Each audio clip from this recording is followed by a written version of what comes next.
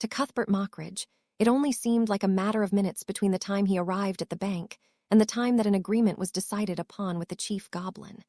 As he mentally reviewed the negotiations, he realized that they were actually very simple. Then, of course, the reason that the bank had closed in the first place was rather small and simple as well. "On what date do you intend to reopen your doors?" Mockridge asked Lord Gold diplomatically as Harry watched on. "Did you have a particular day in mind?" Gold replied idly as he reviewed a written copy of their negotiations and decisions. Harry, who had opted to remain apart from the negotiations, decided to step in. "Might I suggest that you wait to reopen the bank until the ministry settles down under the control of a new minister of magic?" "That is an excellent suggestion, Lord Bellatrix," the goblin said, looking at Mockridge to see if he agreed with Harry's idea. "It would be for the best, I think." Mockridge concurred. Lord Gold smiled evilly as he returned the copy of the agreement to the table and began to add one last thing to it. "Someone has to decide when the ministry is stable enough for the bank to reopen. I reckon that you're intelligent enough to make that decision, Mockridge. I'm putting down that the bank will reopen when you, Cuthbert Mockridge, formally sign a declaration that the ministry is structurally stable." A laugh of mirth burst from Harry's lips. "I could not have planned that any better myself, Lord Gold. Your little provision could quite possibly make Cuthbert's ascension to the top job 10 times more likely." "Let us hope so," Mockridge muttered. "We need to formally sign the agreement and have copies made." He looked at Harry. "Would you sign as a witness? I'm not sure if the wizarding populace would appreciate what my signature would signify concerning my relations with you and Gringotts," Harry stated. "Their reaction could cause everything to backfire." Mockridge grinned at Harry. "No one besides us will see the signed agreement. If I become minister, I can't automatically declare or recognize you as innocent, but after the dust settles with this war, or if there is an opportunity, your signature on this agreement will go a ways toward bringing you into favor." "He is correct," Lord Gold stated, addressing Harry. "I'd even go as far as to have you sign as more than a witness, perhaps as the mediator or judge." "All right, then," Harry acquiesced. Lord Gold nodded and with a complicated gesture and bit of magic, summoned another goblin who was bearing a special ink and quill set into the office.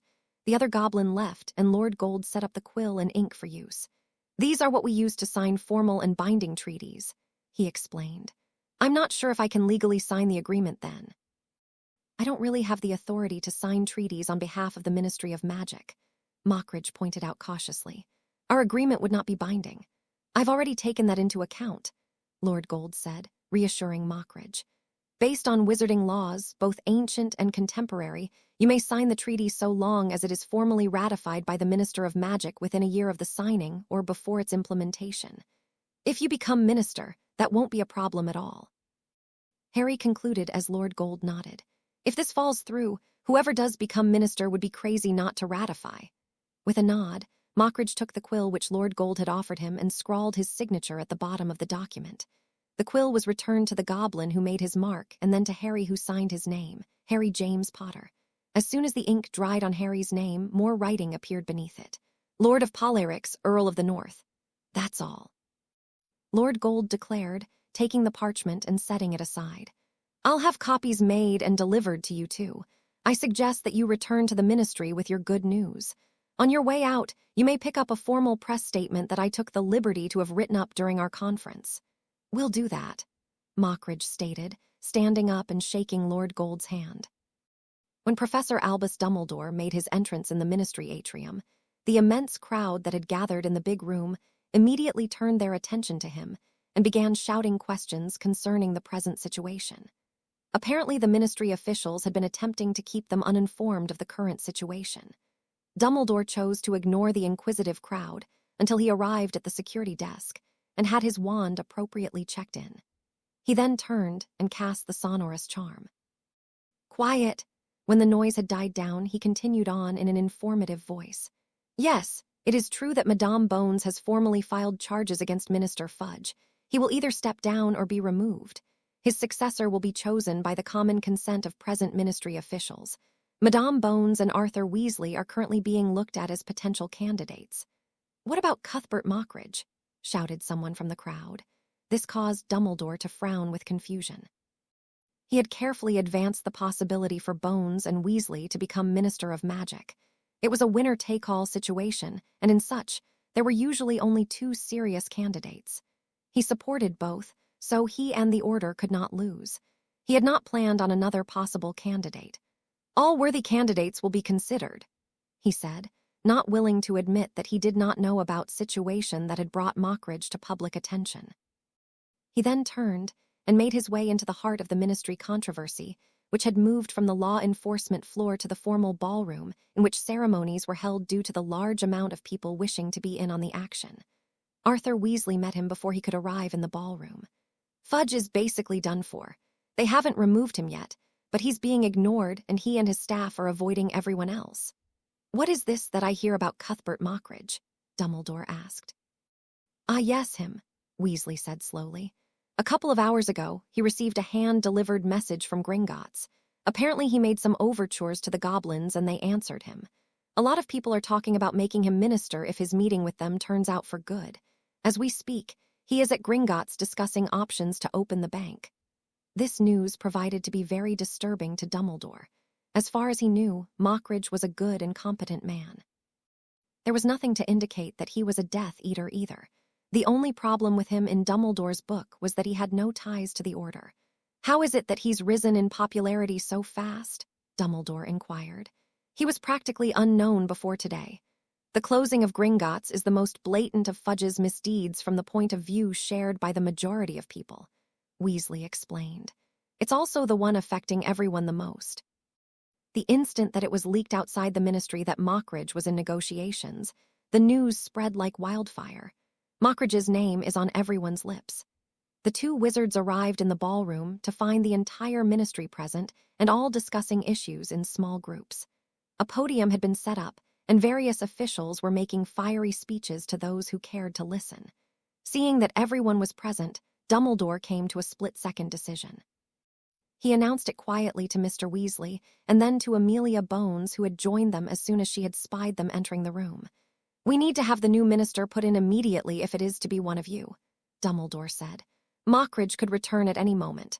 "Let's do it then," Bones replied. "As the leader of the Wizengamot, I believe that you have the authority to take charge here, Professor." Dumbledore nodded in agreement, and without wasting any more time, made his way to the raised podium and took it from the witch who had just finished spouting off accusations about inadequacies in some sort of budget. Making use of the sonorous charm for a second time, Dumbledore spoke. "Silence!" Immediately, the ballroom quieted and turned their attention to the aged professor. "Cornelius Fudge has been formally accused by the appropriate authorities of several misdeeds. Speaking for the Wizengamot, I hereby declare this to be the equivalent of the first step to a vote of no confidence. Based on the No Confidence Act of 1650, the body convened here at this moment has the authority to hold what is known as a certiorari vote and appoint a new minister of magic, which would both complete the vote of no confidence and formally oust Fudge. Those present can also vote to have Fudge remain in office. So, all those in favor of holding a certiorari vote say, aye." The audience replied with a thunderous aye. The first step had been taken. Now all Dumbledore needed was to get a majority behind either Weasley or Bones. Before Dumbledore could continue his address, the doors to the ballroom burst open and Cuthbert Mockridge entered the room with all those who had been gathered in atrium on his heels. With what Dumbledore recognized as forced confidence, Mockridge made his way to the podium and then respectfully spoke loudly to Dumbledore. Almost everyone could hear him. "I've just returned from Gringotts, Professor." The witches and wizards who were waiting in the atrium are eager to hear the results of my negotiations. However, the officials of the ministry are entitled to hear them first, as I informed those in the atrium. They decided that they couldn't wait until I finished making the internal announcement. It was then that Dumbledore could sense that neither Weasley nor Bones had a very good chance at becoming the Minister of Magic. The two were similar, and would be considered the same when put in contrast with Mockridge. His plan for supporting both candidates had backfired drastically. He made one last-ditch attempt to save the outcome. "We are currently holding a certiorari vote, Mr. Mockridge. Perhaps afterward we could hear your announcement." Cuthbert Mockridge did not reply, mostly because he did not have to. As soon as the audience had heard Dumbledore's refusal to let him speak, they immediately all began to demand in loud voices that Mockridge be allowed to speak immediately. Dumbledore had been able to harness the out-of-control crowd to his favor for a few minutes, but now it had slipped out of his control. There was nothing he could do about it. "The vote can wait, then," Dumbledore graciously announced. He would rather have Mockridge than Fudge's minister. He had lost control of the vote's outcome, but he still wanted to ensure that the vote took place. "Witches and wizards, I present to you the head of the Goblin Liaison Office, Cuthbert Mockridge," Dumbledore announced. Mockridge replaced Dumbledore at the podium and began to speak. "I have just concluded negotiations with Lord Gold, who is the head goblin over at Gringotts." He then held up the piece of parchment that had been provided to him and Potter on their way out of the bank. "I hold here a copy of a public announcement that is to be sent out by Gringotts tomorrow. It states that as soon as I am able to declare the ministry to be in a stable state, Gringotts will open its doors." With despair on the behalf of his well-set plans and the Order, Dumbledore watched and listened as Mockridge's announcement was met with cheers and shouts from the financially burdened witches and wizards present. Abruptly, two chants broke out and took a firm hold. The verbal renditions of "Vote Now" and "Mockridge" nearly brought the ceiling down. Before anything else could be done, the doors to the ballroom abruptly burst open with a loud slam. Dumbledore watched with confusion as William Boggs, one of Fudge's undersecretaries, led approximately 150 Aurors into the room with their wands drawn. For some strange reason, Boggs, who was a bureaucrat, was also wearing Auror robes.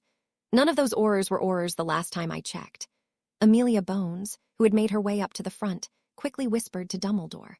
"Not good," Dumbledore commented as he quickly tried to assess the situation. With a booming and very arrogant voice, Boggs spoke. "As the newly appointed Supreme Commander of the Auror Corps, and in the name of Minister Fudge, I am ordering this gathering to disband immediately. Force will be used if you do not comply." The crowd immediately began to protest, the most prevalent argument being that Fudge no longer had the power to act as Minister of Magic. Boggs was not to be hindered, though. "Fudge is still Minister until you vote a new one in," he shouted.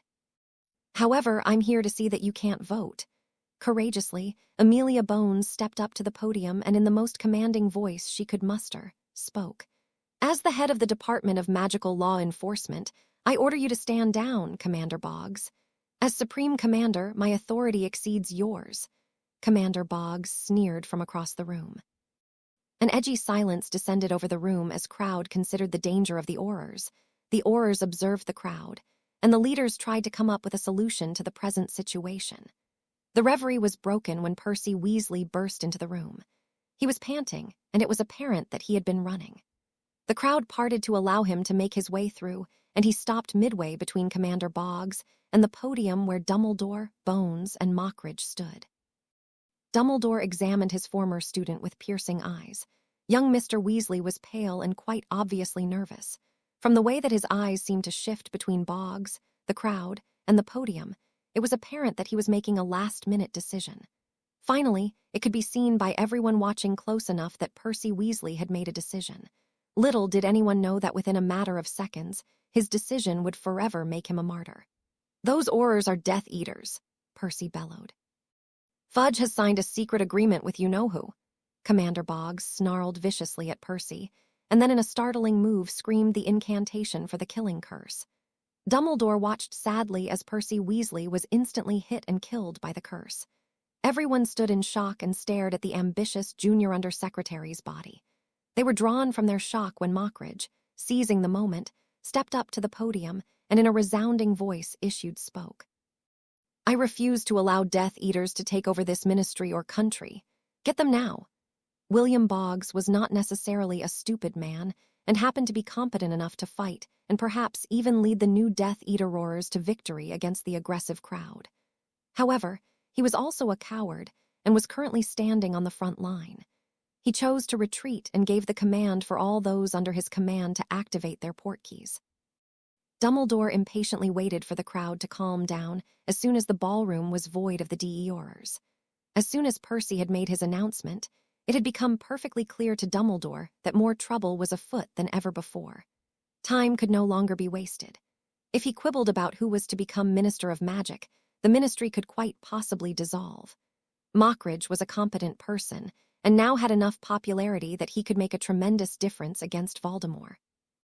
With this in mind, Dumbledore threw his support behind Mockridge as he stepped up to the podium and managed to coerce the crowd to return to a sense of order. "The vote of certiorari will continue," he announced calmly. "Will all those in favor of making Cuthbert Mockridge the Minister of Magic please say aye?" A reverberating aye came from the audience. When Dumbledore asked for nays, none responded. Dumbledore then finished the official formalities. "As leader of the Wisengamot, I hereby recognize the validity of this vote of certiorari and declare that by unanimous vote, Cuthbert Mockridge is the Minister of Magic." After Mockridge had departed for the ministry, Harry had opted to stay behind at Gringotts and discuss his finances and assets with the goblins. Now that supposedly Mockridge would become minister, Harry's properties and other things would become accessible to him once again. Once he had finished his business, Harry stepped out into Diagon Alley appropriately disguised and made his way to Florian Fortescue's ice cream shop to buy some ice cream and take it back to Narracakes to share with Bellatrix. He had noticed her eating large amounts of ice cream at random times lately. An hour and a half after the negotiations had ended at Gringotts, Harry returned to Narracakes, ice cream in hand, to find a letter bearing the seal of the ministry from Mockridge awaiting his pleasure on his desk. Harry set the ice cream down, charmed it not to melt, and opened the letter and read the contents with surprise. He had not expected Mockridge to become the minister so quickly. The details were sketchy as Mockridge had not had much time to write privately, but from them, Harry gathered with sadness that Percy Weasley had been killed and that there was a new nuisance to worry about in the form of one William Boggs. Fudge's fall from power would not deter Boggs from carrying on with those who followed him. If Harry's suspicions were correct, the Pseudo-Aurors would probably join Voldemort if they had not done so previously. The Death Eater's ranks had swelled. Harry also feared that Boggs would lead a movement to overthrow Mockridge. Harry winced at his own cold-heartedness as he caught himself wishing that he could arrange for Fudge to be killed. Any such movement would certainly be led in Fudge's name. All worries about the current situations were forgotten by Harry as his wife cheerfully entered his study. Bellatrix had apparently been able to detect his return. He smiled at her and pointed to the ice cream. "Hungry? Always hungry for ice cream," Bellatrix said, grinning cheekily. She grabbed the ice cream package and made off with it. "Hey!" Harry called after her in mock indignation. "You don't get it all." "I will if you don't come after me," Bellatrix yelled from the bedroom gleefully. Harry made his way to the bedroom and found that Bellatrix had already served up the ice cream equally and was greedily digging in as she sat on the bed. Harry joined her, and before they knew it, the treat was all gone. The bowls, spoons, and empty carton automatically disappeared as Harry laid back on the bed. He looked up at Bellatrix and found her looking at him with a very satisfied smile from her sitting position next to him. "We should do that more often," he commented. Bellatrix didn't answer as she shifted her position and laid down on her side next to Harry, propping herself up with her elbow. She reached out with her free hand, lightly stroked Harry's chest. "There's something else we should do more often," she purred. Before he could answer, she brought her head down to his and initiated a long kiss. The morning was nearly over before Harry woke up to find Bellatrix spooned against him, already awake, and lightly caressing one of the hands he had wrapped around her. She turned her head up to get a better view of his face from her position. "Good morning, sleepyhead. It's your fault that I was up so late," Harry whispered. "You're the one who got the ice cream," Bellatrix murmured. Harry unwrapped his arms from around her, and the two sat up and stretched. They then proceeded to go through their morning routine and were soon enjoying their breakfast for lunch. Harry was idly wondering what to spend the rest of the day doing when Bellatrix spoke. "I have some good news for you," Bellatrix said carefully. "Oh," Bellatrix looked at him carefully before proceeding. "Hermione has managed to cling to her belief of your innocence." "I'm glad of that," Harry said. "It shows that she is not so weak after all. Maybe she'll get some others to believe as well." "That's not all." "Oh, she managed to get washed up onto the island. Captain Nayloff arrested her for trespassing, and then Hiscoffney identified her as a member of the Order. Nayloff then had her locked up in the dungeon." This caused Harry to raise his eyebrows in surprise as he munched on a piece of toast. "Interesting. Why did she decide to seek me out? I interviewed her yesterday while you were gone. She wants to talk to you, apologize, and all that stuff," Bellatrix informed Harry. Harry's eyes grew slightly hard. "I don't think I want to talk to her. Tell her that I won't go and try to get revenge on her and to mind her own business in the future, then release her." "You need to talk to her, Harry," Bellatrix said calmly and persuasively. This isn't something that you can brush off. This caused Harry to become rather grumpy. However, Bellatrix was his wife, and he respected her and her sense about things. All right, a small talk. After lunch concluded, Bellatrix tracked down Nayloff, and the three made their way down to the lower reaches of Narracakes' dungeons. They soon arrived at Hermione's cell to find that Nayloff had sent a guard ahead to prepare for the interview. Harry stepped in the cell with Bellatrix on his heels to discover with surprise a scantily clad Hermione whose arms suspended above her by a hook connected to chains that shackled her wrists together. Hermione blushed slightly as she looked at Harry and squirmed uncomfortably. Wishing to move along, Harry spoke.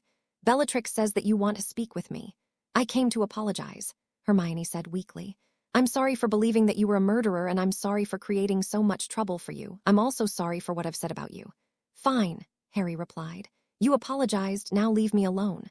"I'm not finished," Hermione said bravely. "I want to make things up to you. I want to earn your forgiveness so that we can at least be friends again. I'll help you with your fight against Voldemort." An irrational anger suddenly coursed through Harry's veins.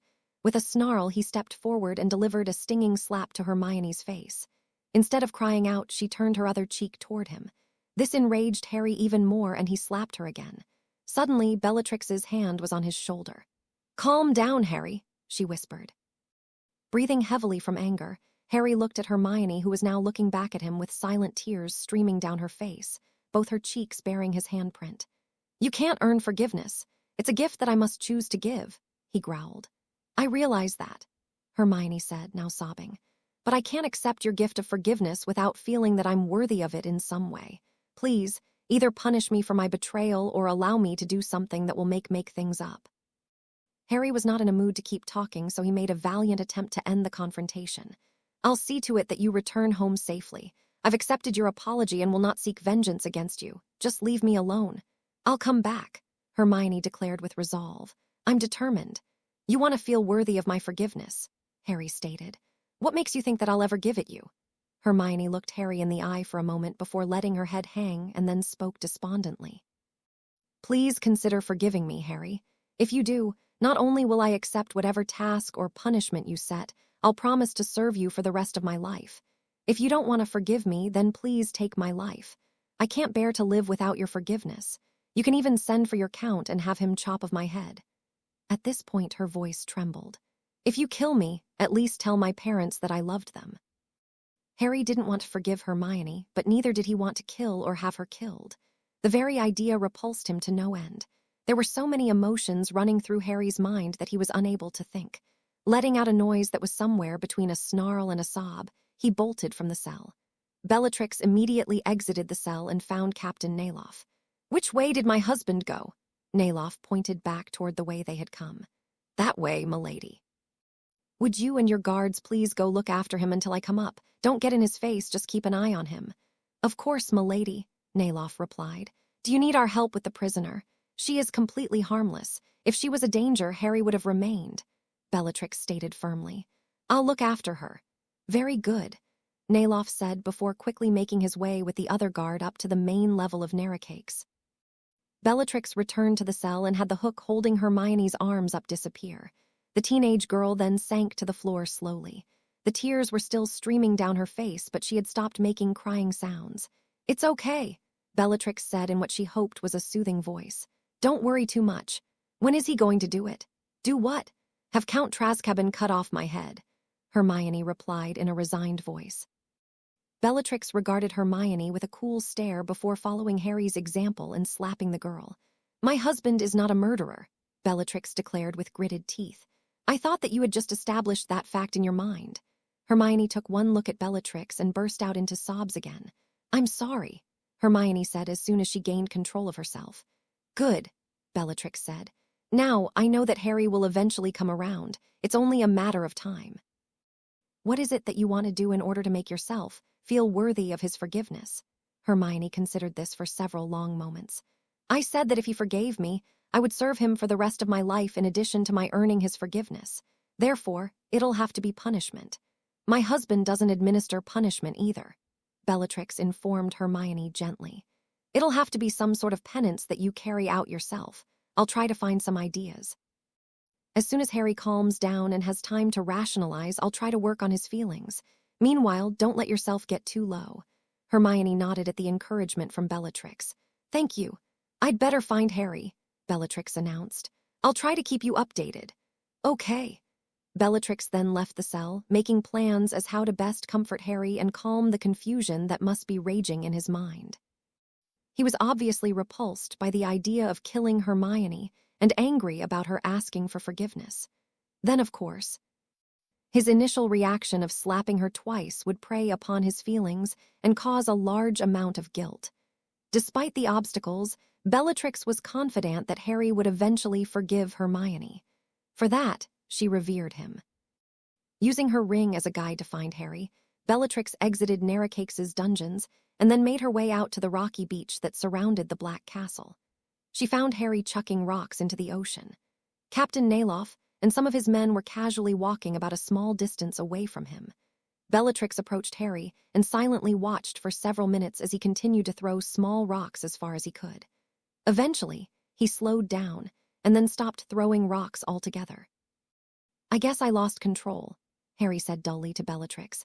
It happens to the best of us, Bellatrix commented. She's so stubborn. Harry picked up another rock and fiercely threw it to punctuate his comment and express his opinion about Hermione. If I kick her off the island, she'll come back. If I forgive her, she'll insist on earning her forgiveness and she'll spend the rest of her life clinging to me. If I refuse to forgive her, she'll beg for me to kill her or worse, commit suicide. What will you do then? Bellatrix asked.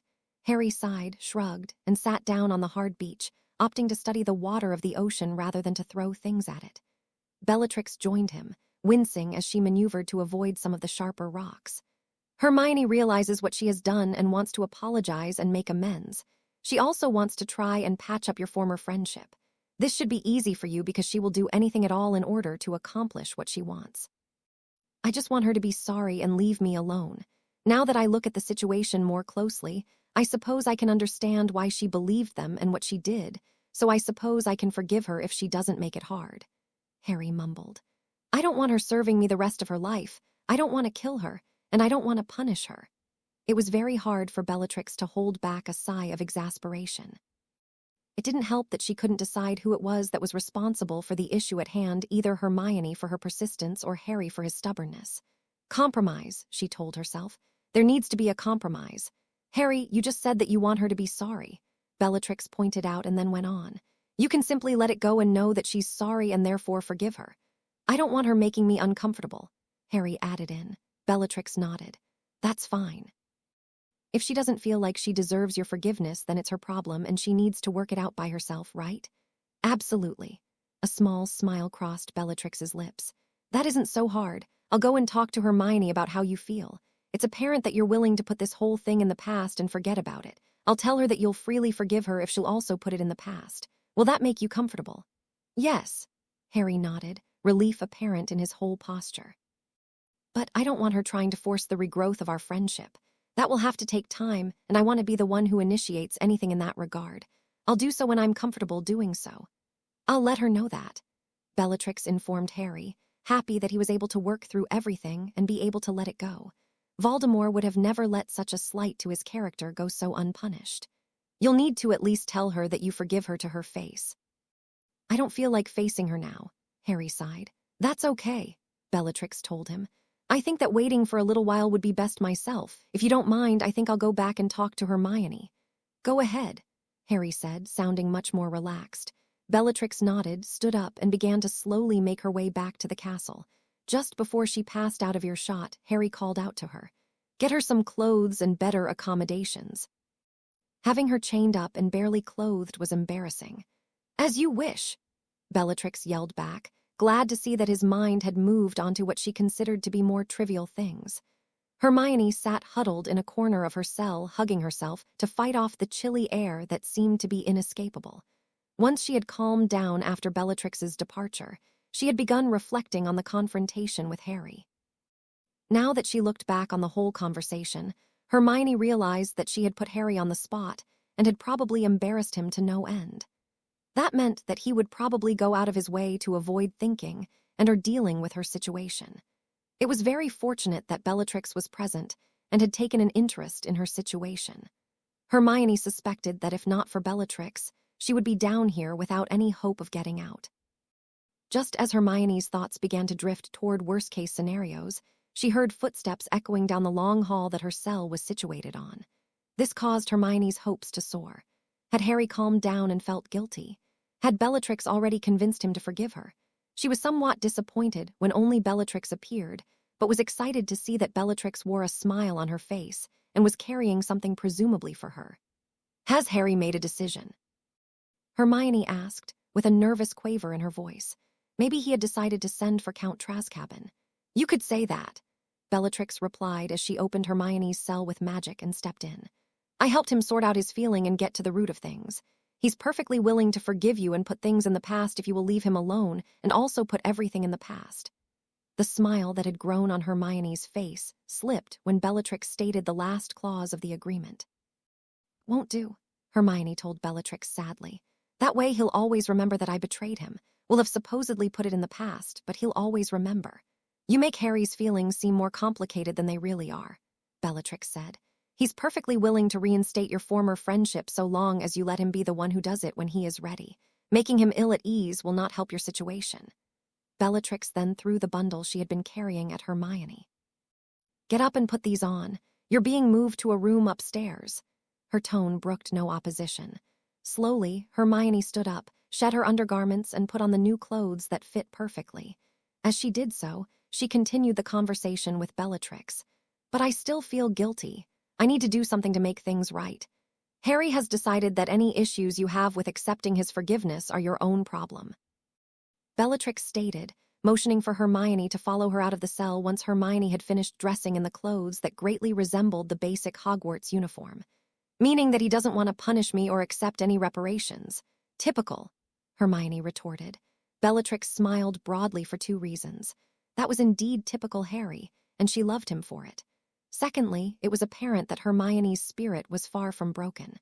"That means you can just put this behind you," Bellatrix told Hermione as they began their climb up a flight of stairs. "I can't put this behind me," Hermione replied firmly.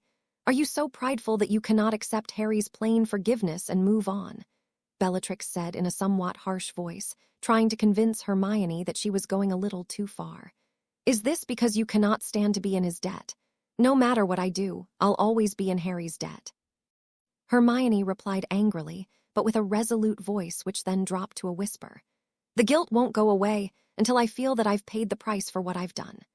Bellatrix remained silent for a few moments as she contemplated some ideas that would help Hermione recover from her extreme guilt with a minimum of hassle for Harry. Finally, she came up with an idea.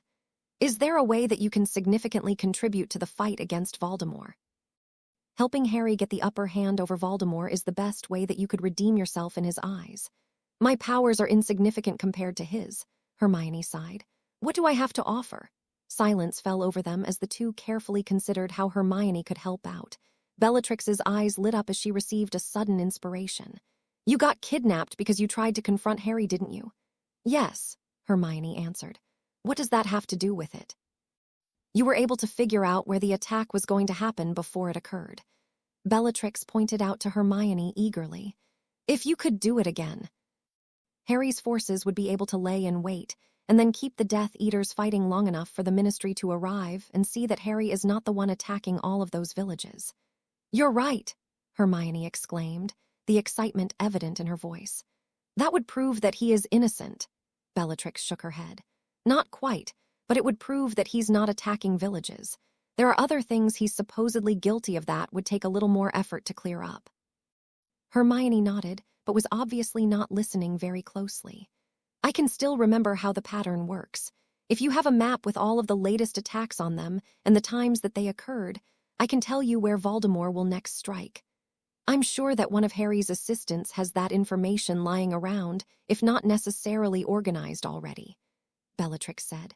"Let's go and find out." Harry was carefully polishing both his black ash and ivory wands when Bellatrix entered his personal study. "I know which village Voldemort is going to attack tomorrow, and I have a pretty good idea as to what time it will happen," she announced as she promptly laid a map on Harry's desk. "Are you sure? How did you find out?" Harry asked as he sheathed his wands into their appropriate places on his person. Hermione did it, Bellatrix told him. She then recounted how Hermione had figured out the pattern to the attacks and how they had figured out that they could still use that pattern. She graciously gave all of the credit to Hermione. Harry frowned. I should have thought to have asked Hermione for help with that beforehand. That's one of the reasons Fudge was overthrown so easily. He should have been able to at least match or have someone else match Hermione's achievement. That doesn't matter now, Bellatrix said. You have the information right here in front of your face. Send for Hiscoffney and Neville and prepare a counterattack for tomorrow evening. You can make it 10 times easier for Mockridge to set things right if you can publicly prove that you're the one attacking the villages. Okay, I'll have them stop over as soon as possible, Harry responded positively. He then hesitated for a moment. Tell Hermione that I'm grateful too. Bellatrix smiled at him. She'll be ecstatic to hear that, Harry. It's about time that Voldemort got a surprise, Neville said, barely able to hide his enthusiasm at the prospect of a battle coming off in Harry's favor. Hiscoffney was more reserved. Is there any possible way that Voldemort might be aware of your knowing where his next attack should be? It's very doubtful, Harry said, reassuring Hiscoffney and Neville. I don't know if we should involve Potter's Legion, Hiscoffney said as he studied the map that marked the village in question. We don't know that they're adequately prepared yet, and we may wish to hold them back for when they are more desperately needed.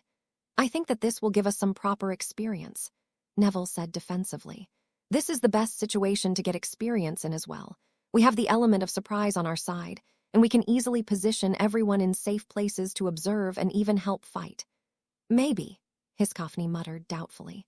Harry joined Hiscoffney in looking at the map for the umpteenth time. I think that Neville is somewhat right, he said. I'm going to allow PL to participate in this one with only one restriction. No underage magic must occur. Fair enough, Neville agreed. As you wish, my lord, Hiscoffney stated respectfully. If you don't mind, I think that I shall return to Azkaban and begin planning for the battle. Do you intend to participate? I think that I had better, Harry said resolutely. Voldemort will likely be there, and he could wreak some serious havoc if not checked to some degree. Tomorrow, then, Hiscoffney said with a bow before he disappeared. Neville smiled at Harry. I'd better get home myself. Gran will be worried about me. He handed Harry a sealed letter. Could you give that to your wife? She requested it. I shall, Harry said, taking the letter gingerly, realizing that Neville had poured his heart into the letter and that it was extremely valuable. Thank you, Neville said. With that, he activated his portkey and he disappeared. Harry cheerfully walked to the master suite to find Bellatrix reading a book on the bed, wearing her customary Muggle t-shirt for pajamas. Everything is set for tomorrow. Bellatrix looked up with a smile and put the book aside. That's wonderful. Neville asked me to give you this, Harry stated, holding out the sealed letter for Bellatrix to take. I was wondering when it would come, Bellatrix said apprehensively as she took the letter. She held it in her hands and silently studied it before using her trembling hands to place it on the nightstand. I'll need your help when I open it and perform my experiment, she whispered to Harry. Harry nodded as he changed into his nightwear and climbed into bed. The bedroom lights automatically snuffed themselves out. As soon as he had settled down, Bellatrix snuggled up to him and buried her face in his chest. Instinctively, Harry realized that the delivery of the letter had reminded Bellatrix of the part she had played in torturing Neville's parents, and that she was already anticipating what emotions about the loss of his parents Neville had expressed within the letter. He began to lightly stroke her back and hair. I'm sure that he doesn't hold it against you any longer. In response, Bellatrix began to sob as she clung to Harry tighter. Morning came, and with it a strange sight for a small town on Britain's east shore.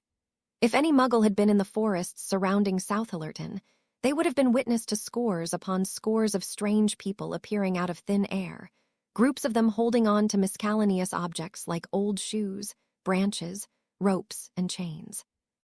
Most of them wore gray cloaks, some carried weapons, while others wore black cloaks with the Hogwarts crest embroidered on them. Not that any Muggle would actually recognize the crest for what it was. Harry took a moment to gather his bearings after the portkeys had deposited him and Hiscoffney's troops in the forest. Seconds later, Neville arrived via portkeys fashioned by Remus and Snape, with about a dozen members of Potter's Legion, bringing their overall numbers to 50, including Harry and Hiscoffney. Bellatrix had insisted on accompanying them, but Harry had pointed out that she needed to work on the potion to heal the mental damage done to the Longbottoms, and that, After reading Neville's letter, she was hardly in any state to do battle. Reluctantly, she had agreed, but not before extracting a promise from him to return unharmed. "Tempus," Harry muttered, and the time appeared in glowing numbers at the tip of his wand. 7:30 in the morning. According to Hermione's prediction, Voldemort would attack the town between 9 and 11, giving them a 2-hour window. Harry just hoped that the message he had sent to Mockridge had been received, and that the Aurors didn't arrive too late to do any good. Shaking the thought from his head, Harry turned his attention to Hiscophny and Neville, as the Count conjured up an ethereal map of the terrain. "This," Hiscophny indicated, "is the area around the town.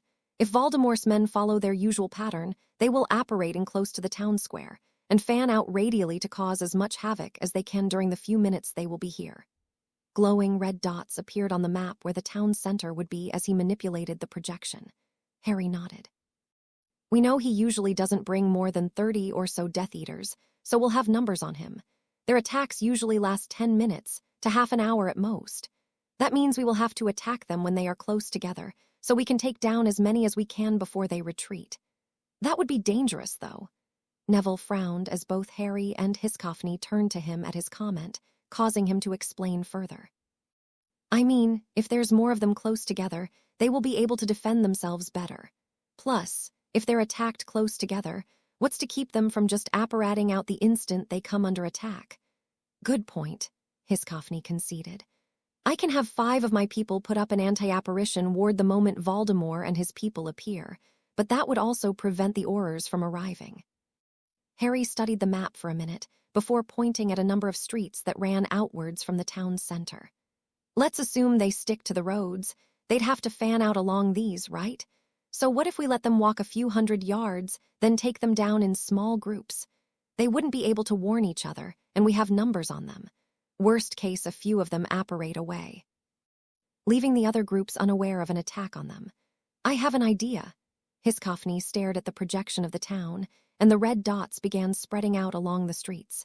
"We wait till they are relatively dispersed, then spring out assault groups on them." Blue dots appeared on the map, next to the spread-out red ones. "At the same time, we engage localized anti-portkey and anti-apparition fields to keep from running." As he spoke, translucent green domes spread across the concentrations of red and blue dots. "That way, the Aurors can portkey or apparate into the town center, and we have enough people to at least contain them inside the fields. I assume the Aurors are smart enough to follow their ears to the battle," Hiscophny finished. "Probably," Harry nodded. The plan sounded good. "Here's an addition to the plan," he said as he waved his wand and conjured up a box filled with necklaces. "What are these?" Neville fished one out of the box. It was a simple copper pendant engraved with the crest of Polyryx strung on a leather string. "Charmed pendants," Harry explained. "Touch them to activate and say the receiver's name or say all to send to everyone, then speak. It's basically a version of the Muggle two-way radio, so it should allow us all to stay in contact." Hiscophny picked one out of the box and examined it carefully, then nodded in satisfaction. "Good. That will give us another advantage. We will be able to call each other and report, or call for help if necessary." "Nice charm work, Harry," Neville commented with a grin. "Not mine. Bella charmed them late last night." Harry shrugged. "I'm not anywhere near her level of skill when it comes to charms or transfiguration." Hiscophny waved over one of his men and ordered him to hand out the pendants to the sorcerers and the students from Potter's Legion. When the man had left, the Count returned to the map. "There are 5 main roads leading out from the town center. Optimistically, Voldemort will show up with 30 people. That gives us 5-on-3 odds at each interception point." "Right. Station 5 people ahead of where you want to intercept the Death Eaters, and have the other 5 swing around to pin them down. That should hopefully keep them there. One person from each 5-man group will have to trail behind, casting an anti-apparition or anti-portkey ward before joining the fighting. Make sure they know that." Harry pointed at the green domes. "It's really important those wards go up in time." The town clock chimed 10, and the town was now alive with people milling around the streets, shopping for groceries, catching a late breakfast or an early lunch. Some people just returned to their homes after a night shift at work, while cafes and restaurants were busy opening their doors. Unbeknownst to the Muggles, 10 teams of 5 wizards each were posted around the town center, and the tension at each of these was thick enough to cut with a knife. They had a lot riding on this attack, including Lord Polarix's public rehabilitation. If they could discredit Voldemort's attempts at branding Harry as the perpetrator of these attacks on Muggles, his public influence would once more be a potent weapon against Voldemort and his Death Eaters. Another 20 minutes passed, and Harry frowned as nothing happened. Could Hermione have been wrong? Maybe Voldemort, realizing that someone had been able to predict his pattern, had changed it. After all, he was aware that Hermione had already found him once, and he knew that the Ministry knew. This was their best shot at putting an end to these attacks. After this, Voldemort would definitely know something was up, and he would change tactics.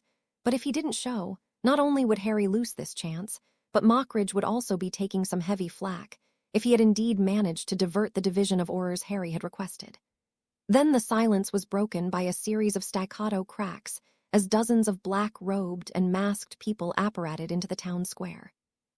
Harry let out a relieved sigh and touched the pendant hanging around his neck. Polarix to all, targets just apparated in.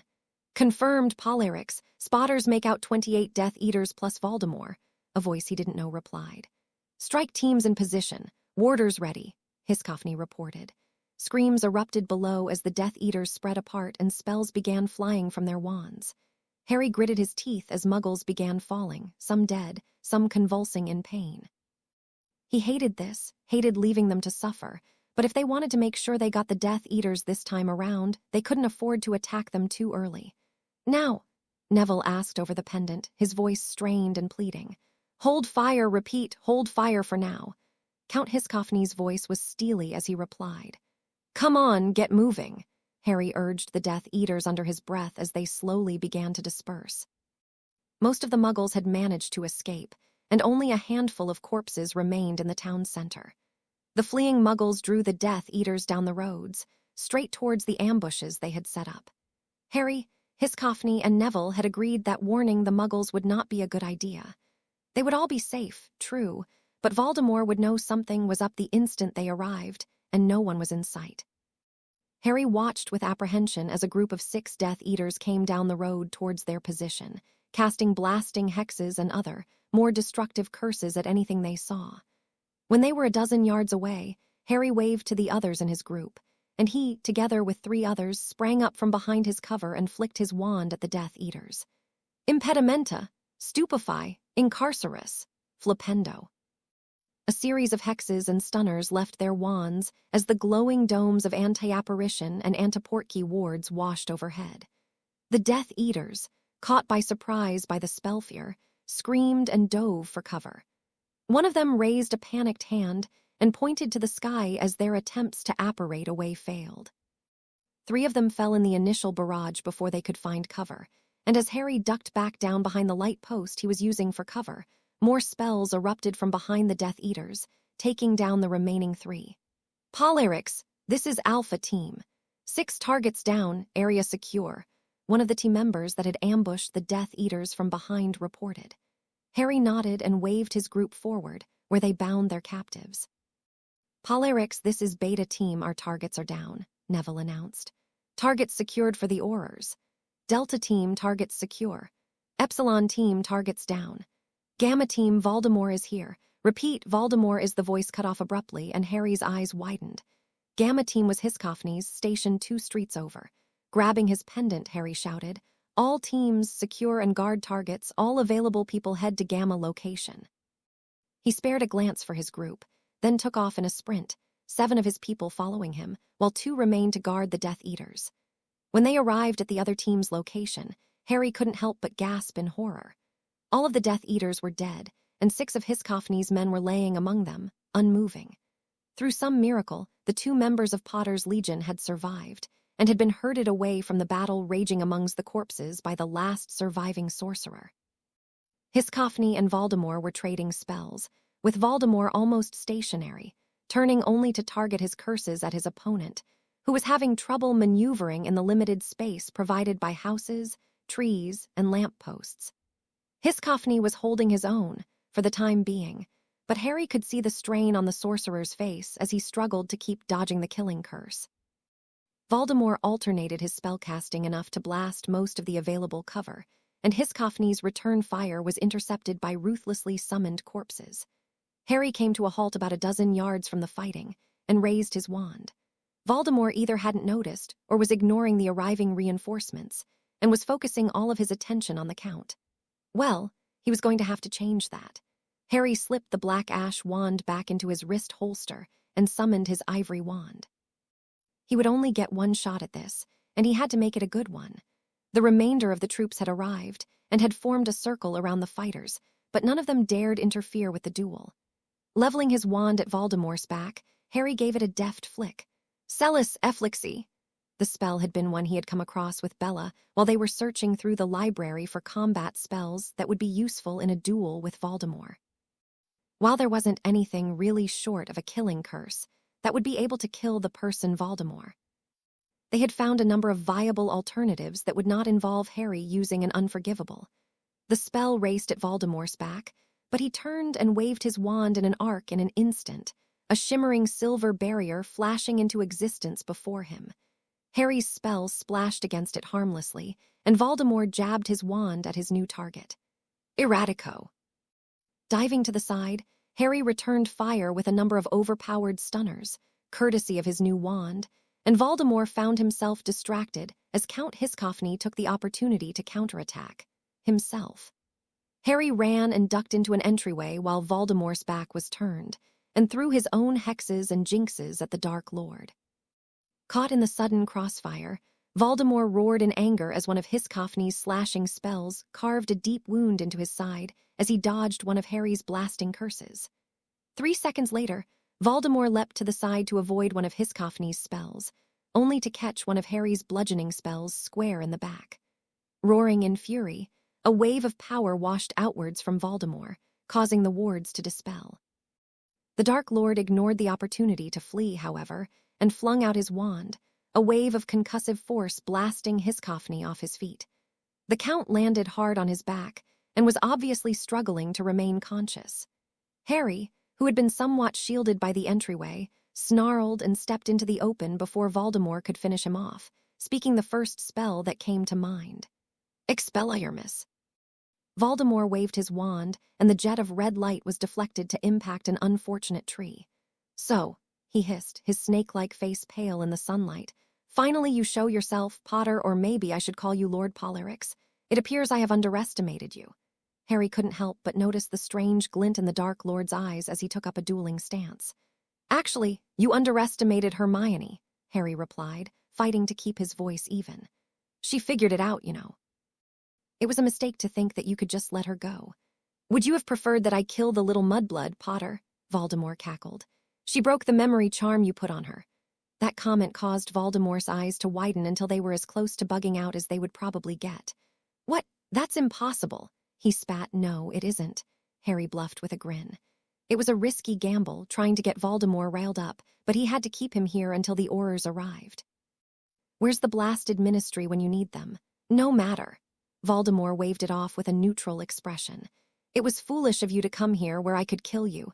Now shall we finish what we started at the end of your 4th year, Potter? You and me, Tom, the way it's always been. Prepare for death, then, Potter Everto. Harry ducked under the curse and flicked his wand rapidly. He had trained with Bellatrix for this, worked on his dueling skill until she was satisfied he would be able to hold his own, and Bella was a demanding teacher, if nothing else. A fire spell erupted from the tip of his wand with a muttered, Comburo, which left it just a twist and quick jab away from the motion for a Sepelio.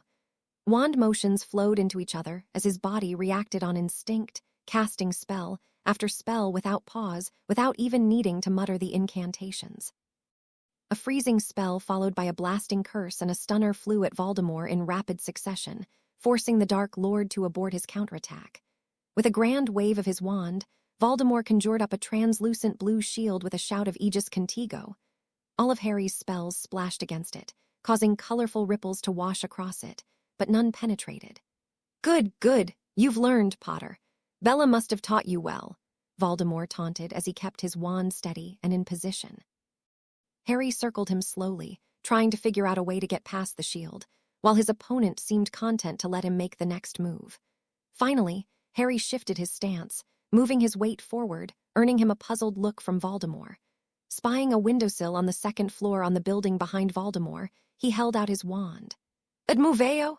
The summoning spell didn't really work on something as massive as the building, instead causing Harry to fly up there. He kicked off the ledge, lifting himself higher into the air just seconds before Voldemort's spells blasted the window into rubble. At the apex of his leap, Harry flicked his wand again and cast the first spell he'd ever learned. Wingardium Leviosa! And remember, swish and flick, he could hear Flitwick's voice. The levitation spell kicked in, causing him to hover in midair, and Voldemort's curses, which had been aimed at the spot he would have occupied, missed by a few feet. Harry smirked as he glanced down past his feet at Voldemort's face, imagining the surprise that wasn't showing on the snake-like visage. The levitation spell took an amount of energy proportional to the weight and height of the object levitated. Human levitation usually took ridiculous amounts of power, which was usually why it wasn't done. With his new wand, however, Harry had felt confident to try. "What are you playing at, Potter?" Voldemort screeched on the ground and shot a killing curse up at Harry, but his target dodged aside as he levitated himself around. "Why don't you come up here, Tom?" Harry smirked. "Accio Voldemort." With a startled yell, the Dark Lord rose into the air with surprising speed. Like the levitation spell, the summoning spell was designed for small items, and summoning something as large and heavy as a person took tremendous amounts of energy, but Harry mused it was well worth the look of surprise on Voldemort's face as he shot past him, high up into the air. And this time, the surprise did show, even as Harry slowly levitated himself to the ground. Ventureless. A gust of wind slammed into Voldemort, buffeting him around in the air above the rooftops, and Harry continued the flowing wand motion into the next spell, with a muttered, sonorous lido. The shockwave exploding from his wand rattled windows for blocks around and disrupted Voldemort's attempt at casting the killing curse in retaliation. When his feet touched the ground, Harry dispelled the levitation charm and raised all of the shield spells he could think of, because when Voldemort came back, and Harry had no doubt that he would, and when he did, he would be pissed, he would need them. True to his prediction, a number of dark curses started raining from the sky, forcing Harry to seek shelter, as he didn't exactly want to test the effectiveness of his shields against an angry Voldemort's curses just yet. Arresto momentum! The yell echoed across the street, and Voldemort came to a stop an inch above the ground, his eyes wide with rage. "Potter, you will pay!" The hail of spells that followed caused Harry to duck back into cover. Voldemort was truly enraged, and the skill he was displaying, arraying spell after spell, weaving them so tightly together without pause, was frightening. Harry had known that Voldemort was powerful, and the Dark Wizard had had decades to hone his dueling skills, but this, he was chaining spells so quickly that there was no opening, no chance to get in a counterattack.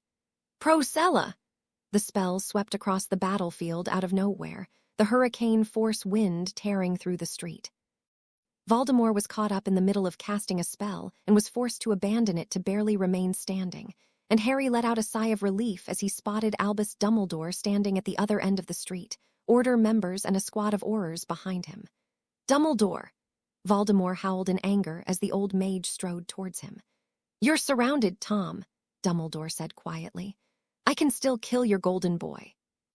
Jabbing his wand at the doorway Harry had sought cover in, Voldemort snarled as he began a spell. Dumbledore was casting, himself, when the Dark Lord disappeared with a crack, the spell he had been building dissipating harmlessly into the air. "It was a feint," Dumbledore mumbled with a hint of anger as he looked around the carnage that surrounded them. Corpses of Death Eaters and Azkaban sorcerers were littering the ground, while the remainder of Hiscoffney's people and Potter's Legion were bringing in the captives from the other interception points. Neville and the Count were approaching Harry, ignoring Dumbledore's questioning glance. "I'm sorry," was the first thing Harry said to Hiscoffney as soon as they were close enough. "You lost a lot of people today because of me." The Count waved it off. "That is the nature of warfare. We pledged our alliance to you, and we will uphold it. Voldemort is evil and must be stopped, and every one of them gave their lives gladly to see to it that he will be." "We only lost people here," Neville told Harry. "I checked right after you and Voldemort started fighting. All of Potter's Legion are alive and accounted for, even if some are a bit worse for wear." "How so?" Harry asked, scratches and bruises, a nothing major. I think Parvati was off the worst. She caught a bludgeoning hex in her shoulder and it's dislocated. Nothing Madame Pomfrey can't fix.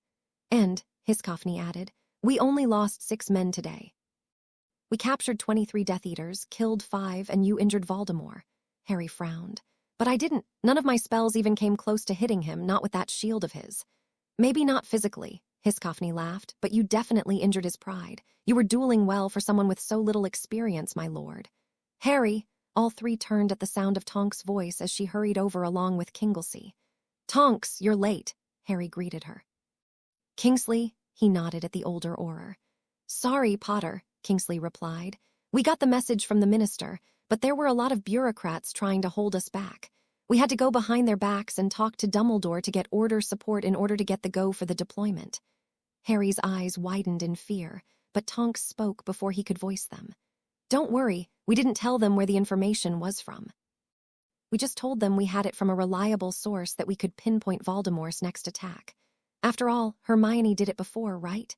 She did this one, too, Harry told her with a grin. The grin died when he saw Dumbledore walking over towards them. Count, please tend to your people. The injured can be cared for at the fortress, Neville. If the injured from your group want to come along, they're welcome to. Have the Count tell you how to use the emergency portkeys we set up. The 2 nodded, understanding that Harry wanted his discussion with Dumbledore to be private and left to tend to their people. Kingsley and Tonks caught the look as well and excused themselves to see to the captured Death Eaters. Harry, Dumbledore greeted him neutrally. Dumbledore, I suppose now I know what their mysterious source of information is, the headmaster noted. And I am glad now that I trusted them. I may be an old man, but even I can see what this means and the implications of this, he admitted. Harry snorted. Took something pretty obvious to believe my word over rumors, didn't it? Now, what else will it take? Let's see, you could have tested me with Veritaserum to see if I'd really killed those Muggles in Privet Drive, but you didn't. Priori Incantatem was enough. Does it ever occur to you that a wand can be stolen, or maybe taken from an unconscious body? Harry, no, of course not. Of course it didn't, but you know what? Harry calmed himself down forcibly. You know what? Azkaban was the best thing that ever happened to be, as unbelievable as that sounds, because it showed me what a traitorous, backstabbing lot you all are. Dumbledore stood in silence as his former student ranted, and as the dust from the battle settled around them, and the shame for his actions and mistrust settled inside him, there was only one thing that would come out of his mouth. Could we talk? Harry stared at him for a long moment, and Dumbledore elaborated. Just talk, no horrors, no trying to take you into custody, no forcing you to help us out with the war. Just you and me, and whoever else you want to be present. The old man sighed, suddenly feeling even older, as if it were possible. I believe I owe you an apology for something I can never make up for. You can't seriously be thinking of going. Bellatrix had been furious when she heard that Harry had fought Voldemort himself, but she had calmed down after Harry had told he was fine. Her fear had turned to pride when she realized he had managed to hold his own and get in a few good shots on Voldemort, but it came back with a vengeance when he told her of Dumbledore's offer to meet. I have to, Harry told her quietly. They were alone, for now. Everyone had retired for the night. Hiscoffney had taken his injured and dead people back to his island to take care of them, and Neville had led the members of Potter's Legion back to London with a promise to be in touch. By now, even Fudge can't deny that it was all one big setup by Voldemort, and that'll do quite a bit to clear my name, I hope. Bella glared at him. It may, but have you forgotten you're still under a life sentence in Azkaban for the murder of Muggles? This may have cleared you of the attacks on Muggle villages, but it doesn't have any bearing on what got you into this mess in the first place. Harry glared back stubbornly. But now Voldemort realizes that we're on to him, and he'll switch tactics. He knows that everyone else knows that he's been trying to set me up, and he'll go for more direct attacks now. Also, we dealt him a pretty heavy blow, and from what I heard, we captured at least a few members of his inner circle, not to mention what this is going to do to their morale. He'll attack soon, and he'll make it big. He must if he wants to prove to them he's still strong. And you'll be there to fight him, Bella sighed. Harry, you can't fight him if the Ministry sticks you back into Azkaban, and believe me, I have no doubts that Fudge would do that without a moment's hesitation. Going to this meeting is a bad idea. No, it's not, Harry disagreed. In fact, I think now's the perfect time. Voldemort's forced back on the offensive, and we know something big is coming. We need all the help we can get, and at the very least I can get them to stay out of my business. If we're distracted by the ministry or the order showing up and get caught in the crossfire, there's no telling how many people are going to die. I don't like it, but I see your point. Bella frowned. But if you're going, I'm coming along. No, Harry shook his head decisively. But Bella, even if Dumbledore's telling the truth, and at this point I'm not so sure it isn't an ambush, then he's going to be talking to me. I'm not going to take the chance that he'll suddenly turn on you, especially not since we haven't cleared your name. You're as much a wanted criminal as I am, if not more so, and Dumbledore has no reason to hold back on your account. Besides, Harry added with a small grin, if it is a trap, I'll need someone to bust me out of jail. I kind of doubt they'd stick me back into Azkaban, seeing that it belongs to me. Fine, but you're taking guards, and Hiscoffney if he wants to come. I'll take the guards. Hiscoffney needs to see that his people are properly buried and honored. Besides, I need you, Hiscoffney, Zarina, Neville, Snape, and Remus here, trying to figure out what target Voldemort is most likely to hit next. We need to be ready for that. What about the Ministry? Bella asked.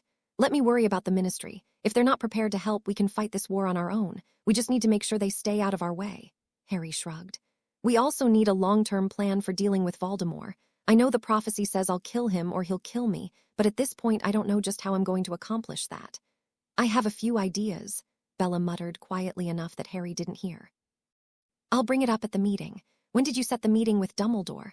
Tomorrow afternoon. We're meeting in the Minister of Magic's office. Bert knows I'm coming. I sent him a message earlier. Hopefully it's enough of a neutral ground. Neutral ground? Bella asked, alarmed. You'll be surrounded by dozens of Aurors in the entire building, all of whom would like nothing better than to arrest you, Harry grinned. But Bert's not going to let them arrest me. The minister still holds ultimate authority over the law enforcement.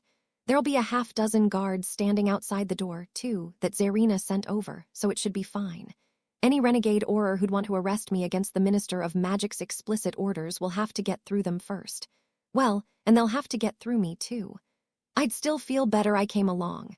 I know, Harry sighed at his wife's pout.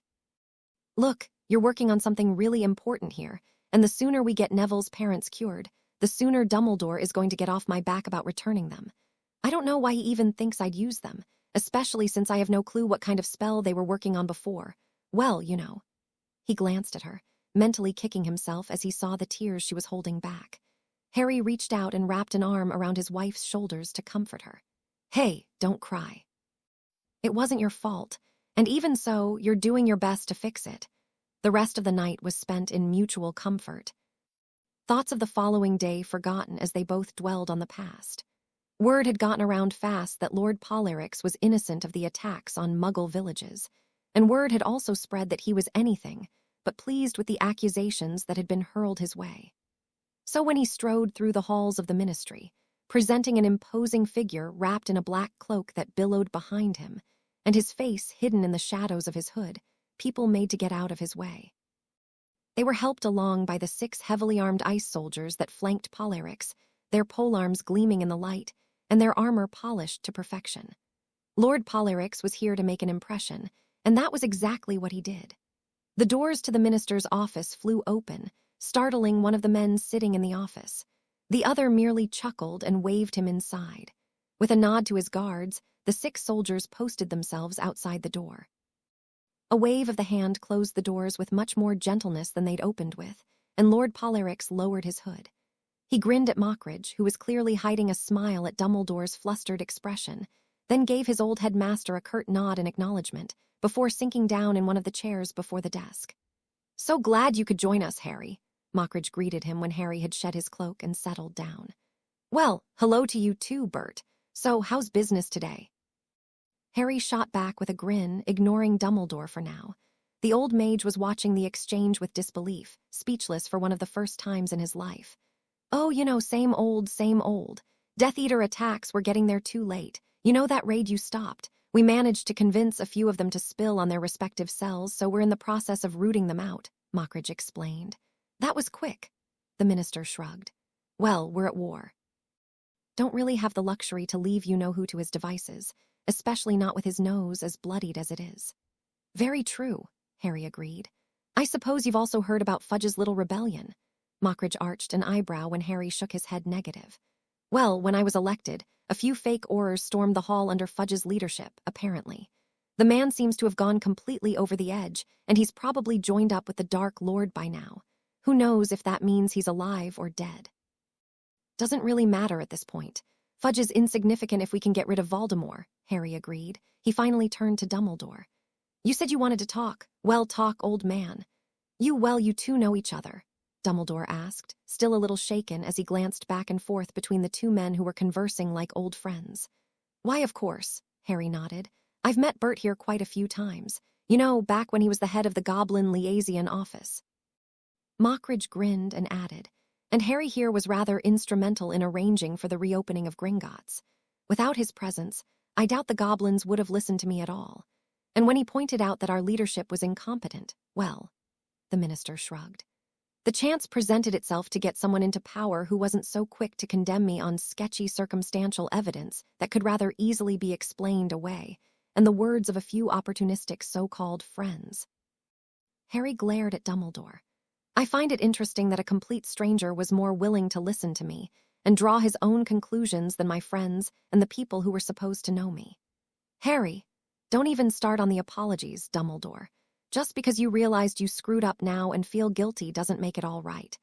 A few apologies and contrite faces can't make what you did to me go away, can't make the feelings of betrayal just vanish. You accused me at every turn, at every point, every time we met, without even giving me a chance to speak, and yet here you are, demanding I extend that courtesy to you. Unless you've got something to say relating to the war effort, I suggest you don't speak to me. Harry snorted in disgust. Dumbledore sighed and nodded in defeat. The old mage had a feeling that Harry had already cut all ties with them the moment they damned him to Azkaban. The only thing that connected them now was the destruction of Voldemort, and the headmaster wasn't entirely sure Harry needed their help in that endeavor. And if he didn't, it could very well be that when all was said and done, the world had heard the last of Harry Potter. There was nothing that would hold him in the wizarding world, and even the conviction that had landed him in Azkaban could easily be overturned. After all, one would listen more to the highly influential, wealthy, and powerful Lord Polyrics than Harry Potter, scapegoat-turned-hero of the day. Even his own arguments sounded weak and unfounded now that Dumbledore thought back to the trial. Harry had been right. They should have looked deeper, used Veritaserum, but everyone had been so hell-bent on their proverbial witch hunt that none cared. And it had caused this, brought them all to this point. So he did the only thing he could. He conceded defeat. You're right, of course, Harry. Despite the fact that it might mean nothing to you at all, though, I wanted to apologize for everything we've put you through. The old man suddenly seemed even older as he spoke. But more importantly, we need to discuss Voldemort. That's right, Harry turned back to Mockridge. I don't suppose any of them spilled where Voldemort is hiding out at the moment. The minister shook his head. I'm afraid not. None of them were willing to, or even knew.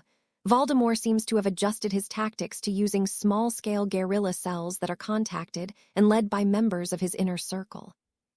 We've gotten a good number of them, but the foot soldiers don't know, and the circle members can't talk, since apparently the Dark Lord's hideout is under a modified version of the Fidelius. Their memories of its location were wiped the instant we treated them with Veritaserum, and our legilimencers confirmed that. Mockridge chuckled. On a brighter note, though, they did reveal that Voldemort isn't happy at all about the bloody nose you gave him. Few Death Eaters even seem to think that he isn't as all-powerful as he claims to be. One defeat was all it took, Harry snickered. Looks like this is going to be easier than I thought it would. All we've got to do is rout his in a few places, and his people are going to start leaving him. Man, wizards are cowards. Show any indication that there's someone stronger out there to follow, and they start making noises, he thought, though he kept it to himself. Right, but that's easier said than done, Mockridge noted. He's going to be more careful where he plans his attacks from now on. I've already boosted the Auror Corps and placed guards and warning wards around important targets I think he might be considering, like Diagon Alley, the Ministry, and Hogwarts and Hogsmeade, but we can't be everywhere at the same time. We also need a fast response group that can react quickly to any reported attacks. The minister shrugged helplessly. We simply don't have the manpower to guard every possible target and strike back. The Order has been helping out with that, Dumbledore informed Harry.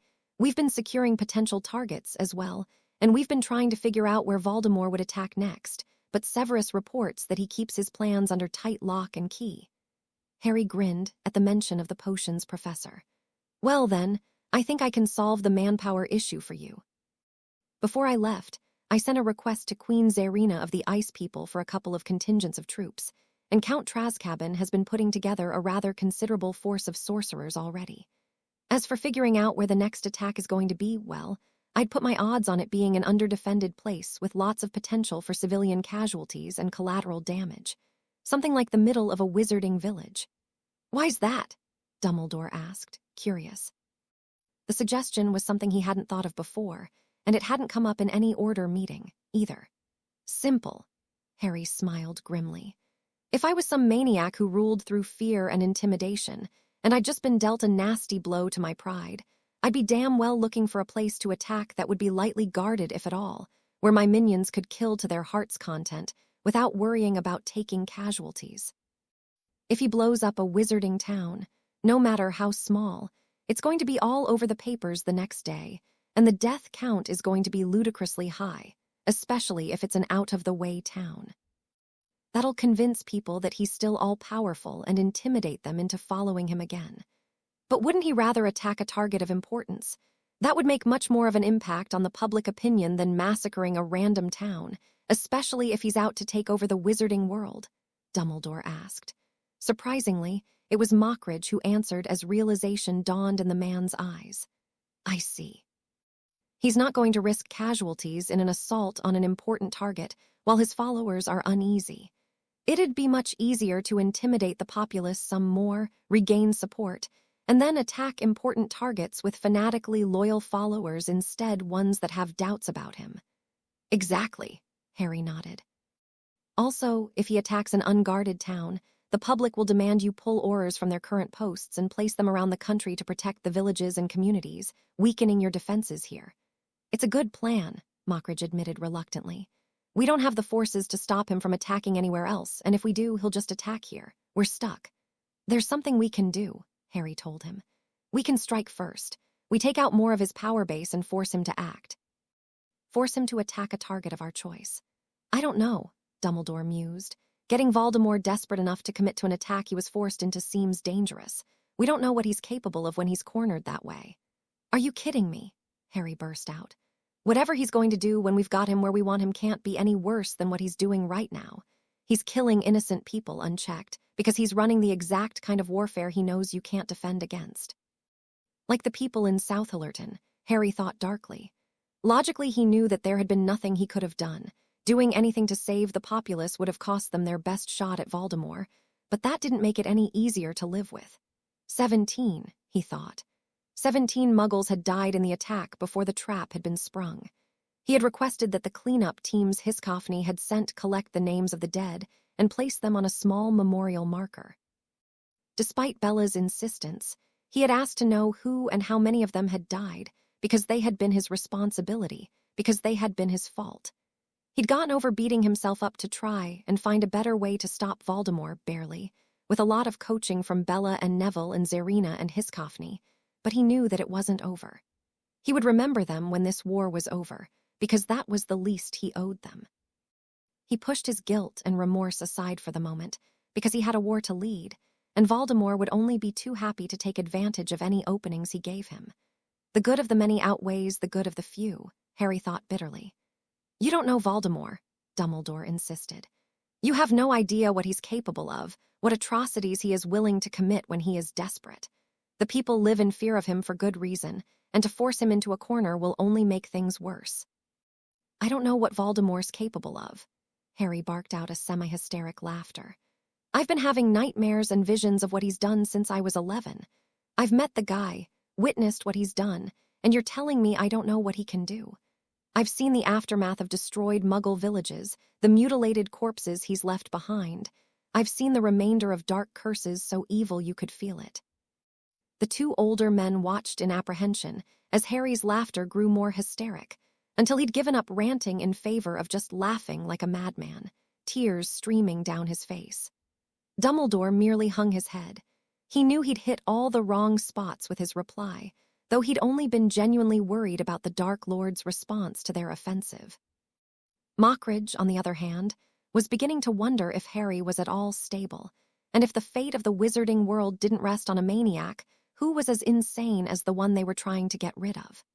He could understand Harry's frustration, but he hoped the young wizard would be able to work through it, because if Harry went insane, there was nothing that could save the wizarding world from ruin. It took several minutes for Harry to calm down, but when he did, there was nothing left of the insanity he'd shown earlier, his face neutral. "Anyway, Dumbledore, don't tell me I don't know what Voldemort is capable of," he hissed dangerously, not bothering to apologize for his outburst.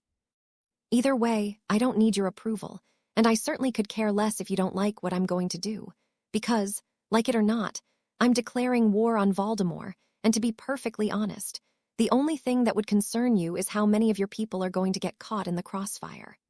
No one here is going to oppose you in that," Mockridge noted calmly, trying to smooth over the proverbial ruffled phoenix feathers.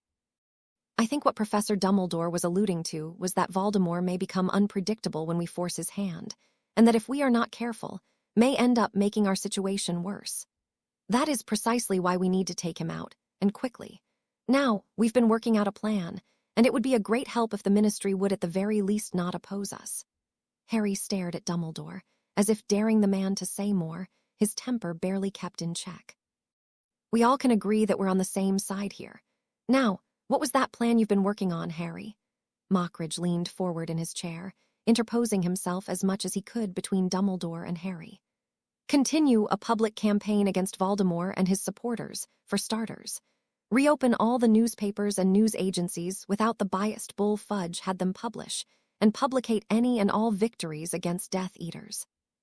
Take the war to the people, close down the Gringotts' accounts of all known Death Eaters, put up wanted pictures, and generally deny them their financial and public resources. This'll also make it harder for them to appear in public, and if you urge the people to report any suspicious activity, you can be sure that you'll find Death Eaters or Death Eater wannabes somewhere." Harry ticked off his fingers. "Also, we know Voldemort is going to be planning something big. Warn the populace to stay in their homes, ward themselves, and if they see Death Eaters anywhere close by, take the opportunity and run."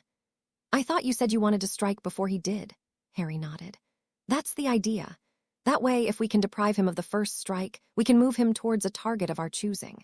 My allies are still working out where the best and most probable location would be. If you want, I can inform you once we've chosen a target. The attack will hopefully happen within the next 2 or 3 days, so Voldemort won't have time to pick his target. You'll understand if I only send the message to you, Bert. We don't know who we can trust in the Ministry, especially not with Fudge's recent escapade. And how do you plan on making him attack a specific target?" "Voldemort is rather difficult to predict, and the fact that we have so many potential targets must be a blessing for him," Dumbledore chimed in, stroking his beard after the old mage had regained his composure. Harry grinned toothily. "Simple, we give him an opportunity he can't pass up." The Lord of Polyric stood up and spread his arms. "Move all the Aurors away from the Ministry and make sure Voldemort knows I'm here. Trust me, he will come." "That's preposterous," Mockridge exclaimed, shocked. "What you're proposing is that you'll duel Voldemort by yourself, and you'll be using yourself as a bait to lure him and however many of his troops he's going to bring here." "Maybe," Harry acknowledged, "but unless you've got a better idea as to who's going to stop Voldemort, then that's the way it's going to be." "He's right," Dumbledore agreed. "What?" It was Mockridge's turn to shoot out of his chair. "Are you sanctioning this crazy stunt, Dumbledore?" "I know the boy means well, but isn't it about time we faced up to our responsibilities? We can't let a young man, almost a child still, fight our battles for us. I've read the reports. You've let him face the Dark Lord for the years he was attending your school, and it's a miracle Harry's still alive. No, there must be a better way to deal with him than letting a child duel the most feared Dark Lord in a century. We have no choice."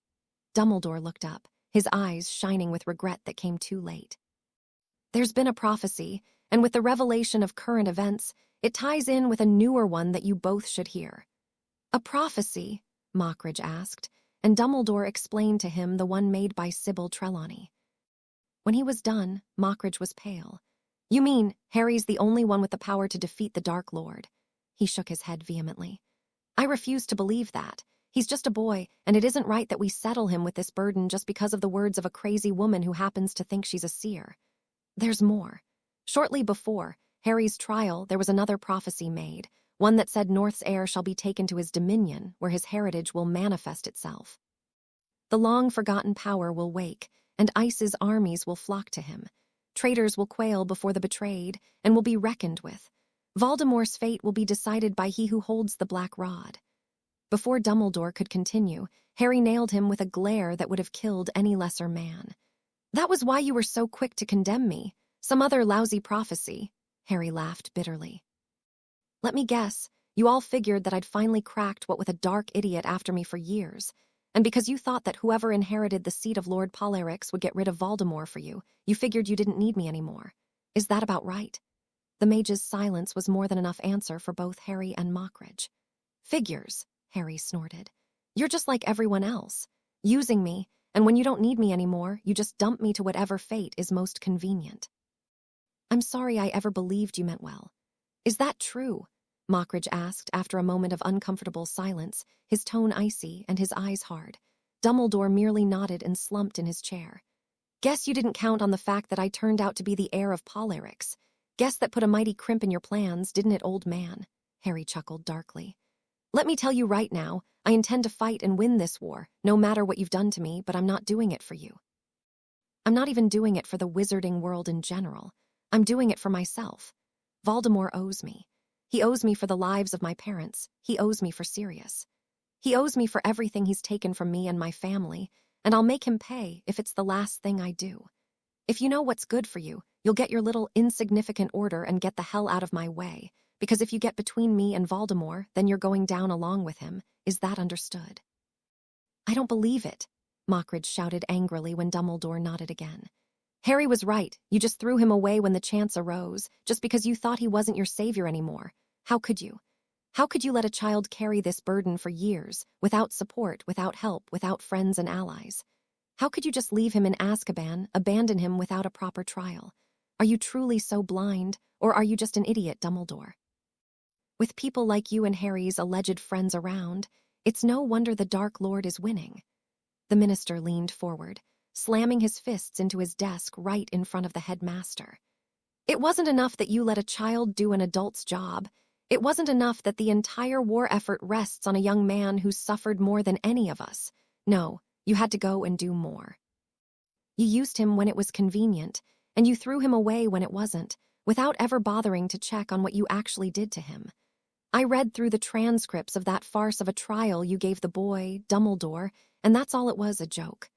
We had conclusive evidence. Evidence? Mockridge and Harry echoed, both of them glaring at the old man.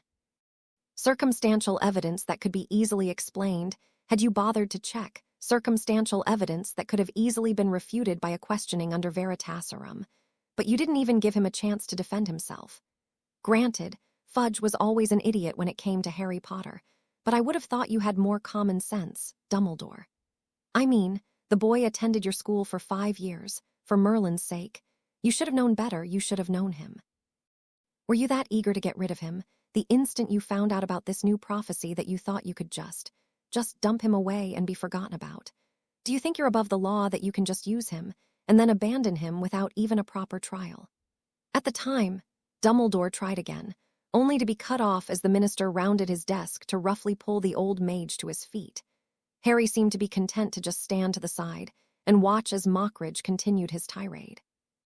I'll be bringing this before the Wisengamot, Dumbledore. You can be sure about that. Whether you're important to the war or not, I'll have you stripped of your rank and locked away in Azkaban if it turns out that you were so quick to abandon a child to the non-existent mercy of the Dementors on no evidence at all. Actually, Harry interjected with an amused smirk at the dressing down his former headmaster was receiving. He is kind of important. He's the leader of the light, or some such nonsense. Mockridge stared at Dumbledore with newfound disgust. If he's the leader, then we need a new one. He suddenly remembered one of the memos he'd received. Sorry about the comment about sending him to Azkaban. Force of habit, I forgot it's not within our jurisdiction anymore. Harry waved it off. Don't worry about it. I'd be happy to offer him a room in Chateau Azkaban. On a more important note, while I don't really care whether or not I'm still a wanted man, I'd appreciate it if you could arrange for a retrial, this time with Veritaserum. I'm afraid it's the only thing I can offer to prove my innocence, since Lucius Malfoy is unfortunately deceased. Of course, I'll contact you with the details, but I'll put the arrest warrant for you on hold for the moment until we can sort this mess out.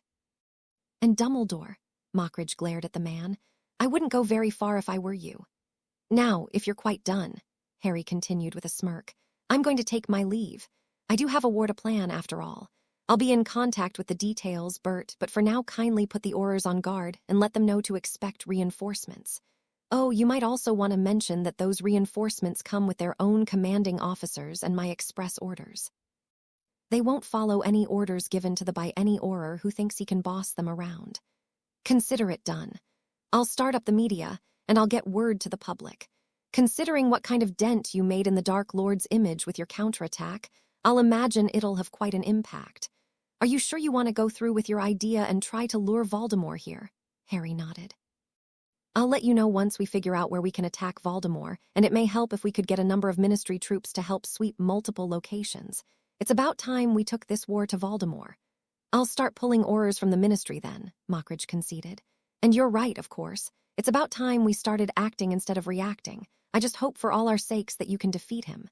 So do I, Harry agreed as he turned to leave. So do I. Dumbledore slumped into a chair in the living room of number 12, Grimmauld Place. After Harry had left the minister's office, it hadn't been long before Mockridge had lost his patience with him and practically thrown the ancient wizard out. Dumbledore suddenly felt every one of his 160-plus years as he thought back at how quickly things had changed and how quickly his well-laid plans had been shattered. He ignored the chatter of people around him as the members of the Order arrived to the meeting he had called for the previous day, after rumors of Harry's innocence had once more begun to circulate in the wizarding world, courtesy of Voldemort's foiled attack.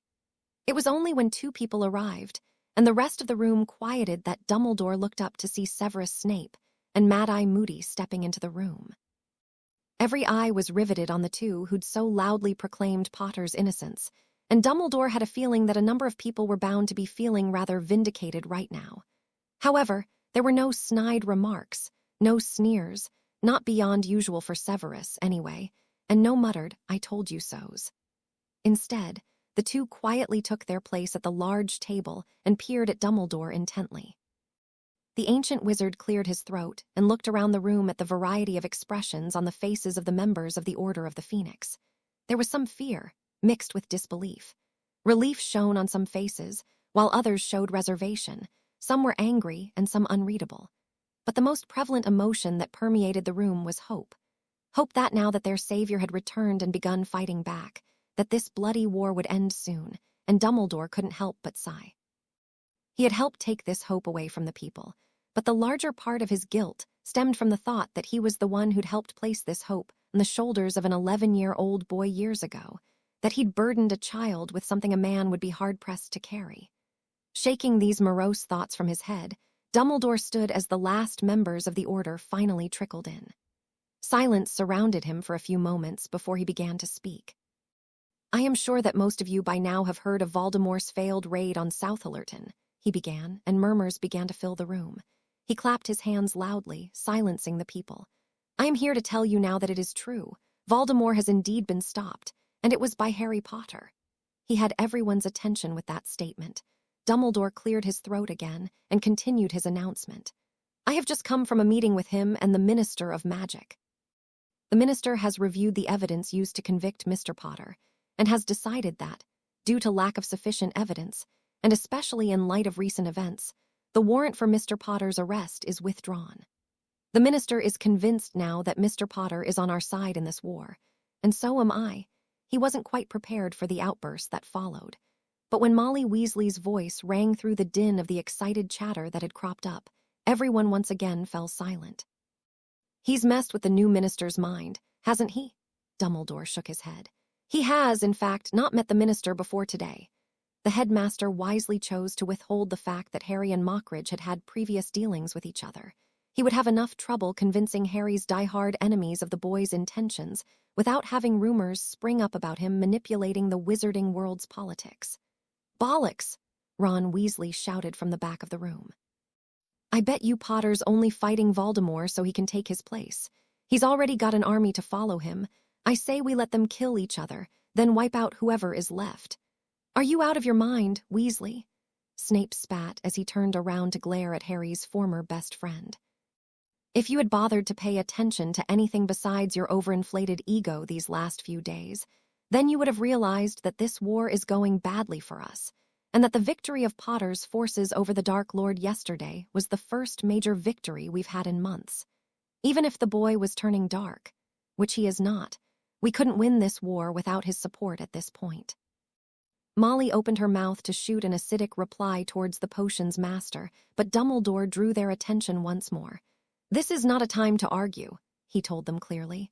Severus is right. At this point, Harry is the best hope we have for winning this war, and he has made it clear that while we may need him, he doesn't necessarily need us. Headmaster, Molly screeched, scandalized. You can't possibly think of Molly, Dumbledore replied softly. I have realized that I know that we all may have been too hasty to condemn young Harry when we found out what happened. The minister brought up a number of valid points about the evidence, and there is, of course, the fact that we never gave Harry the legally required Veritaserum when questioning him. We didn't need the serum, the Weasley matriarch replied haughtily. He was guilty. Everyone could see it. I mean, who wouldn't turn dark with a childhood like his?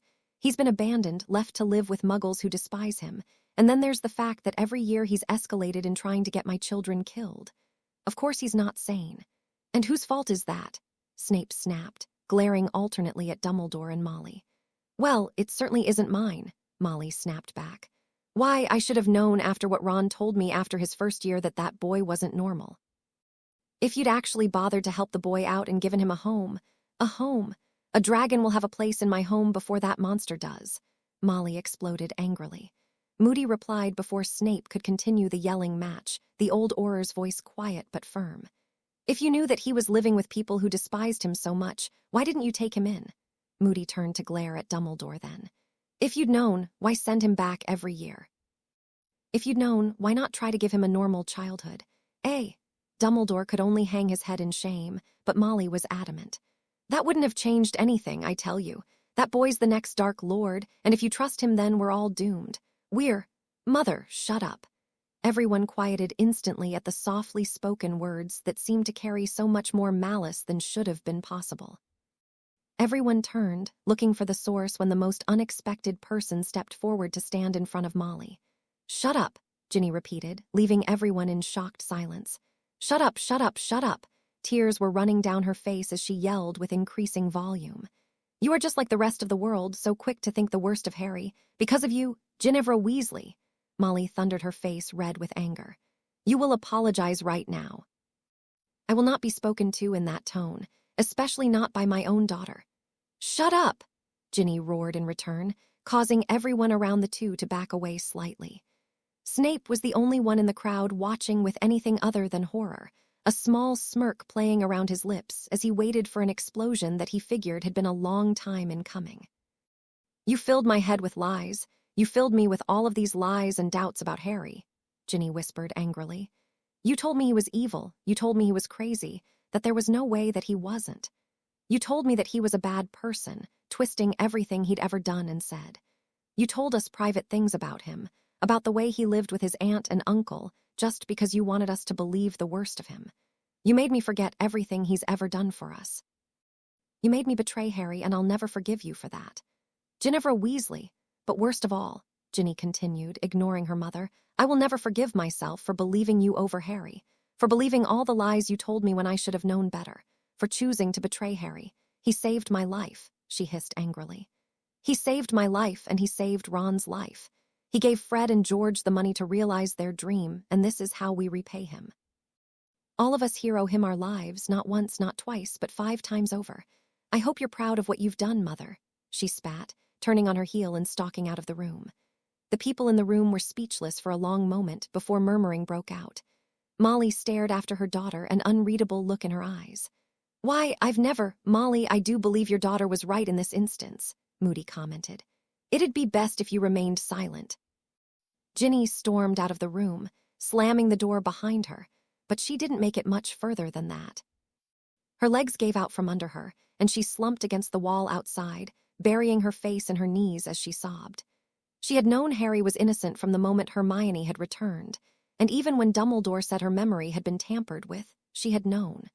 Known without a doubt. It was something that transcended just logical understanding. It was a feeling deep in her heart, across a connection that had formed in the Chamber of Secrets. She had known, but now it was real.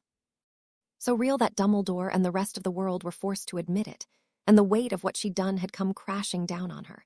She didn't even think about what the rest of her family had done. The only thing she could see before her inner eye was the last time she'd seen Harry, when she'd told him that Azkaban was a fitting place for him to rot in. She should have known better, she thought despairingly. She should have believed her own instincts before believing what her family had been drilling into them. She had known Harry for years, had been his friend, and yet she'd believed baseless accusations and the rumors spread by her family before she'd believed him. She had turned a blind eye when everyone had pushed through for a hasty trial, going so far as not even giving the boy time to speak to defend himself, and all the while she'd not even felt a scrap of guilt. Because her family had said he was guilty. Because it was so easy to believe them, so easy to believe that he had done it, that he had gone over the edge. So much easier than having to stand up to them, having to stand up to the rest of the wizarding world and do what was right. She only just now began to understand the kind of pressure Harry had been under while he had been in school. She had seen what the public made him out to be, how fickle they were, proclaiming him their hero one day and their scapegoat the next. And throughout it all, he had managed to always stay his course and do what was right. She had thought him an inspiration for all of his friends, and felt that when it came down to it, she would do the right thing, because that was what he would have done. But when push came to shove, she had failed. All of them had failed, because they'd all taken the easy way out instead of telling the wizarding world to go to hell and doing what was right. And because of them, because of all of them, Harry had landed in Azkaban. Ginny knew full well what the Dementors did to Harry, and she could only imagine the terror that had gone through him on that island. And he'd gone in the knowledge that everyone, even his most trusted friends, had turned their backs on him, and that for the first time since he had arrived at Hogwarts, he was well and truly alone. What was even worse that despite their initial betrayal, Harry had repeatedly tried to reach out to them, tried to talk to them, but they hadn't listened.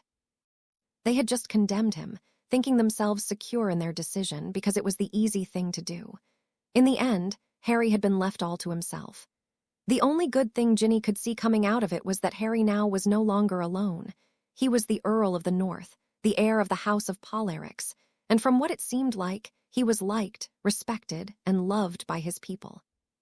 She was glad for that, because she honestly didn't know whether Harry would have survived being on his own throughout this war, haunted by their recriminations and the wizarding world's baseless accusations. He would have done his duty and destroyed Voldemort, she was sure of that. But once that was done, he would have lacked any further goal in life, lacked any will to live on. He now had that will, that goal, thanks to his inheritance. He was going to live his life and live it happily, and it wouldn't involve them. "Oh God, Harry," she sobbed, burying her face into her hands when she felt two pairs of arms wrap around her shoulders. "Hey, sister dear, we would say, we told you so, but that'd be just bad sportsmanship." Fred finished as the twins settled down next to her. Ginny merely looked up in confusion at the grinning faces of her brothers. "What were you talking about?" "Why, dear sister, we just wanted to let you know that not everyone shares Mom's point of view in our family." George smirked at the shocked look on her face, and Fred picked it up. "Come on, you didn't really think that Snape and Moody were the only ones who believed in him, were you?" "Nope, not at all," George chimed in. "Now, what's with the long face?" Fred asked as he leaned over to wipe the tears from Ginny's face, causing the girl to duck her head in embarrassment. "Fred, George," she whispered, new tears welling up in her eyes. "Oh, Harry, I said God, I said such horrible things to him." Her earlier conversation with Hermione came back to her and she broke down again, sobbing as her brothers held her. George looked over her head at Fred. "She needs to see him. And talk to him." "Preferably soon," George agreed. "We should get her in contact with the PL," Fred added. "Maybe we can throw in a visit to Narracakes." "Wah." Ginny barely heard her brothers talking, but the mention of visiting Harry caught her attention. "SHH," George shushed her with a gentle smile. "Don't worry about a thing, we'll take care of it, you just make sure you're presentable for Harry." "But no argument, sister dearest," Fred added. "You need to talk to him." Ginny nodded, and they fell silent for a moment before she glanced back up. Will he even want to see me, after all we did to him, after all that I did? The last time I saw him, I told him off something awful, and I let Mom and Dad talk me into believing all of this nonsense they've been saying about him. I believed he was evil, she cried. Fred and George shared a worried look. They knew their sister was taking it hard. Ginny was the most idealistic of them, and apart from Ron, had known Harry the best. She also owed him her life, and the guilt of ignoring all of that in favor of listening to the public's opinion was crushing her now. Both of them had been angry at Ginny for siding with their mother against Harry, but they'd realized that Ginny was also the youngest and most impressionable, and Molly Weasley could be really persuasive when she was being belligerent. Now, Ginny, don't you worry, Fred began calmingly. Right, you know how Harry is, George continued. He'll probably just wave it all off and forgive you. Although there are some he really shouldn't, George added silently, though he couldn't really bring himself to add his sister to that list. His youngest brother, on the other hand, was a different matter. It'll be all right, you'll see. You know how big Harry's heart is. Ginny managed a weak smile at that. I do, and that's what worries me. If I were him, I wouldn't be forgiving any of us, much less even look at us anymore. He doesn't need us any longer, Professor Dumbledore said as much. Harry finally found people who trust him, look up to him. He doesn't need our support to fight VV Voldemort anymore. Why bother with me when all I've done is caused him pain? George sighed and looked at his sister seriously. Because, Ginny, that's not what Harry's like. We all know that he's too nice for his own good. Lord knows some people don't deserve it. He mentally smacked himself as he watched her flinch at his words and continued quickly. But you do. Ginny, you didn't know any better. You trusted what Mom and Dad and everyone else told you about Harry. But I shouldn't have. I know Harry, I've known him for years, lived in the same dorm. That's right, you know Harry, George continued. Do you seriously doubt he wouldn't forgive you? Ginny shook her head. No, he will. I know he will, that's how he is. She choked back a sob. And then he'll bottle up all of his bitterness inside and shut everyone out because he doesn't want us to see how much it's hurting him inside. He doesn't deserve this. How can I make him hurt any more after what I've already done? Because you need it, Ginny, both of you. Fred joined in, both of the twins uncharacteristically serious. Lord knows the kid is too good for this world, but that's the way he is. He needs closure, Ginny. From what we know, he's already begun to find it with Hermione, and if he can forgive her and work through things with her after what she did, then the two of you can too. He has. Ginny's eyes widened in surprise, and George nodded in confirmation. She's the one who provided the information for Harry to stop the raid yesterday. She's with him right now. Last Neville said, they're at least back on speaking terms, and it only took them a day and a half. Well, from what I hear, she had to really push to let him help, but she wouldn't take a no for an answer. George nodded. True, that. I think that was her guilt making her want to do something to make it up to him. I wouldn't be taking a no for an answer in her place either, but that's Harry for you. Fighting you tooth and nail and insisting he can do everything by himself. Ginny shrank back into herself as she let out a half-laugh, half-sob. We really don't deserve him, do we? Not really, no, Fred mused. But we're glad he's here nonetheless, George added. And hey, he can always claim that he's God's gift to women. That managed to draw a weak smile from Ginny. That wasn't really funny, she told the twins weakly. Well, blame it on the mood, Fred shrugged. Now, on a more important note, we need to get you to meet some people, and we need to set up a meeting with His Majesty Lord Polarix. You've really been in touch with Harry? Ginny asked in awe. Yep, you should have seen us, real cloak and dagger stuff, like that Muggle Dad's so obsessed with. What's his name? James Blonde. Something like that. Anyway, we're certified Harry Potter flunkies, George whispered conspiratorially, winking at her briefly. At her disbelieving stare, both twins theatrically placed their hands over their hearts. We tell the truth, and nothing but the truth, cross your heart, and hope to die. And now, dear sister, I think it's time you met some friends of Harry's, Fred noted as he stood, pulling her to her feet. Where are we going? Why, dear sister, we're going to meet Potter's Legion, George finished with a grin. Ginny's eyes widened in surprise when she heard the name. She stood between her brothers, a new determination spreading through her. Hermione seemed to have found her place at Harry's side once more, helping him in his quest to destroy Voldemort. Ginny didn't know if it was Hermione's conscience making her help, or whether she considered it some sort of penance, but the youngest Weasley suddenly realized what she had to do. She straightened, furiously wiping away at the tear tracks on her face. There was nothing she could do to change the past. What she had done to Harry was already done, and nothing she did would change it. She couldn't change it, but she could make up for it. Until now, all she had done was spend her energy on condemning Harry and feeling sorry for herself. It was time she turned it on something useful. She remembered telling Hermione that if she found out Harry was innocent, she had vowed to crawl to him and beg him to kill her. She amended that vow silently. She knew that she felt bad enough that she wanted to die. She wanted Harry to be able to punish her as she deserved, but that would be taking the easy way out. It would be too easy on her. She wouldn't have to live with the consequences of her actions, wouldn't have to live with having to make up for them. And she knew that Harry would never willingly hurt her. No, she would face him, head held high, and offer him her life as penance. No, she would tell him in no uncertain terms that she was helping and that there wasn't anything he could do about it. She would do whatever she could to help him bring an end to this war, and she would do everything in her power to fix the wrongs she'd done to him. It wouldn't be easy, and it'd be a long and painful time before she would have managed to complete her task, but she would do it. She owed him this much, at least. No longer would she be taking the easy way out. When Harry arrived back at the fortress, he was surprised to see Hermione chatting with Bella as if the two were the best of friends. Both of them were smiling, though his wife seemed to be positively beaming as they welcomed him home. "What's going on?" Harry asked in confusion as the two women led him to the reception room. "We have guests," Bella told him cryptically. "Queen Zerina." No, this doesn't have anything to do with the war council we're holding later today. This is something more personal." Bella grinned as she pushed open the large double doors with a flourish. Harry's jaw dropped as he caught sight of Hermione's parents, flanked on one side by a full complement of ice soldiers and by a number of Hogwarts students from Potter's Legion on the other. What are they doing here?" he stammered in confusion, even as Hermione rushed forward to meet her parents. Bella dragged Harry along at a more leisurely pace as she explained. "Well, I kind of figured it'd be best if she owled them and let them know she was fine. She was kidnapped by Voldemort, you know. They were pretty worried, you know." Bella's eyes glittered dangerously. "It appears that our dear Professor Dumbledore failed to inform them that Hermione had gone missing. Naturally, when they heard the full story from the letter she sent them, they were very insistent on coming to see her." "Oh," Harry blinked as he digested his wife's explanation. It made sense, he thought, when something she'd said caught his attention. "Wait, you said Dumbledore hasn't told them she was kidnapped, or that Voldemort placed a memory charm on her?" Bella shook her head. "He didn't, that's what makes me mad. These are children's lives he's playing with, and then he doesn't even have the regard for them to let their parents know when they're in danger. If I'd known before, I wouldn't have let Bert have all the fun," Harry growled. "Oh," Bella arched an elegant eyebrow.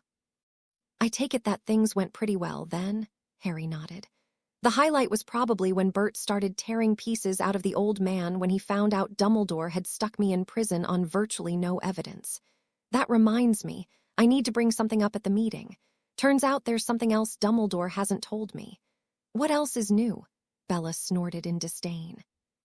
"Only that it involves me, a prophecy, some kind of magic weapon against Voldemort, and the reason Dumbledore was so quick to leave me to rot in a cell in Azkaban." "Oh." It was Bella's turn to frown. "Well, Queen Zerina should be arriving in a few minutes. Count Azkaban and Neville are already here. Snape, Lupin, and Moody aren't.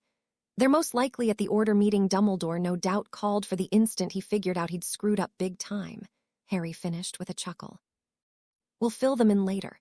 Harry, oh Harry, thank you so much for letting them come." Hermione had dragged her parents over to where the two had been standing on the sidelines, causing the young lord to raise an eyebrow. "But I didn't do anything."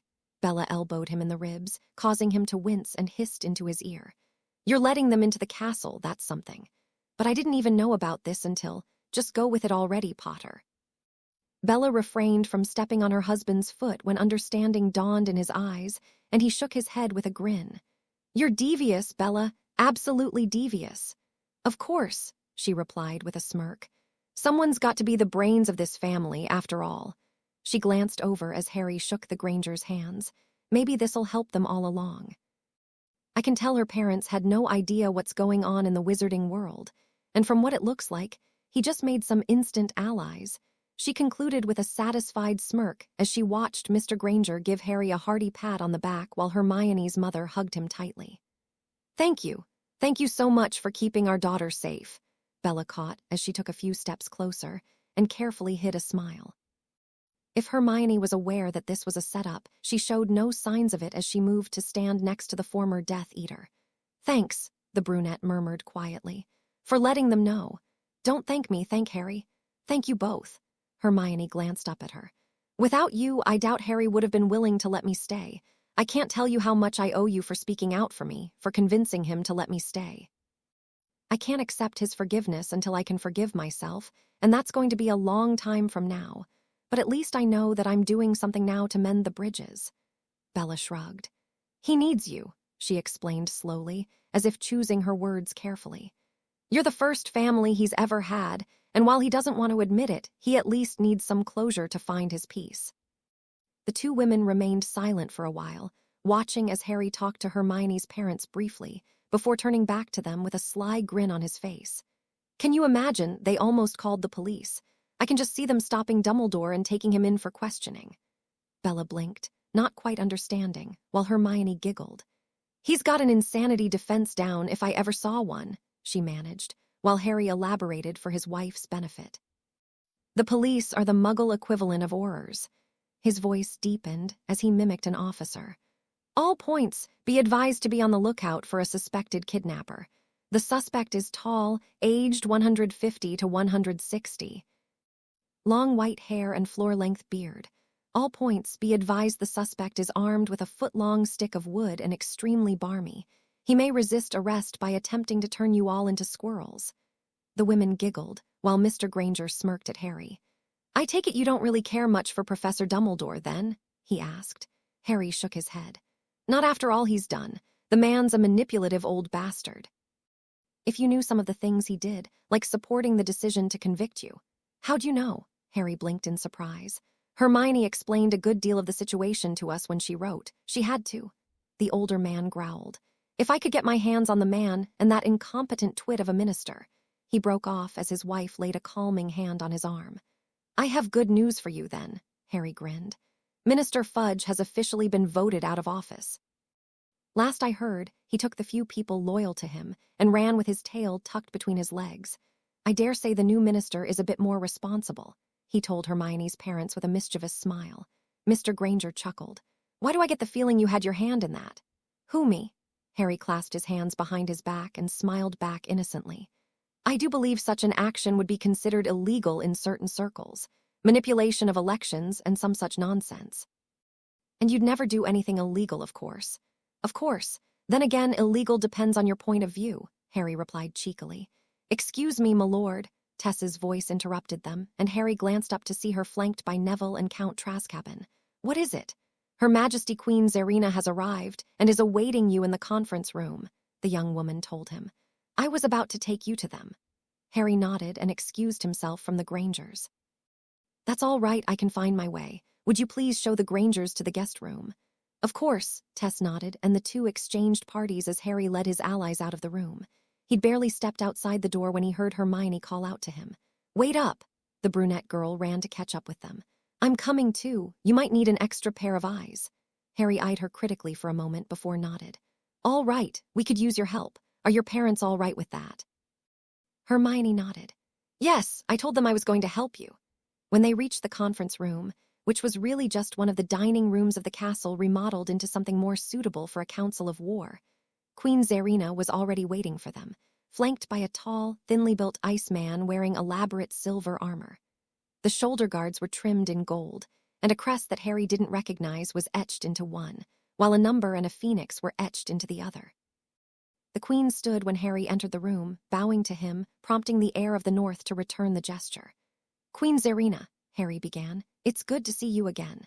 "The pleasure is mine," the queen replied as they all sat down. "Allow me to introduce General Roten. He is the commander I have chosen for the 7 combat regiments that will begin arriving tomorrow. I have the utmost faith in his loyalty and skills. You will find him an able leader on the battlefield, I think. My lord." The general snapped off a quick salute towards Harry. "Thank you for coming so quickly." Harry nodded towards Zarina and her officer. "Please, no formalities are necessary in this room. While I do realize we need to keep up appearances outside, in here we have a war to plan, and we're all equals fighting on the same side. Now, could you give me a quick overview of where we are in terms of troop deployment?" Roten answered for Zerina as the ice general leaned forward to unroll a piece of parchment. Currently, we have managed to muster 7 combat-ready regiments, for a total of 3,500 troops, including assault squads, magic support units, and healers. They have begun packing up their equipment from our garrisons and are beginning to move here, after we have finished moving the support and logistics personnel. He glanced at Harry as he handed him the parchment. Listed there are the combat troops and support personnel. We assumed that Narracakes does not have the infrastructure or personnel in place to sustain such a large force, even for just a few days until they are moved out. Harry glanced over the paper and nodded. That was a good idea. I apologize that I had to call upon you on such short notice, but we need to act fast before Voldemort has a chance to strike first. The sooner the war is over, the less collateral damage there will be. Of course, Roten leaned back. I was informed by my queen that you had a preliminary strategy in mind. Yes, count, if you would. Harry looked to his side, and Hiscoffney conjured up a map of Great Britain, highlighting the locations of wizarding villages. These are the targets, Hiscoffney explained. We suspect Voldemort is going to hit one of the least guarded villages within the next few days in retaliation. We're guessing he will be going after a civilian target of no strategic importance to ensure minimal resistance and maximize potential casualties. That excludes major targets in Wizarding London, Yorkshire, Glasgow, Edinburgh, Oxford, Cardiff, Liverpool, and Bristol. The corresponding locations faded to a dull gray, leaving about a dozen other locations highlighted in vivid red. Roten nodded in agreement. It would fit his profile. He wants revenge and to instill fear once again, but without suffering too many losses. Do you want us to deploy troops to these locations and intercept him? No, Harry shook his head. We will be taking the first strike from him, and then force him into taking action towards a target of our choice. If we can lure him into a trap, then we can finish him. The Ministry estimates that at this time, Voldemort has a force of several hundred Death Eaters, a few dozen giants and trolls, and an undisclosed number of vampires and werewolves at his disposal. That is why I asked for your assistance, General. Harry smiled grimly. We force him into an open, all-out attack, and take him out on a battlefield of our choosing. Roten frowned, and the disapproving expressions on the other faces in the room didn't escape the aged general, either. I don't like this plan, my lord. Voldemort's forces are strong, and we could potentially match them in combat, but what about Voldemort himself? Would it not be best to isolate him from his troops and destroy him individually? You can't. Harry looked around the table. No offense to you or your soldiers, but none of you can defeat Voldemort. Then who will? I find it absurd to believe that just because he's a powerful wizard, he can't be defeated. He's just human, throw enough at him, and he will fall. Hiscoffney disagreed.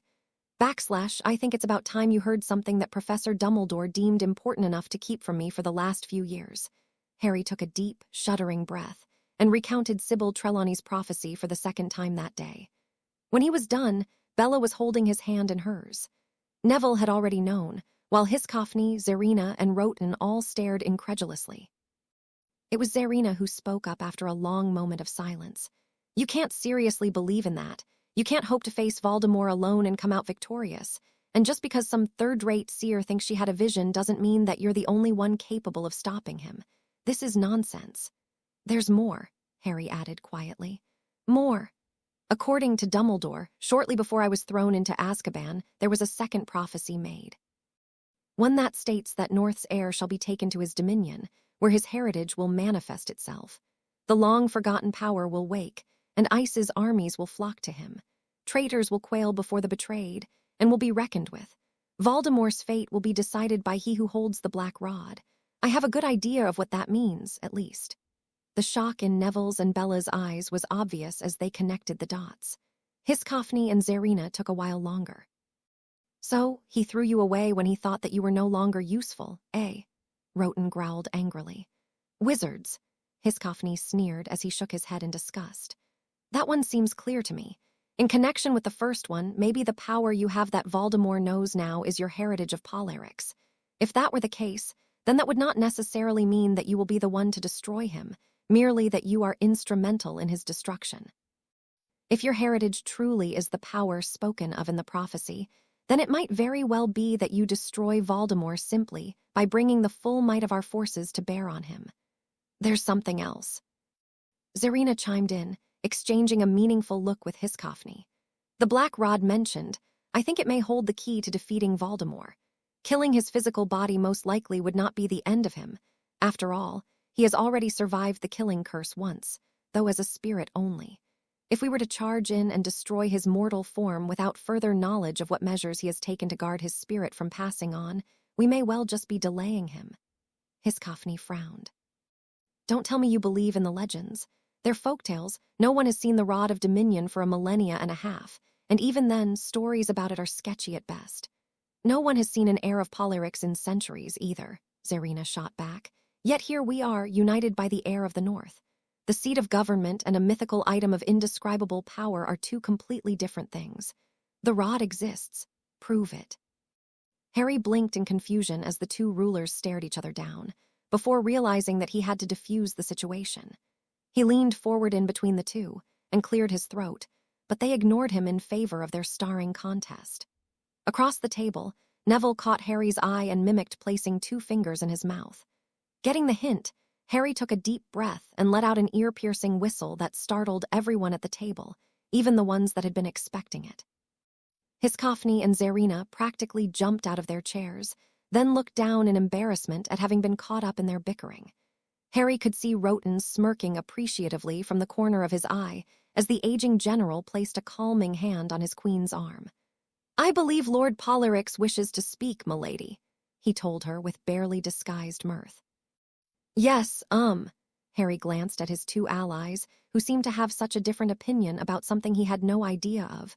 Would you mind explaining the whole thing? This whole Rod of Dominion story and what it's got to do with Voldemort? Zarina and Hiscoffney shared a glance before the Count shrugged and gestured for her to take the lead.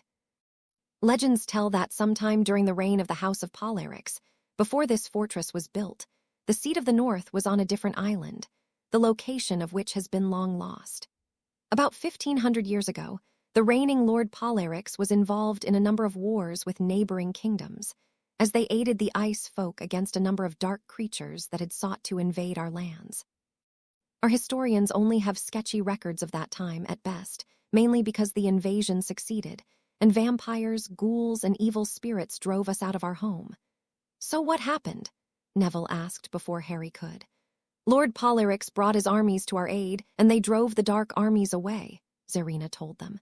But they did not stop there, taking the fight to their own areas, laying siege to their forts. It was then that it was discovered that a dark wizard was behind the army of darkness that had swarmed across the lands. It is rumored that this same dark wizard gave Alaric I the might he needed to invade and plunder Rome. When Lord Polyryx and his army destroyed him, they thought that had been the end of the war, and it was. We had peace for another 200 years, and then he returned. Returned? Harry questioned, a note of alarm creeping into his tone. This was starting to sound much too familiar for his taste. The Queen of the Ice People nodded. It started with small things, random deaths here and there, unsolved murders and uprisings of dark creatures.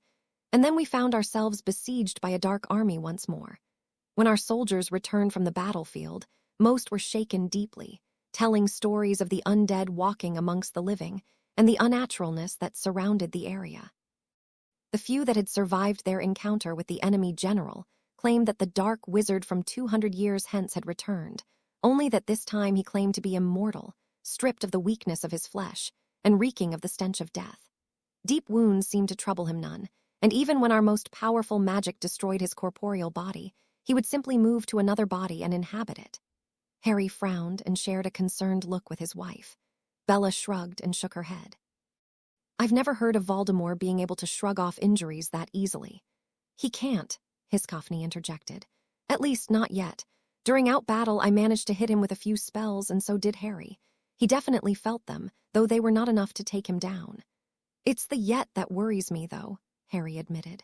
We all know Voldemort is looking for immortality, and this guy from the Ice People's legend sounds rather like what he's after. That is why I suggested that the Rod of Dominion may hold the key to destroying Voldemort. Zarina frowned at the dubious look Hiscoffney was sending her. The heir of Polyryx at the time was a talented mage and artificer. He was an excellent duelist, but according to legend, He had absolutely no grasp on tactics. He left the fighting decisions to his generals, but insisted that only he face the dark wizard in combat.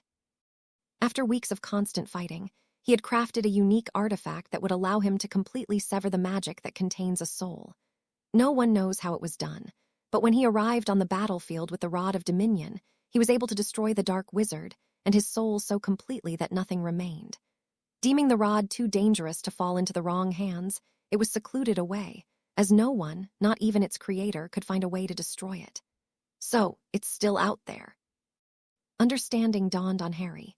He had been worried about how to defeat Voldemort, especially if his spirit was immortal, but if there existed a weapon that could destroy him in spirit form, then suddenly he stood a chance again. According to some, Hiscoffney grumbled. The sorcerer looked highly skeptical. "My lord, we cannot afford to waste time by going off on a treasure hunt. Voldemort will eventually make his move, and we have to prepare our armies to meet him." "I disagree," Zerina began, only to be cut off by her general's hand on her shoulder. Roten shook his head as he explained. "My queen, while it is true that the Rod of Dominion may be the key to destroying Voldemort, its location is unknown, and so are its defenses. It isn't even known if it still exists, and placing all of our hopes on something so vague is not a good idea. But we can't outright dismiss it either." Hermione spoke up for the first time since the meeting had started. "If we did, and it later turned out that it was real and could have turned the tide, we'll be in big trouble. Or even worse, if Voldemort finds out about it and gets his hands on it. That'd be just bad," Neville finished. "You're right." The 7 people in the room lapsed into silence as they tried to come up with a working plan. Finally, it was Bella who made the decision. "Okay, how about this? Harry, you, Hiscoffney, and General Roten take care of the troops. Harry knows Voldemort best, and Hiscoffney and Roten need to be there to command their troops. Zerina and I will work on researching the rod's location and existence." "I can help too," Hermione added, and Bella nodded at her. Neville raised a hand. "I can have a few people from Potter's Legion go through the Hogwarts library and see if they can find anything. It's unlikely, but who knows, maybe we can find something." "That's a good idea, actually," Bella agreed. "Is there anything else you want us to do?" Harry picked that point to join his wife. "No, Neville. This is going to be all-out war pretty soon, and as good as you and the others are, you're just students, and I'm not going to willingly place you in harm's way. Tell the others to lay low, help out where they can, but warn them not to take unnecessary risks. I'll have to arrange emergency port keys for all of you so you can come here in case of an emergency." "What about the order?" "The order is not important. I've got the go-ahead from the Minister of Magic, and the Aurors are going to be on our side in this. I don't think Dumbledore is going to get in our way, especially since he finally got it into his skull that we're on the same side in this," Harry grumbled at the mention of the headmaster. "As for Snape, Moony, and Tonks, could you please inform Snape about what we discussed here, and have him replay it to the others?" Neville nodded enthusiastically. "Consider it done." Harry was doing his best to be silent as he entered the bedroom he shared with his wife, but he needn't have bothered. The instant Bella saw his form silhouetted against the light outside, she called for light, causing them both to blink away the sudden brightness. Harry looked weary. Bella, though a full day of planning and discussing battle tactics would probably do that. She also noticed something else. There was now a confident square in his shoulders that she hadn't really realized was missing, though she really should have. After all, despite all his power and skill, despite his riches and his heritage, Harry was just Harry. He wasn't a trained wizard, nor a trained duelist, but merely a teenager who had, through some fluke of fate, ended up with the job of killing the most powerful dark wizard in centuries, or be killed. "Wow, if I put it that way, it really does sound hopeless," she thought with a wry grin as she waved off Harry's apologies for waking her, patting the spot next to her on the bed. She hadn't really thought about it much, but the thought simply occurred to her.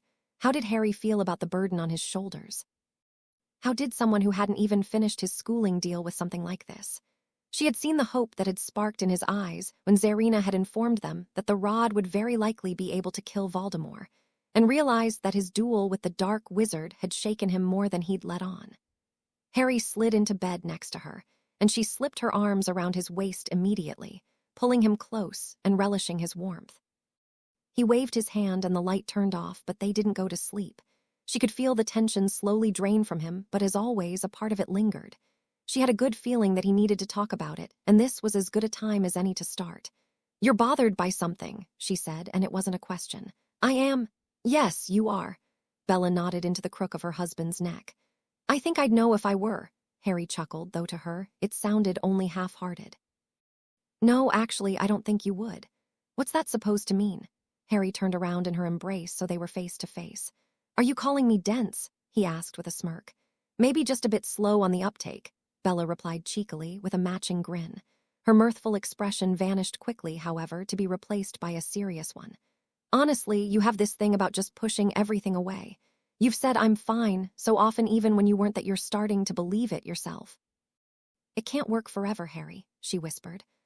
You're not fine. Maybe you believe that you are for now, but you're not. You're just pushing everything that's bothering you out of your mind, and eventually it's going to come back with a vengeance, and it's going to be ugly." Harry smiled wryly.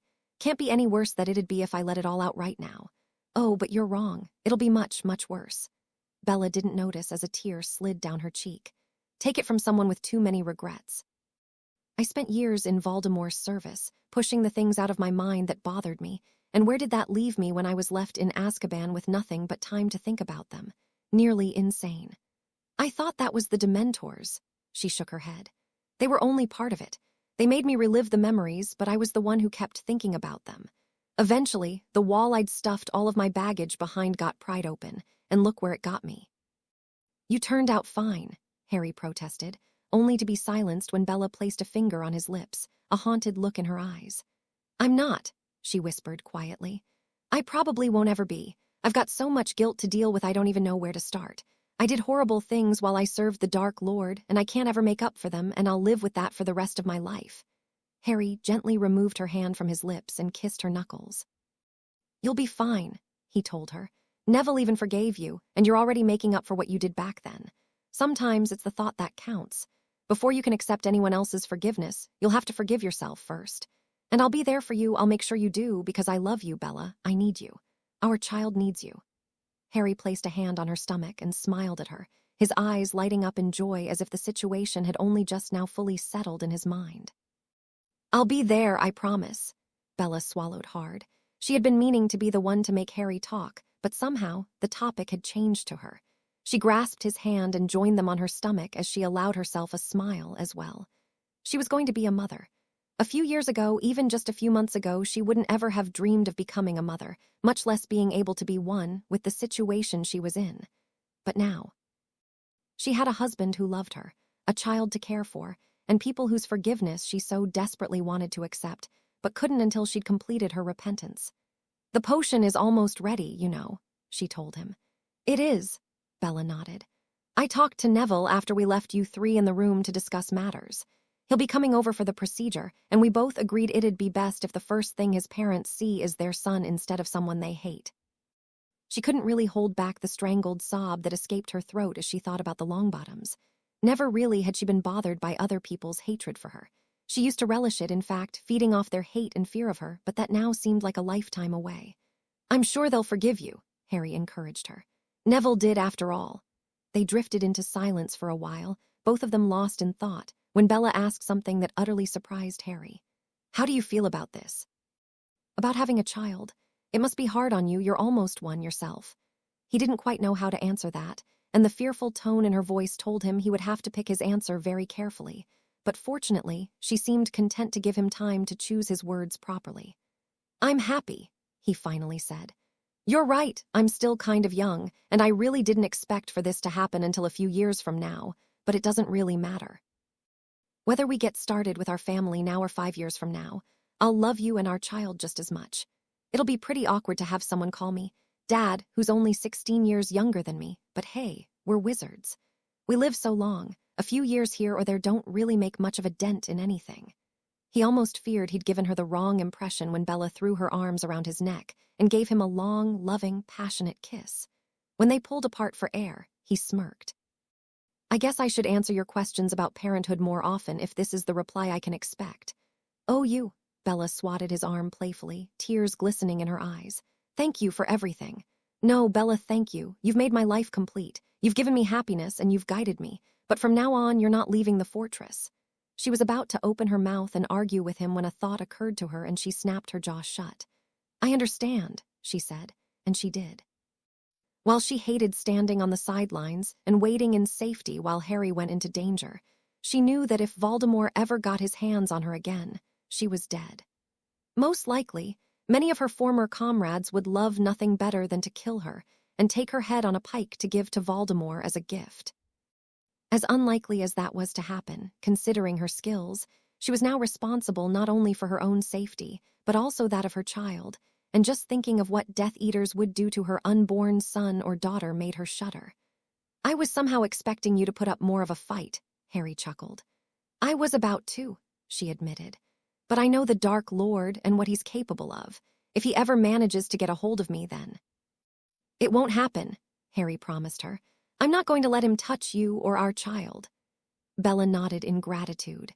Knowing what Voldemort was capable of and his considerable resources, laying a trap for her to lure out Harry was a very valid concern, and she wasn't about to risk her husband or her child just because she felt useless. And that wasn't even the case. She would be helping Hermione with her research on the Rod of Dominion. She was actually helping, which made the frustration a little easier to deal with. She wrapped her arms around Harry, pulling him close. I just don't want to lose you. You won't, especially not now, not since we have a chance of taking out Voldemort for good. Harry pressed a kiss into her hair. You were right, you know, he told her after a minute. About something bothering me, I just realized it. I was afraid that I couldn't defeat Voldemort. Harry sighed and began stroking Bella's hair, more to calm himself down. When I fought him, everything started out fine. I was holding my ground after you teaching and training me in dueling, and we even managed to get in a few small shots here and there. But when he got mad, Bella could feel him shudder, and she knew why. While she had never seen Voldemort duel at full strength, mainly because Dumbledore was the only one with the power and experience to force Voldemort to that level, she knew that he had earned his reputation as the most powerful dark wizard in centuries. Simply the fact that Harry had survived so many encounters with him and lived to tell the tale spoke volume of his courage and strength. It's all right, Harry. It's all right to feel scared. He was so good. Too fast, too strong. I couldn't do anything except duck and hide. I couldn't put up shields. I couldn't get in a counterattack. Harry sighed. How was I going to defeat that? I've been asking myself that ever since I got back from fighting him. Now I'm hopping that with this rod. We actually have a chance of ending this for good. If only I can figure out a way to get in one good shot at him, this'll all be over. She could see where this was going, and she didn't really like it. Sometimes, Harry had a tendency to be self-sacrificing to the extreme, and she had a feeling that it was rearing its ugly head right now. Don't even start, she told him quietly. Don't even start thinking about doing something reckless just to get an opening. I can't lose you. You have to promise me that you'll always come back home, she pleaded. Harry's deep chuckle did little to reassure her as he replied. I will, I promise. I won't try something stupid unless it's a very last resort, and even then I'll think twice about it. He could hear Bella let out a relieved sigh and continued. Do you know why? No, she shook her head.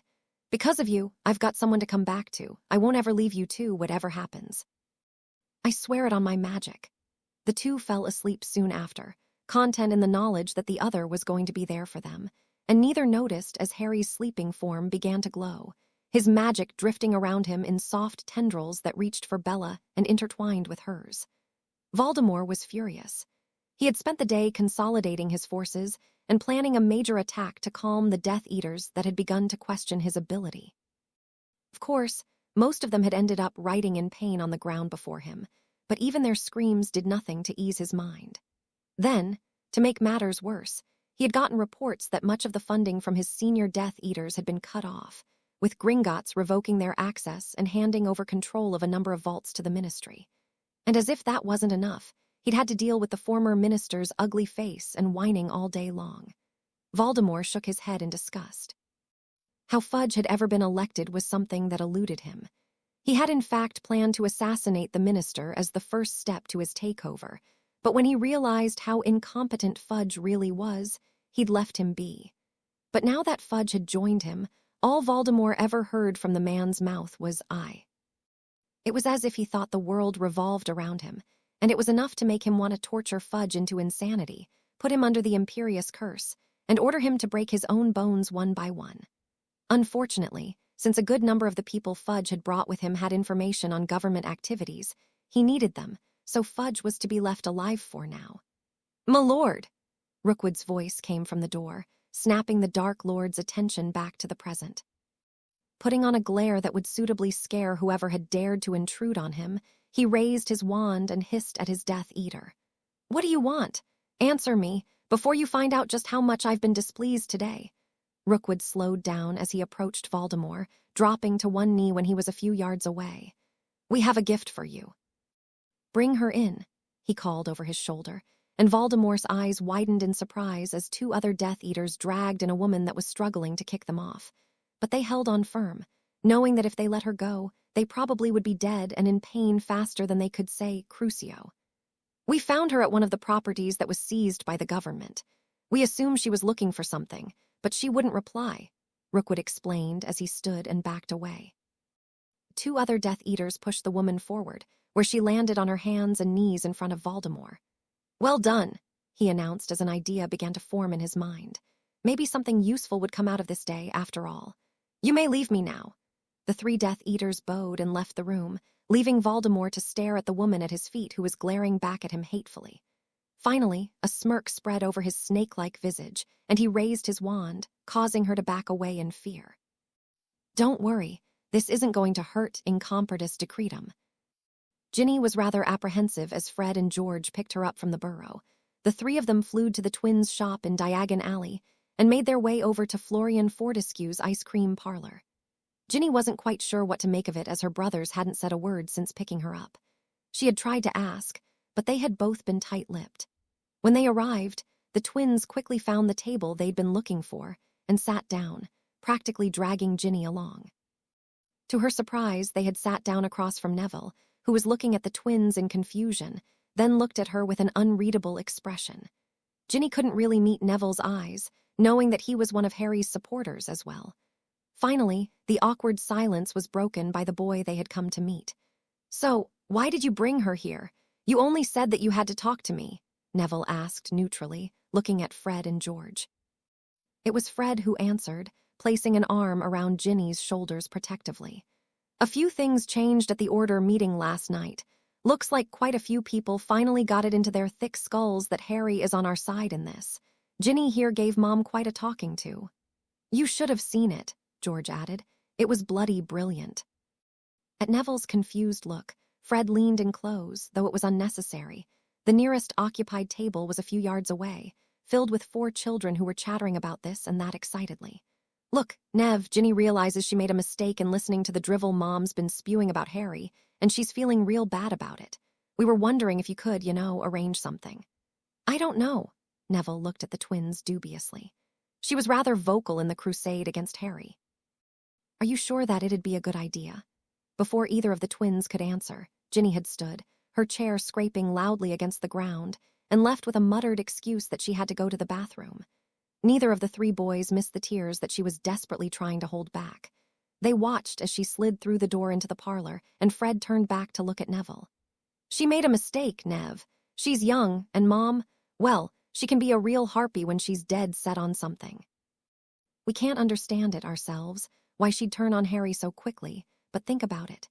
She's been pulling every trick in the book to convince everyone she meets of Harry's guilt. That's a lot of pressure," George added. "Especially since Mom refuses to talk to the neighbors ever since she found out that they don't believe Harry's guilty. Ginny is afraid that Mom would disown her, or something like that, as unlikely as it would be.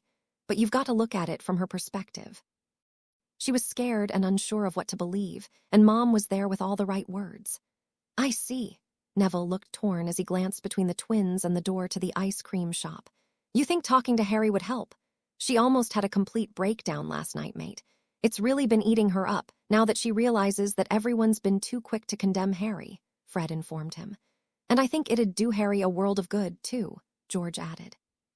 "I mean, he's got a wife and a kingdom to run now, but maybe some closure with the old crowd would be a good idea.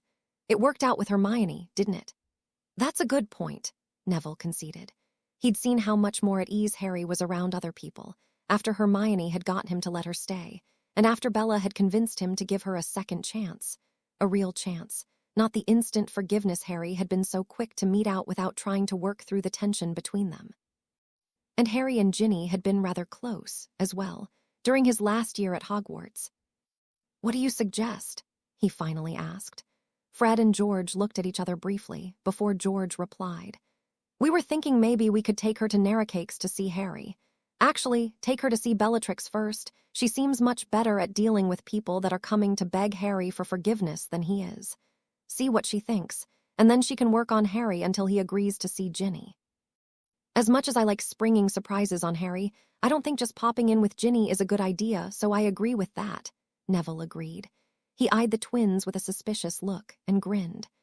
"Are you sure you aren't just using that as an excuse to get a grand tour of the castle? Oh gosh darn, there goes our secret plan. Brother dearest, he found us out," Fred bemoaned theatrically, placing his hands over his heart. "Well," George shrugged, "there's always plan B." The three boys fell silent for a while until Neville looked at the ice cream parlor with a worried expression. "Don't you two think you should go look for her? Ginny's been gone for a while." "We're not going into the girls' bathroom," George protested. "But we'll knock and see if she's doing all right," Fred finished, and the two got up and left. Neville's worry turned out to be unfounded, as the twins returned a few minutes later with their sister, and Neville could see the tracks left by tears she must have hastily wiped away when her brothers had come to get her. Ginny sat down in front of Neville with a sheepish expression, her brothers flanking her on either side. "Sorry I ran off like that," she said quietly, not making eye contact. "I deserved that, though. I said some horrible things to Harry, and I understand if you're mad at me." Neville sighed heavily. He somewhat understood what Ginny had been going through, but he couldn't help but feel a bit of resentment towards everyone who had abandoned Harry. In a sense, Neville understood all too well what it had done to his friend. After all, he had been in a similar situation during his first few years at Hogwarts. He'd been the clumsy one, with very little magical aptitude. He'd been the one who always lost stuff or forgot stuff, which had ultimately left him feeling very much alone, because everyone else always swarmed around the popular people. His gran had been the only one he'd ever called family, but that had changed when Harry had come along. Harry, who had also lost his parents. Harry, who had also spent his whole life as an outcast, and the two had become friends, and Neville liked to think he'd become a better person because of it. If Neville was brutally honest, then aside from his grandmother, Harry was the only real family he had. Sure, Hermione and Ron were friends, but only Harry ever really bothered to get to know Neville beyond superficialities. Only Harry really knew that Neville was a leader, and only needed the encouragement to become someone others would follow without hesitation. When Neville tried to imagine what he would have felt if Harry had turned his back on him, he could only shudder and hope that he would have the same strength as Harry to survive it, because it would have been a terrible blow.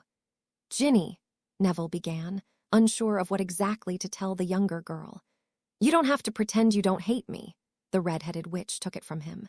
"You've always been honest with me, Neville, and I understand if you believe we don't deserve Harry's forgiveness." "I don't believe I deserve it, but I need to talk to him. I need to let him know that at least some of us have realized what big of a screw-up we've made." Her resolve hardened, and she sat up with her back straight, staring at Neville as if to dare him to disagree. "And I need to tell him that whatever he wants me to do, I'll do.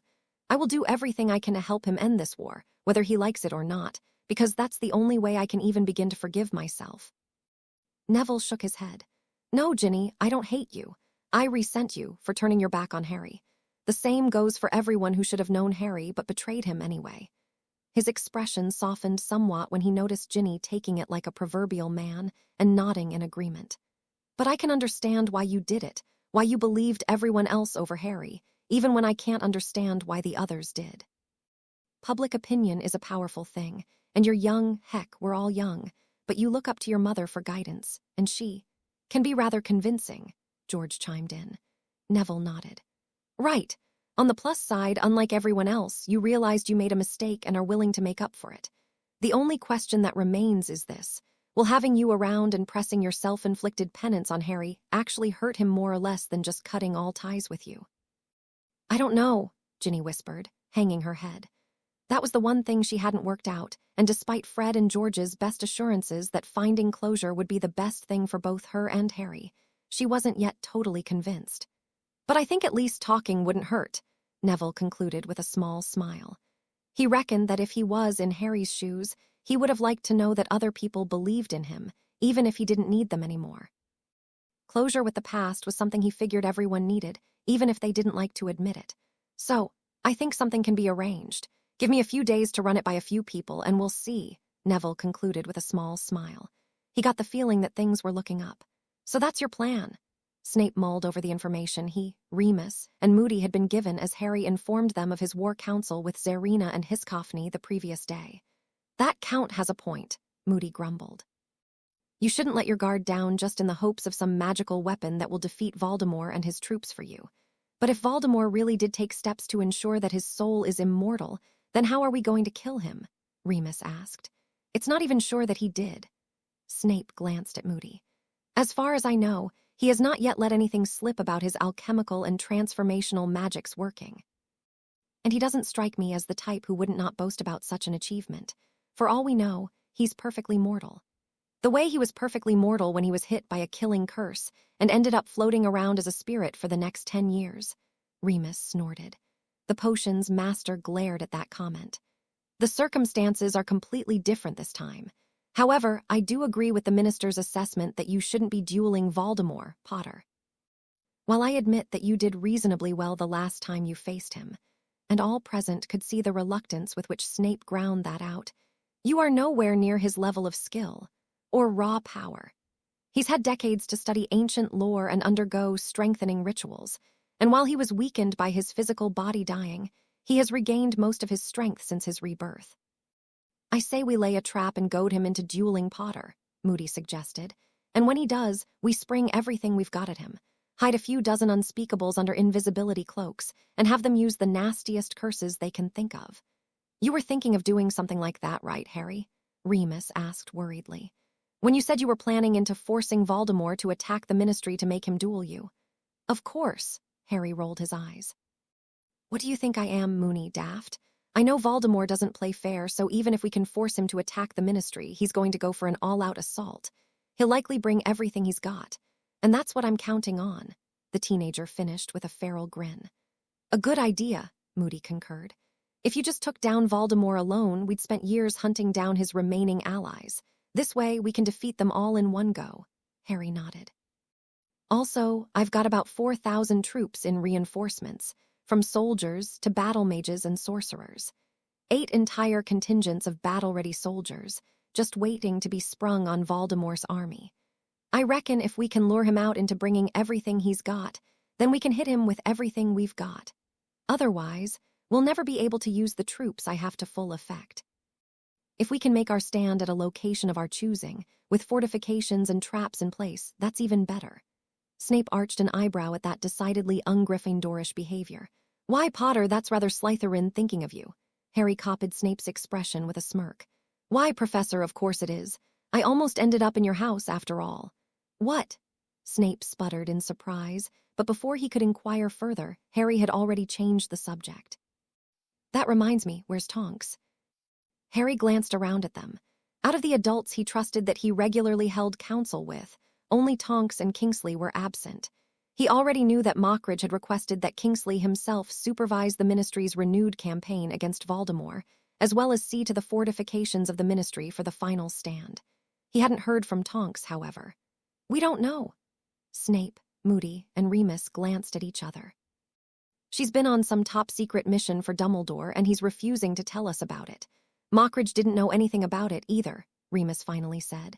And what's worse, Moody growled, he sent her without backup. And that's not all, Snape added. She's 2 days overdue. Dumbledore finally let it slip earlier today that he sent her on a mission for him the night you defeated Voldemort at that village. Harry froze, shock and fear flashing across his face. Please let her be all right. Please let her be all right, he repeated silently as he fought to remain calm. The adults had seen the expression on his face, as well, and almost regretted having to tell him, but after having had so much vital information kept from him, they figured he deserved to know.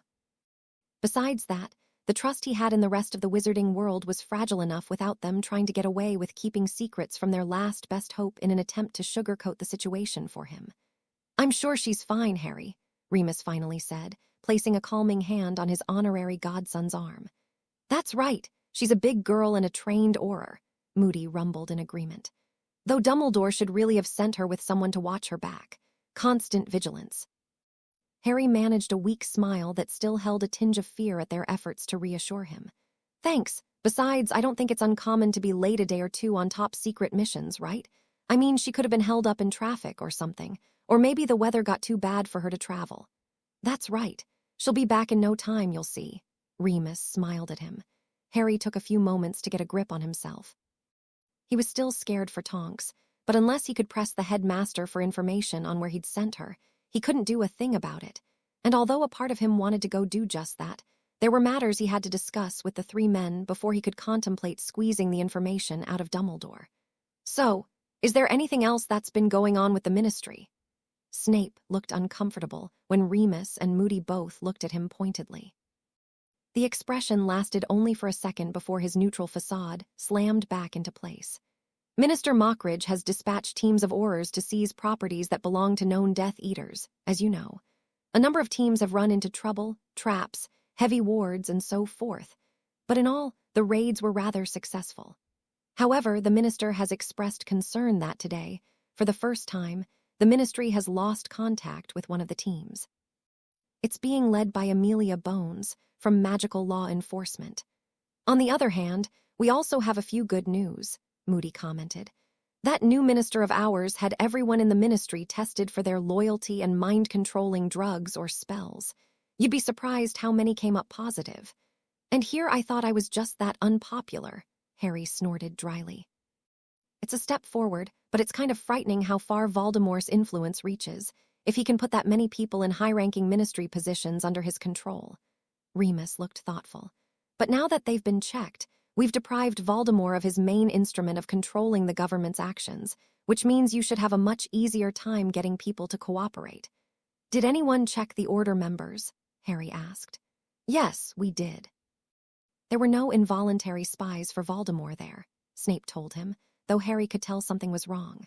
Upon a pointed glance from the youth, Snape shrugged and told him. A few of the Order's reactivated members from the First War turned out to be voluntary spies for the Dark Lord. They weren't in any important positions, and were not privy to any vital information, but it's shaken up a few people on just whom Voldemort has managed to convert. Wait, Harry began. You said you checked for mind-controlling spells and potions. What about mind-altering ones? Mind-altering potions, Snape arched an eyebrow. Such a thing wouldn't benefit the Dark Lord in any manner he would find useful. Harry crossed his arms over his chest and looked thoughtful. Even if it meant getting his worst enemy thrown into Azkaban. What are you saying, Harry? Remus asked, alarmed. I think what Potter is saying is that he suspects a few people who have been rather vocal in disowning him, publicly may be under the effects of certain spells or potions. Moody growled, irritated that he hadn't thought of that before. It's an ingenious plan, and no one would even think to check for a whole number of potions that would have just that effect, because, like Snape said, there's no reason he'd be using them. You think Molly and Arthur and the others are under some kind of spell or potion that made them turn against Harry? Remus looked skeptical. I don't think so. I mean, Hermione realized she was wrong about Harry on her own, and if there was a potion or some other mind-affecting spell, I don't think she'd have admitted she was wrong. You forget the youngest Weasley, too, Snape added. She gave Molly a right talking to the other day, Moody grinned toothily. It was brilliant. Harry managed a weak smile, though he really didn't want to think about it. Despite all the talking to by Bella, the betrayal of his friends still hurt. It was getting better. He was now able to look at Hermione without cringing, after all, and he was sure that he was beginning to heal, but he wasn't quite ready for all of them to come running to him begging for forgiveness yet. And he thought with a dark frown that vanished almost instantly, he wasn't sure he even wanted to forgive some people. It wasn't the Gryffindor thing to do, holding grudges, but he'd been trying to be the perfect Gryffindor most of his wizard life, and look where that got him. In the meantime, he had found that he was better off just not thinking about what to do about his former friends for now. After all, he had a war to plan, and there would be ample time to contemplate their fates after the battles were won. For the moment, it was best to let thoughts of the future rest, until they were sure they had a future. The four of them talked things through a while longer, until the adults were satisfied they had a firm grasp on Harry's strategy for the battles to come. because they knew that coordinating efforts on their end with his actions would be vital to defeating Voldemort. Finally, they left, stating that Dumbledore had called another Order meeting to discuss the Order's plans for engaging Voldemort's forces. Harry saw them off, only to turn around and find Bella standing in the doorway behind him, an uneasy expression on her face and a flask with an odd purple liquid in her hands. "It's complete," she told him quietly. Harry nodded in understanding, knowing what she meant. The potion and spell she had been researching to cure the Longbottoms was done. Now all that was left was to give it to them. To say that Moody and Snape were surprised to find Tonks at the Order meeting was an understatement, both of them having expected the worst, despite their reassurances to Harry, when Dumbledore had informed them that Tonks had gone missing. But now, the Metamorph Magus was chatting amiably with Mundungus Fletcher, looking none the worse for wear. Snape and Moody shared a confused glance before heading over to greet her before the meeting started. "Tonks," Moody grumbled, causing the currently pink-haired Auror to turn around. "Oh, Moody, Professor Snape, how are you too?" "We were about to ask you that," Snape replied, arching an eyebrow as he looked her over. He could swear there was something off about her, but he couldn't quite put his finger on it. The feeling disappeared as quickly as it had come, so he dismissed it after a moment, disregarding it as travel weariness on the Auror's part. Tonks shrugged with a wry grin. "I got stuck on the road, and my job for Dumbledore took a bit longer than we'd expected. I just got in a few hours ago, and I really want to take a nap." Moody and Snape exchanged curious looks. Wizards and witches did not just get stuck on the road. They apparated, flew by broom or traveled by flu, but they did not just get stuck. Tonks was hiding something, and judging by the way she was now leaning in to whisper to Dumbledore, it had something to do with what he'd asked her to do. The two silently agreed that they'd have to keep an eye on the situation and keep the headmaster from doing anything rash or stupid, if necessary. The meeting passed without any major incidents, and an hour later, Snape was the last one in the room, sitting quietly by the fireplace, staring into the flames with a faraway look as he mulled over the plans that had been made for the next few weeks. Unconsciously, he rubbed his forearm at the dark mark that was there. For better or for worse, the war would be over soon. The potion's master wasn't sure whether to be relieved or anxious. The final battle, as Harry had envisioned, would be a titanic clash of forces, with Harry and Voldemort throwing everything they had at the other in an attempt to destroy their target. It would be utter warfare, the likes of which the wizarding world hadn't seen in centuries. Snape almost gagged at the thought of how many dead there would be.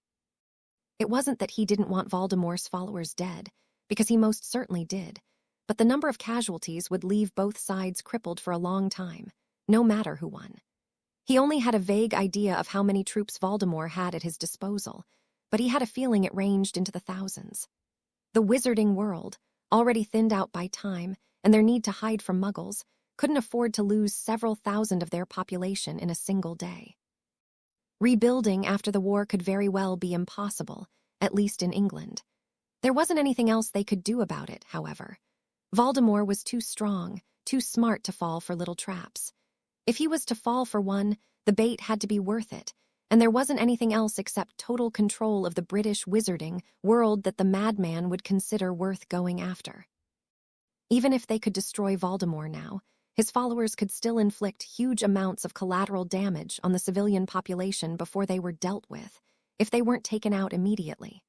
No, Harry's plan was the most viable one to date, and they'd all just have to make sure that they took as many of Voldemort's followers with them before they died.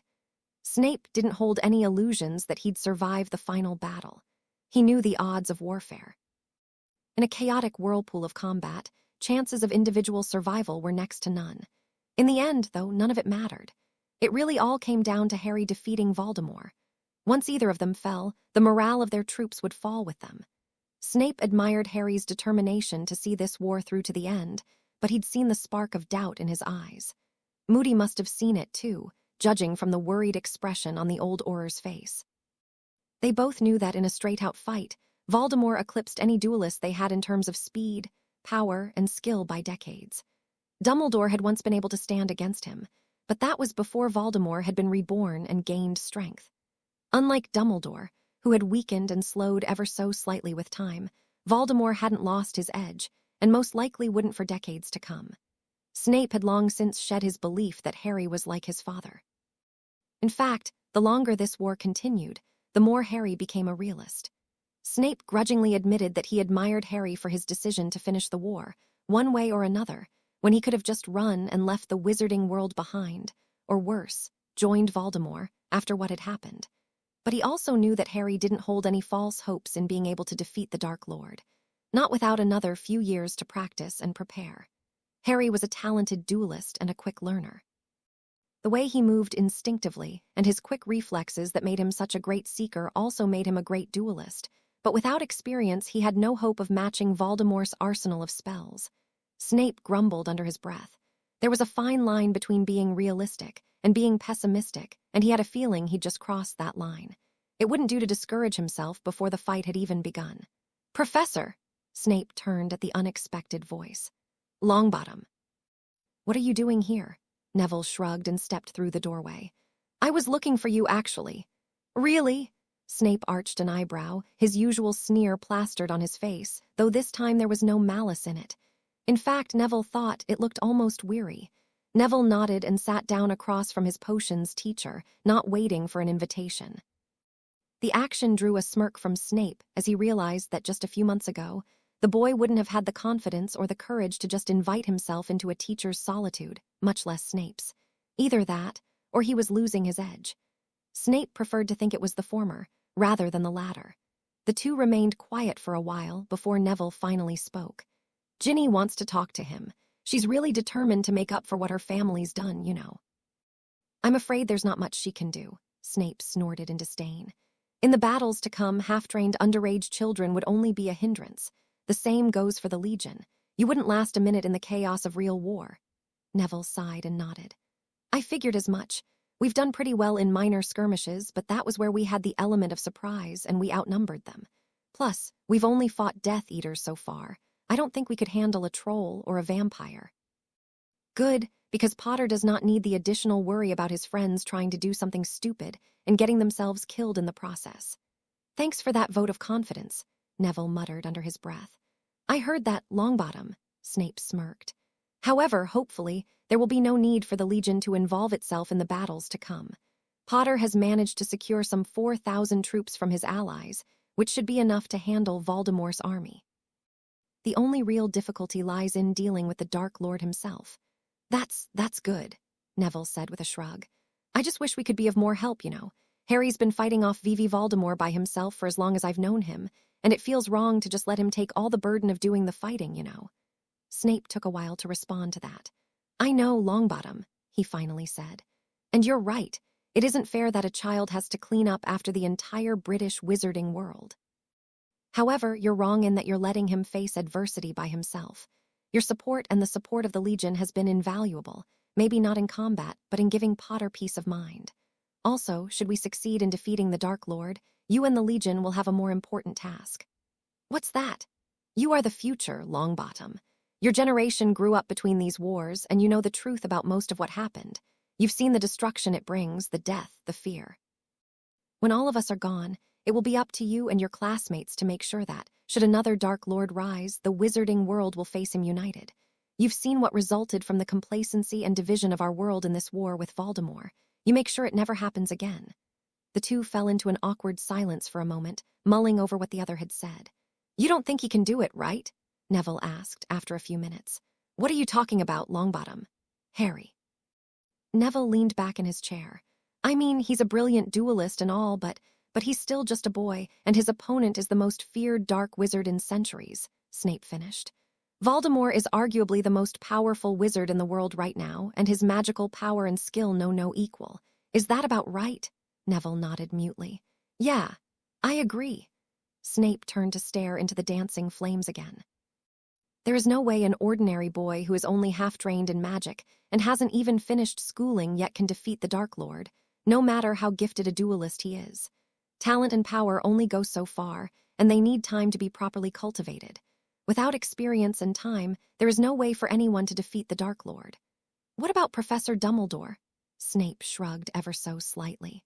"Albus is old, Longbottom. It's true that at the height of his power during the First War, The only wizard Voldemort feared was Albus Dumbledore. However, in the years between then and now, Voldemort has been reborn and gained more power and more followers, while Albus has aged. The headmaster is slowing down ever so slightly, but even that tiny bit can mean the difference between life and death in a duel between two wizards of their power. While it's true that Albus can match him in skill and magical power, his body isn't getting any younger. While Voldemort's is sustained by rituals and dark magic going back hundreds of years, it'll probably be decades before he loses his edge. So there's no way to win, is there? Like I told you before, Potter has the potential to be more powerful than the Dark Lord, but he needs time to grow into that potential. The fact that Voldemort recognized Potter as a threat to him tells me that he is sure that Potter will be able to surpass him one day. He'll do everything he can to make sure that day never comes. Snape glanced back at Neville's poorly hidden expression of fear and sighed almost inaudibly. However, we're talking about Potter here. That boy has managed to pull a miracle out of his sleeve more than once when it counted. Keep that in mind before you decide that the war is already lost. Having said his piece, Snape stood and left the room, leaving Neville to his thoughts. It was only minutes after Snape had left that Neville remembered what he'd wanted to tell the man, and that he had an urgent message for Harry. Now that Snape had left, he scrambled to find an owl to send the message with. Any luck? Harry sat down next to Bella in the library room of Narracakes. He was rather familiar with the room, having spent hours with his wife searching for useful combat spells that she could later drill into him in preparation for his battles with Voldemort. Now both Bella and Hermione were sitting by a window, and 3 tables they had pulled up next to them were groaning under the weight of a veritable mountain of books and tomes. Not so far, Bella admitted, before pulling out a piece of parchment from her robes. But your friends at Hogwarts managed to get us a lead. Really? Harry took the parchment and instantly recognized Neville's messy scribble. No mention of the item by name, but Hogwarts, a history indicated the founders were looking for a magical artifact that fits the description, supposedly hidden on a stormy island north of the British Isles. Hope it helps. When did this get here? Harry asked, looking up from the note. About 10 minutes ago, Bella indicated all the books they had gathered around themselves. We got started on pulling all the history books dealing with the old wars and the founders as soon as we got it. She was covering her exhaustion well, Harry realized, but he could hear it in her tone that she was tired. They all were, having worked non-stop since their war council in the hopes of ending the war as quickly as possible, but Bella was pregnant. He gently took the book she was rifling through from her hands and put it on the table next to her. Hey, I was reading that you need some rest. I do not. Do too. Do no. Do too. I do not. I can't believe I'm having this argument with you. Bella glared at her husband. You made me argue like a 4-year-old. Me, Harry pointed at himself incredulously. You were the one who started arguing. Well, if you hadn't taken the book from me, then I wouldn't have said anything in the first place. Bella shot back. The two stared at each other silently for a moment before breaking out into laughter. Across from them, Hermione was carefully hiding a smile behind the book she was reading. When they had calmed down, Harry placed a hand on Bella's arm. Seriously, you need some rest. You look dead on your feet. Well, that's why I'm sitting down. Harry blinked as he digested that argument. I can't win with you, can I? Sure can't. Bella leaned over and gave him a peck on the cheek. However, I'm feeling a bit hungry, so I'll go see if I can find something to eat in the kitchen. And you'll take a nap too, Harry insisted. Please, Bella. Oh, all right, just a quick one. Bella sighed. I'll see you in a bit. Okay. Harry watched as Bella rose from her chair and left the room. He stared at the door for a while longer, before settling himself in the armchair she'd vacated and picking up the book he'd taken out of her hands. The next half-hour or so passed in silence, only interrupted by the rustling of pages and the creak of old tomes. The lines of text he was reading through began to blur in front of Harry's eyes as he skimmed over passages telling the gruesome details of the wizarding wars of the past. In the quiet of the library, the sound of a book slamming closed sounded like a thunderclap, startling Harry into looking up. Hermione had given up and tossed the tome she had been reading on the table in frustration, and was now rubbing her eyes as she leaned back in her armchair. Something wrong. The girl glanced up and smiled sheepishly as she realized what she'd done. I'm all right, thanks for asking. It's just, I've been staring at these pages, and the more I read the less I want to know. I never knew wizarding history could be so horrible. Harry glanced down at the text he was reading and grimaced when he saw that he'd opened the book to a page with a moving picture detailing how goblins had disemboweled their wizard prisoners in detail. Yeah. Harry, Hermione began, only to fall silent when he looked at her. What? It's okay, you know, she told him after a while of staring at him intently. I know you're mad at me, you don't have to pretend to be nice to me. What are you talking about? She sighed and leaned forward, pulling the book he was shielding his face with down to look into his eyes. I know you, Harry. I know you're trying to just bottle things up and go back to the way things were before. It doesn't work that way. I know you're trying to be nice to me so you can avoid hurting me, but you don't know me. Harry shot back acerbically, yanking his hands away from hers suddenly. I know. Hermione leaned back and stared down at her hands. I thought I knew you, but when it really mattered, I didn't believe in you. I know you're angry, Harry. There's no way you wouldn't be after what we did to you. How would you know? I don't. I can't begin to imagine how much we've hurt you, but I know that you must be angry with us. Angry, disappointed, maybe you even hate us. And that's all right. We've given you good reason to. The brunette girl sighed and seemed to sink deeper into the chair cushions. But you're trying to hide it. You're trying to stuff everything down into a dark corner of your mind and slam a lid on it. You did exactly the same thing when Sirius died. You refused to let any of us in to help you. I don't know what you're talking about. Harry stood abruptly and walked over to the window, his back turned to her. She could hear, though, that despite the forced calm in his voice, he was struggling to maintain his composure. She was hitting close to the nerve, judging from the heave of his shoulders. This, Hermione gestured around her, even though she knew he couldn't see. You're trying to be in control. You're forcing yourself to be nice to me. I don't know about you, but if it were me in your place, it'd be killing me inside if I had forced myself to be nice to someone who'd betrayed me and destroyed my life. Harry gave a short, barked, hollow laugh. You didn't destroy my life, don't get melodramatic, Hermione. You betrayed me, sure, but you didn't destroy my life. I beg to differ, she said, rising from her seat to stand behind her former best friend. Because I didn't support you, they sent you to Azkaban. After all, if even your best friends believe you were guilty, then you had to be, right? Because I failed to believe in you, you lost everything. What do you want, Hermione? Harry's voice sounded choked. For you to let go, you don't always have to be in control, Harry. You're angry and we deserve it, so be angry, yell at me, scream that you want me dead, hit me, anything. Hermione hesitantly took hold of his shoulder. When I came here, I came fully prepared to die for what I'd done to you. You gave me a second chance and I can't tell you how grateful I am. But we can't heal, we can't move past this if you don't let go of the hurt. We both need this, Harry. Please, show me how much we hurt you. Be angry. Did you really think I'd kill you? Harry spun around angrily, causing her to lose her grip. Do you really think so little of me? I forgave you, Hermione. Isn't that enough? Why do you want to drag up everything that happened before? The girl almost shrunk back at the pained and angry look in his eyes. Then again, she'd been trying to pull this side of him out, so now it was time to face the music. No, Harry, I never believed you'd consciously hurt anyone. You forgave me, that's true, but forgiveness without catharsis is meaningless. It's hollow. I know you can't truly forgive me without letting it all out. That's what I want. I don't want you to just forget the past and move on as if it never happened, because it did. Harry took a deep, shuddering breath before opening his eyes again. When he did, Hermione gasped in fear at the depth of emotion she could see before his mental shields went back up.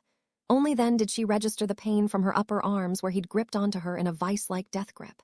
They remained like that for a minute, neither saying anything. He was trying to get his emotions back under control while she was waiting for the explosion she hoped she'd initiated. I can't, he finally hissed through gritted teeth. I can't lose control. I can't afford to be angry.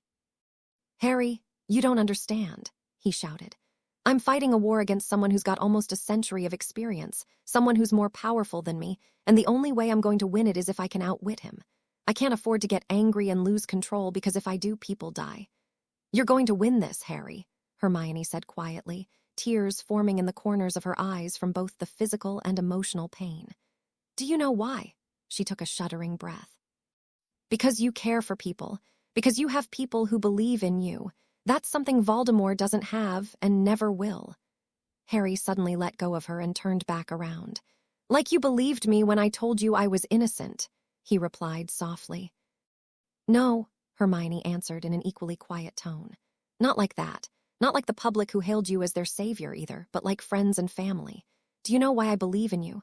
Why Zarina and the Count believe in you and follow you despite all logic saying that you're bound to lose? Because you care for them more than you care for yourself. You always have. And despite everything we've done to you, you still care. And that's why we believe in you.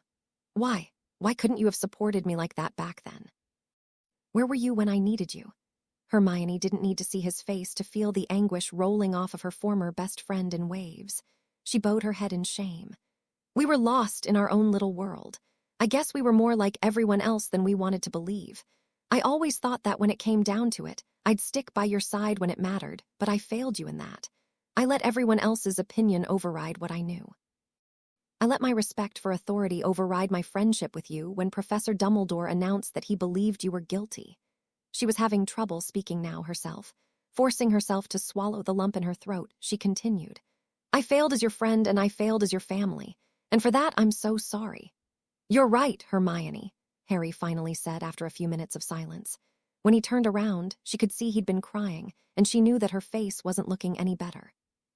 It hurt more than you can imagine. We've stuck by each other for 5 years. We know each other so well I considered you my sister in everything but blood. And then you just...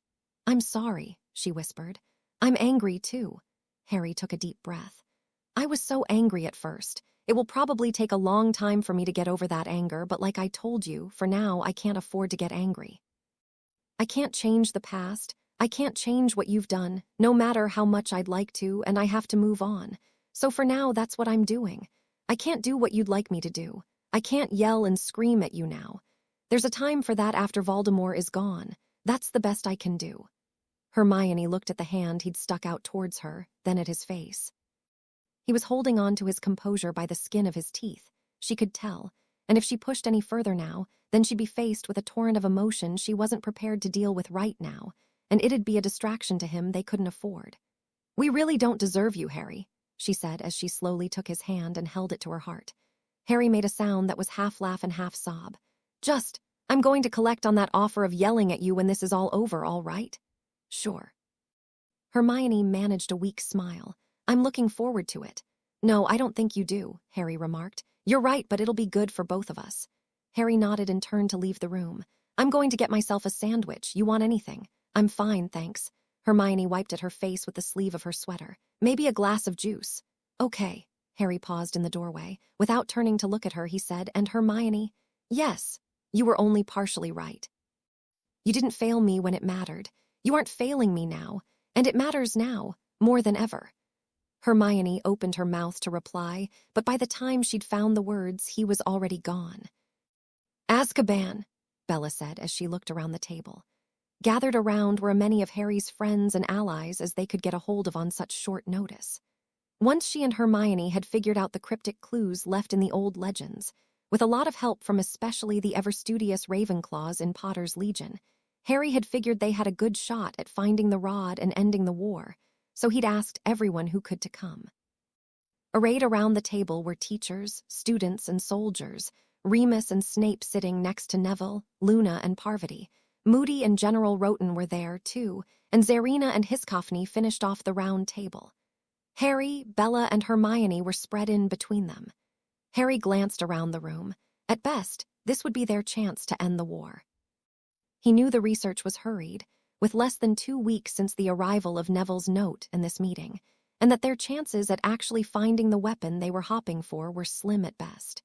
This week and a half had been relatively quiet on both sides. Harry and his advisors assumed Voldemort was preparing for a big attack. The clues we have found all lead us there. Thanks to the hint from the Legion, we have managed to narrow down our search, and all the legends, all the stories point us to Azkaban, Hermione explained further. A magical map of the island appeared in the center of the table, complete with stormy weather and dark seas around it. This is Azkaban today. 1,300 years ago it looked like this. Bella waved her wand, and the stormy, dark island vanished, only to be replaced by what might have been a piece of Ireland. Trees lined the coast, and the sea was no longer wild and untamed. The rocky beaches became long stretches of sand, and the foreboding fortress that now housed prisoners and dementors, built upon the layers of ruins, was replaced by a castle that was as magnificent as narracakes. 1,300 years ago, the island of Azkaban was the seat of House Polyryx's mage crafters and artificers. The best and brightest mages, alchemists and potions makers came there to study and experiment with magical artifacts and creatures, Bella continued. That may explain the existence of the Dementors, an experiment gone awry. However, after a number of wars, House Polyryx realized that Azkaban would make the prime location for military research. The artificers began developing magical weapons. The creators and alchemists began to experiment with beasts for combat. By the time the Rod of Dominion was crafted and used, Azkaban had become the center for warfare development. So what happened to the island? It clearly doesn't look anything like this now, Moody grumbled. Hermione leaned forward and waved her wand over the map, causing it to change back. History is a little vague on that, and most of what we've just told you was pieced together from various clues.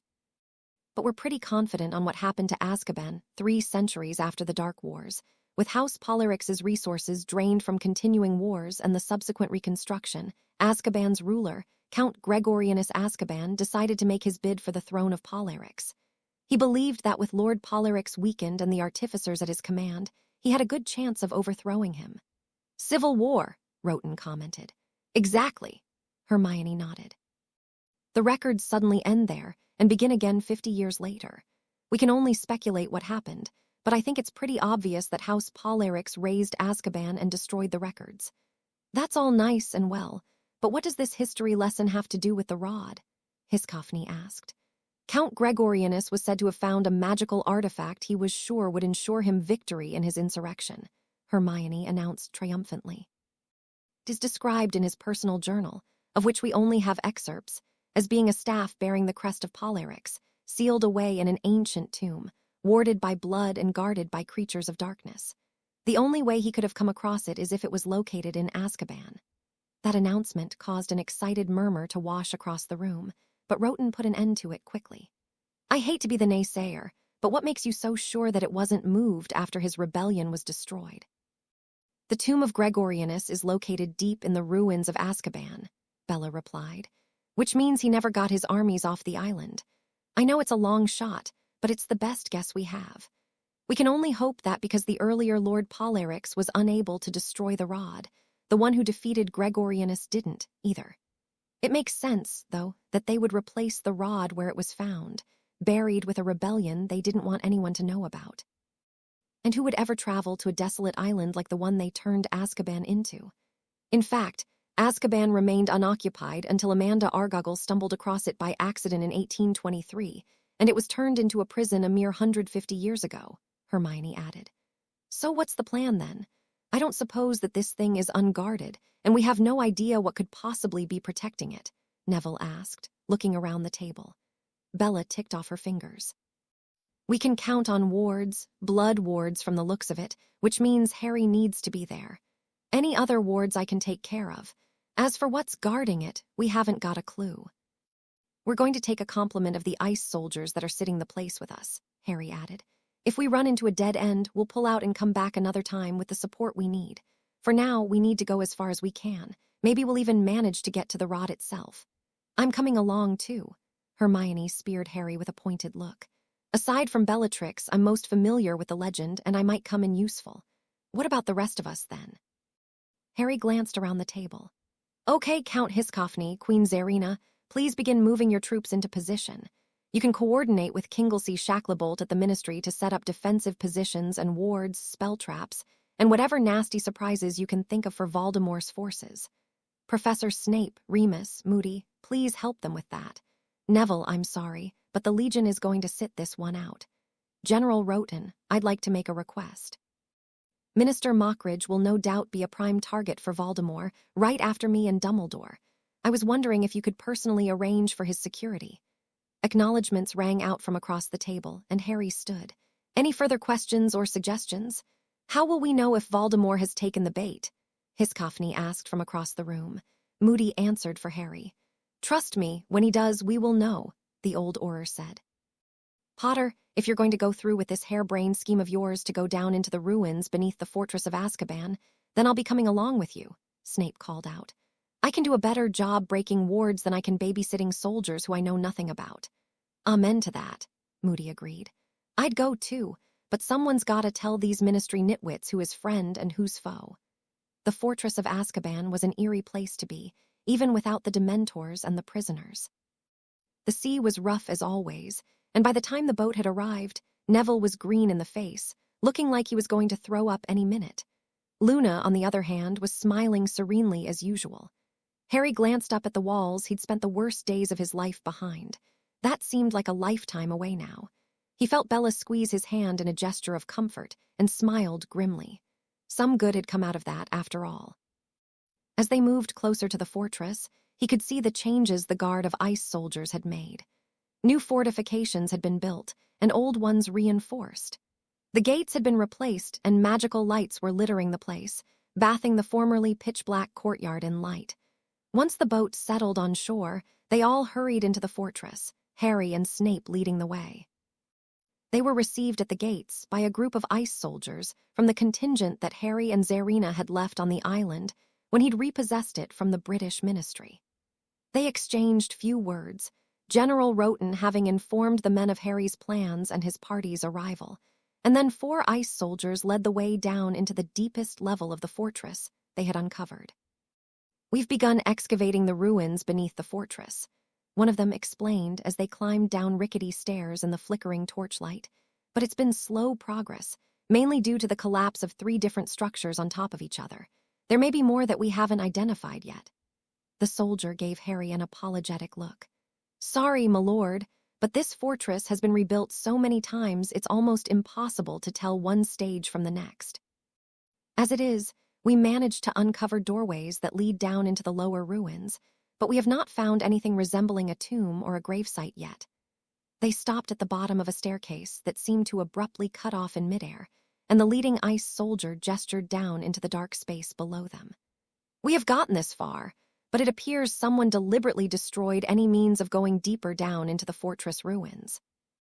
No matter where we excavate, we encounter the same difficulty, as if any path further down into this castle's history was sabotaged." Harry glanced down the sheer drop before them and kicked a pebble over the edge. It vanished after only a second, swallowed by the darkness beneath. He frowned and then kicked another pebble down, straining his ears to listen for the sound of impact. When he heard nothing, he looked around for something bigger. The rest of his party had noticed his odd behavior and was standing back, watching him in confusion as he picked up a galleon-sized rock and hauled back, hurling it down where the stairwell was broken off. This time all of them heard it, the distinct crack of stone against stone, even as they watched the rock sail down into the darkness. "Not sabotaged," Bella finally commented, "warded." Snape and Bella took a step forward, standing precariously on the edge of the very last stair they could see, and drew their wands. "Finite incantatum," they intoned in unison, hurling the dispelling charm at the wards before them. When nothing happened, Bella frowned and began muttering more complex charms, Snape matching her phrase for phrase as the two attempted to unravel the spell that had been woven around the ancient ruins. While they were working, Harry pulled Neville and Luna aside. "Did Bella talk to you about the potion for your parents?" "Yeah," Neville nodded. She wants to wake them up as soon as possible." "I'm sensing a bit coming." "I don't know," Neville shrugged. "I'm not sure if we should wait till this is all over, you know. They already lived through one war, and what if we wake them up now only to get killed when the fighting starts again?" Harry didn't quite know what to say at the distraught look on his friend's face, even as Luna put an arm around the other boy's shoulders. "The only guarantee for victory is love," the girl said with a soft smile, causing both boys to look at her strangely. "It's your call, Neville, but honestly, if it were my parents, I'd want to talk to them at least once." Harry smiled sadly. "But I understand your reasons. Whatever you decide, let me know and we'll arrange things all right." Neville nodded, sniffling slightly. "Thanks, Harry. We're done." A brilliant flare of light lit up the ruined staircase, and when it faded, gone were the moldy walls and crumbling bricks, replaced by gleaming marble and fine mosaics. "What the?" Harry gaped at the sight around him. The group slowly wandered into the exquisite mausoleum, looking around themselves in awe at the statues and paintings that presumably depicted the failed uprising. At the center of the grand hall was a sarcophagus, intricate designs carefully chiseled into the sides and lid. A flowing inscription ran along the side of the stone coffin. Neither Snape nor Bella could begin to translate the strange writing. It wasn't English or Latin or Gaelic. Oddly enough, it was Luna who offered a translation. Here lies the last master of freedom in eternal rest. Peace to all but death to those who dare to enter, she recited, her eyes unseeing, once again making Harry wonder if Luna wasn't the seer Trelawney always claimed to be. The small group looked at each other in confusion. Are we in the wrong place? Neville asked. I mean, I thought this guy led the rebellion against Polyrics, didn't he? No, this is the right place. Bella countered as she examined the mosaics that were set into the walls of the chamber, mosaics that were, uncharacteristically, unmoving. This is the rebellion, look, and here's the rod he's holding. Then I don't get the inscription. Longbottom, once again you fail to look beyond the obvious, Snape replied, though Harry noted that he was lacking his usual acerbic tone. In war, history is always written by the victors, and sadly, that history is often very biased. It may very well be that the history books, which give only a brief description of the uprising, have omitted significant details. Maybe the Lord Polyrics of the time was a tyrant. Maybe Gregorianus was more than a power-hungry usurper. I find it difficult to believe that in millennia, not one of the heirs of House Polyrics was corrupt or tyrannical. So if he's buried in there, then that's where the rod is? Harry asked as he approached the sarcophagus apprehensively. Most likely, Snape agreed. Harry was about to reach out and touch the lid when one of the ice soldiers stopped him. It may be dangerous. We don't know what kind of protection is on this, my lord. I suggest you allow one of us to try opening it, the man said. The young Lord of Polyrics was about to protest when Bella caught his eye and she shook her head. He reckoned it was just one of those things that came along with being a ruler of so many people. It didn't mean he had to like it, though, he thought with a frown as he stepped back to let the soldier to his work. No. Putting someone else in harm's way just because everyone else believed him to be more important was not something that sat well with him. The sarcophagus opened without problems, and the small party gathered around to peer inside, only to find that it was empty. Bella swore under her breath. There was nothing in there, no mummy, no remains, no rotting corpse or magically preserved body. We made this whole trip for nothing. Snape grumbled as he looked around the chamber, trying to figure out what was going on. While he didn't exactly like Bella, especially since he knew just what the woman was capable of, he held no illusions about her intellectual ability. Nor did he doubt Hermione's ability to conduct research, not after having to deal with the Muggle-born witch for 6 years. No, if both of them agreed that this was the most likely place for the Rod of Dominion to be, then it was here. Or it had been at some point. This makes no sense, Bella commented as she traced the inscriptions on the sides of the sarcophagus with an expression of intense concentration. Why put up all of this for an empty coffin? Grave robbers, maybe? One soldier offered. Bella shook her head. I don't think so. Nothing's been damaged, and I highly doubt any robbers would have made it past the wards. Not to mention the fact that in recent times, Azkaban has been inhabited, and not exactly by friendly creatures either. So the body got moved then, maybe? Neville suggested, looking a little lost. He was there more to support Harry, knowing full well that he wouldn't be much use when it came to curse breaking, but wanting to do something nevertheless. Maybe. Snape stopped short at one of the walls of the chamber, the one opposite to the stairway they had entered through. I don't actually think the body was ever here to begin with, he finally said, after studying the inlaid mosaics. When he had everyone's attention, he pointed out 3 separate places on the wall. Look here, here, and there. Harry squinted at the wall, trying to figure out what the potion's master was talking about. The wall Snape was standing in front of was depicting the death of Gregorianus at the hands of the ruling Lord Polyrics, the mosaic painstakingly put together from thousands of little, 1/8-inch square pieces of colored stone, and almost frighteningly realistic, down to the vivid sky-blue color of the mantle fluttering around the dying Gregorianus. Wait a minute, Harry thought as he took several steps closer to the wall.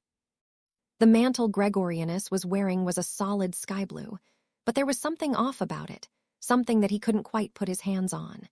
He reached out to touch the mosaic, feeling the smooth stones beneath his fingertips, and traced the outline of the cape, the rest of the world forgotten for the moment. And then he froze when he felt a roughness that was completely out of place. Looking down at his hands, found a little silver spot embedded in the place of one of the blue tiles in the mantle, the color completely alien amidst the rest of the mosaic, small enough to be missed on anything other than a close inspection. Glancing around at the other places on the wall Snape had pointed out, Harry could make out faint glints of silver, now that he knew what to look for. "What are these?" he asked, not really expecting an answer. "Blood gems," Snape replied after a moment, a hint of awe in his voice. "They're very rare and very powerful magical catalysts, usually used to key blood magic. They're very expensive because they cannot be made and must be mined from very specific locations deep beneath the ground. Dwarves used to mine them centuries ago, until they became extinct. A number of wizards tried to use the old mine shafts to do it themselves, but very few actually managed to survive that deep down, much less return with usable blood gems," he clarified a moment later. "So, what are they doing in this wall?" Snape walked along the wall, then turned as he reached the end and started on the adjacent wall. "There's some here, too. This is odd, they're in no particular pattern. This isn't a rune, at least not one I recognize." "Runes." Harry blinked, wishing Hermione was there to explain things to him. Bella was off on the wall opposite to Snape, looking for a pattern herself, which left Harry, Neville, and Luna standing next to the sarcophagus along with the ice soldiers. Feeling like he wasn't being much help, Harry resigned himself to looking at the walls, trying to see if he could spot the gems. With a lot of squinting and moving his head around so the ambient light caught the small slivers of silver, he managed to distinguish 14 on the wall Bella was standing in front of, and 14 in the wall Snape was looking at. Harry turned around, looking behind him at the mosaic, and again found 14 gems. "I'm beginning to see a pattern here," he thought in amusement. The gems were arrayed in squares. 14 gems formed 6 adjacent squares in the shape of an elongated cross that was 3 squares wide and 4 squares tall. He brushed his hand over one of the gems again, trying to see if he could maybe push it in or pry it loose. "Ouch!" Harry pulled back his hand, even as every eye in the room fixated on him at his sudden outcry. "The wall stung me," he said, wiping his now bleeding index finger on his robes. Bella was about to berate him for not being careful when the ceiling opened up with a loud rumble, but instead of the stormy skis of Azkaban, it showed nothing but a brilliant white glow that forced them to shield their eyes. Harry barely noticed as the gems in the walls began to glow and pulse with the opening of the ceiling. A second rumble went through the hall, and the gems turned from silver to a blood-red hue that he assumed had given them their names. Beams of light, their red a stark contrast to the white light from overhead, arced through the room, crisscrossing in the middle of the hall, forming a pattern Harry had never seen before. Before long, the light from above and the beams from the gems faded again, leaving them in the ambient light from the chamber itself. But what hovered in the center of the room was what had gotten everyone's attention. Though the beams from the gems had been cut off, a glowing figure remained, sustained by magic. Lines of glowing red light crossed each other, forming a series of 8 cubes, 4 of them stacked vertically with the remaining 4 arranged near the top, forming a kind of 3-dimensional cross. It hummed serenely as it hovered, like a sleeping guardian, over the marble floor. "What in Merlin's name is that?" Bella whispered in awe as they approached it carefully. Snape shook his head to indicate that he, too, had never encountered anything like this before. He reached out a hand close to one of the glowing lines, only to yank it back quickly, looking at his hand in confusion. The skin was red, as if he'd almost been burned, though for that to be the case, the entire chamber should be warming up at an alarming rate. Harry, noting Snape's reaction to the apparition, took a different approach and began inching the tip of his ivory wand closer to one of the corners of the thing. When nothing happened, and the wand didn't burst into flames from the same heat that had almost burned Snape, Harry closed the remaining distance and touched the corner formed by 3 glowing bars of light. To his surprise, his wand passed right through it. A sudden rumble went through the room again, and the object in the air solidified, sheets of light forming between the vertices of the structure. The outside of the tesseract glowed blood red for a brief moment, before fading to a dull, semi-transparent light red. Inside, hovering in the air, was a jet-black staff. "Merlin!" Bella had moved to stand behind Harry and was gripping onto his shoulder in awe. "We did it," she whispered. "Are we sure this is it?" Neville asked dubiously. "I mean, it doesn't look like a powerful magical artifact." And he was right. The staff was a simple rod, roughly 6 feet tall and 1.5 inches in diameter. Whether it was painted black or that was the natural color of the material it was made of was impossible to tell. "Only one way to find out," Harry muttered as he reached for the staff. Bella's cry of horror echoed around the chamber as Harry was thrown a dozen feet through the air to land hard on his back. He tumbled and rolled for a few moments before groaning in pain. The witch was at his side before he could try to rise. "Are you all right? Are you hurt?" she asked frantically. "I'm fine, I think," Harry muttered. "Lost my glasses somewhere." Bella glanced around and located the errant visual aid. Summoning it silently, she passed them to Harry, who promptly placed them on his nose. "Guess I won't be trying that again," he managed with a weak chuckle. "No, you're not." Harry glanced back at where Snape and the ice soldiers were looking over the now solid construct. "Any idea what the heck that is?" Bella shook her head. "It's unlike anything I've ever seen, I'm afraid. Usually when you're breaking or erecting wards, a skilled mage can feel the connecting magic threads, and then with some effort and time, he or she can figure out how to unravel the spell and neutralize it. There's nothing," Snape commented from the other side of the hall. "It's not giving off any magical signature. It does not trigger any of the detection and identification spells I've been using, and it seems completely incorporeal despite evidence to the contrary." Snape nodded at Harry, then proved his point by chucking a small rock at the thing. The surface rippled as the rock passed through, only to completely disappear. It reappeared an instant later, but not where they had expected it to. Instead of coming out of the other side, the rock had emerged from the top, falling up towards the ceiling before gravity took hold again and forced it back into the construct. It bounced around, emerging from random locations for a few more minutes before finally dropping out the bottom. "For all intents and purposes," Snape commented, "this thing shouldn't even exist." "So what do we do now?" Neville asked. Snape grimaced. "As much as I hate to say it, the headmaster would probably be of more help here. Maybe he has seen something like this before. As it stands, I have no idea where to even begin to deconstruct this ward, if it is, in fact, a ward." "I have to agree," Bella admitted sourly, her expression softening as she noticed the dour look on Harry's face. "It's the only thing I can think of, Harry," she told him. "We don't have the time to go looking for more information in the libraries." "I know." Harry nodded grimly. He was getting the sinking feeling something bad was about to happen, even as they all hurried back to the surface to get back to Narracakes.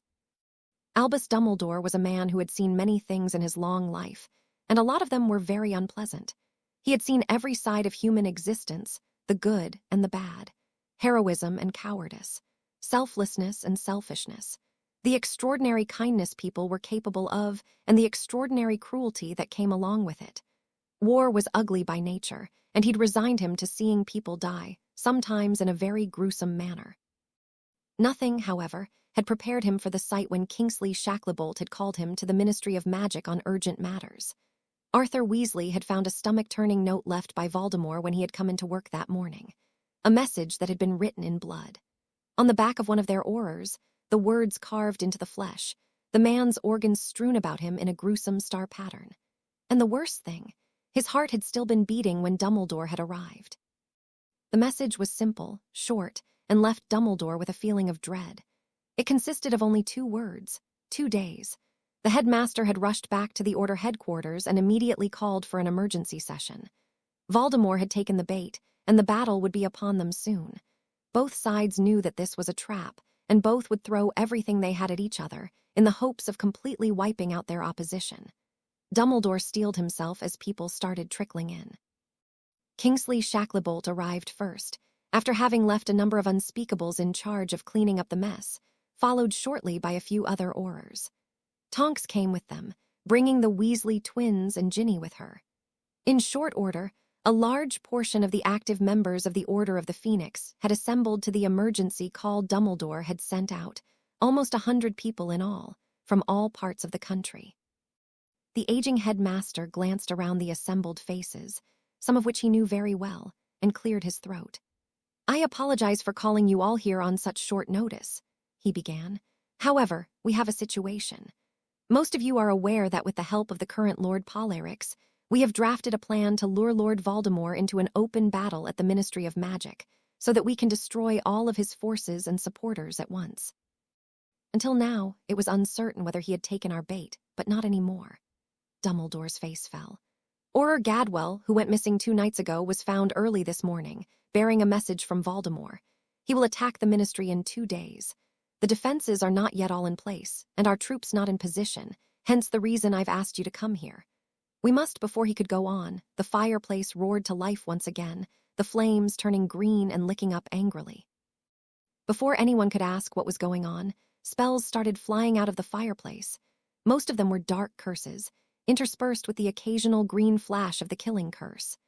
The assembled order members broke out into panic and rushed from the room, trying to find cover from the relentless spell fear. Finally, the barrage ceased, leaving scores of dead witches and wizards on the ground, and hooded and masked figures began pouring out of the flames. Dumbledore's eyes widened in shock as he realized what this meant. Order headquarters had been compromised. Most of the survivors had managed to find some sort of cover, kneeling behind upturned tables or behind the doorways in the corridor. They were about to return fire when a cold voice spoke with a distinct hiss in its tone. "Dumbledore," Lord Voldemort drew out the name, spitting it out like an insult. "Today is the day you die. It will bring me great pleasure to finally see you on the ground, writhing in pain." The old headmaster froze, hopping against hope that he was dreaming. "It's no matter, Tom," he finally replied after a long silence. "Even if we fall, others will take our place. There will always be those who fight for freedom. Like that golden boy of yours, Harry Potter." Voldemort laughed, and Dumbledore didn't have to see him to know there was a disgusted sneer on the man's snake-like visage. "Oh, wait, I forgot. You sent him to Azkaban. I bet that went over real well. Tell me, Dumbledore, how does it feel to have sent an innocent child into that hell, Murmurs sprung up from the Order members who hadn't known the whole story yet, as well as from those who had still believed Harry guilty. Dumbledore ignored them, instead straightening up and looked Voldemort in the eye. "That will always be the biggest mistake I've ever made, Tom. I just thank Merlin every day the boy is who he is, because no matter what, he will stop you." Brave words, Dumbledore. "Unfortunately, you're right, the boy just stubbornly refuses to be turned." The Dark Lord grinned toothily. "However, there it will also have been the last mistake you ever made. Avada Kedavra." "How did it go?" Hermione asked as soon as they stepped through the main gates of the Fortress Narracakes, where their portkey had dropped them off. "We need the old man's help," Harry growled. "There's some wards we've never seen before. Is the headquarters still at number 12, Grimmauld?" The brunette girl nodded as they headed for the fireplace, Snape, Bella, Neville, and Luna behind them. "Did you find it?" "We found it, all right," Snape replied. "Behind some kind of shield, shaped like a three-dimensional cross made up of cubes. I've never seen something like that. It won't allow us to touch the damn rod, but it'll let through inanimate objects. And it's exhibiting the strangest behavior I've ever seen." The potions master frowned. The fact that the strange ward completely baffled his magical senses completely frustrated him. The only consolation was that Bella had no idea what to do about it, either. "Behaved strangely. How so?" It was Bella who answered, cutting Snape off with a sidelong glance.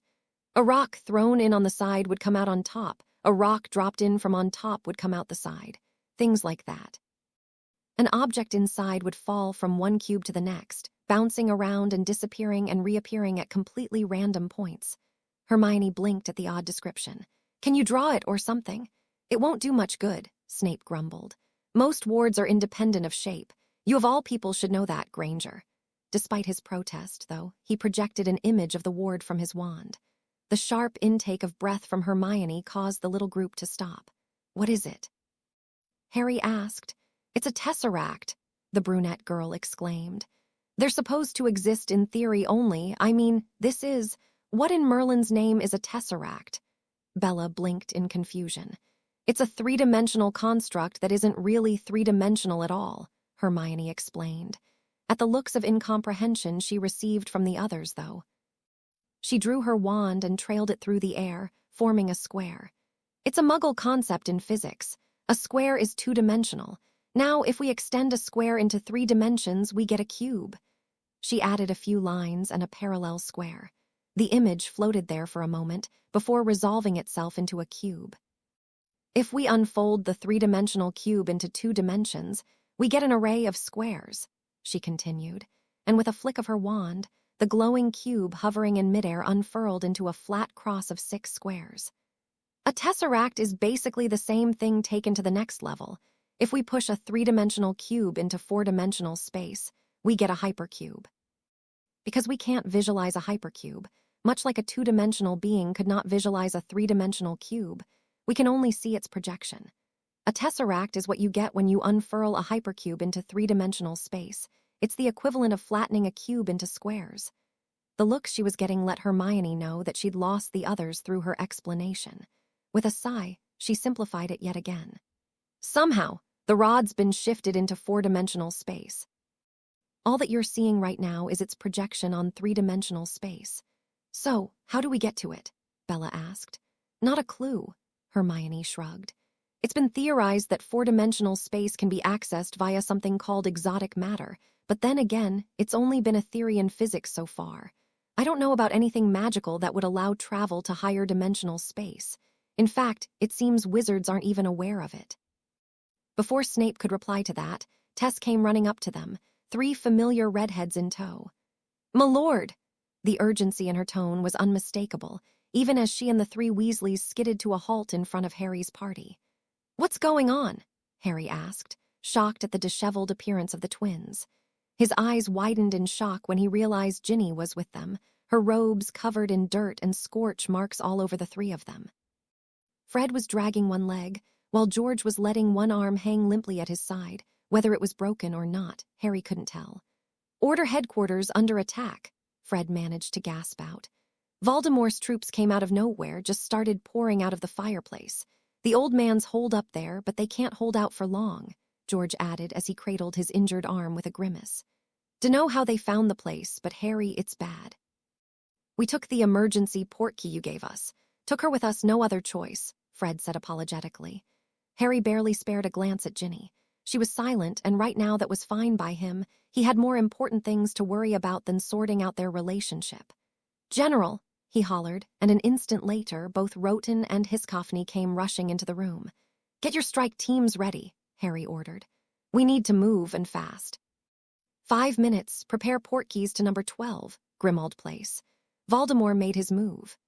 The 2 old soldiers nodded and returned a few minutes later with a dozen men each, fully armed and armored and ready to fight. In the meantime, Harry had managed to put on his armor with some help from Bella, and Snape had been similarly outfitted with a plate mail that Tess had brought up from the castle's armory. Neville, Luna, and Bella would be remaining in the castle for this fight, and even though Bella understood the reasoning, she didn't exactly like letting Harry go off to fight the Dark Lord alone.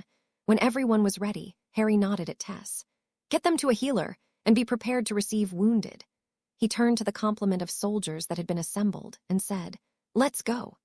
Half of the men grabbed a hold of quickly charmed portkeys, while the rest dove into the fireplace.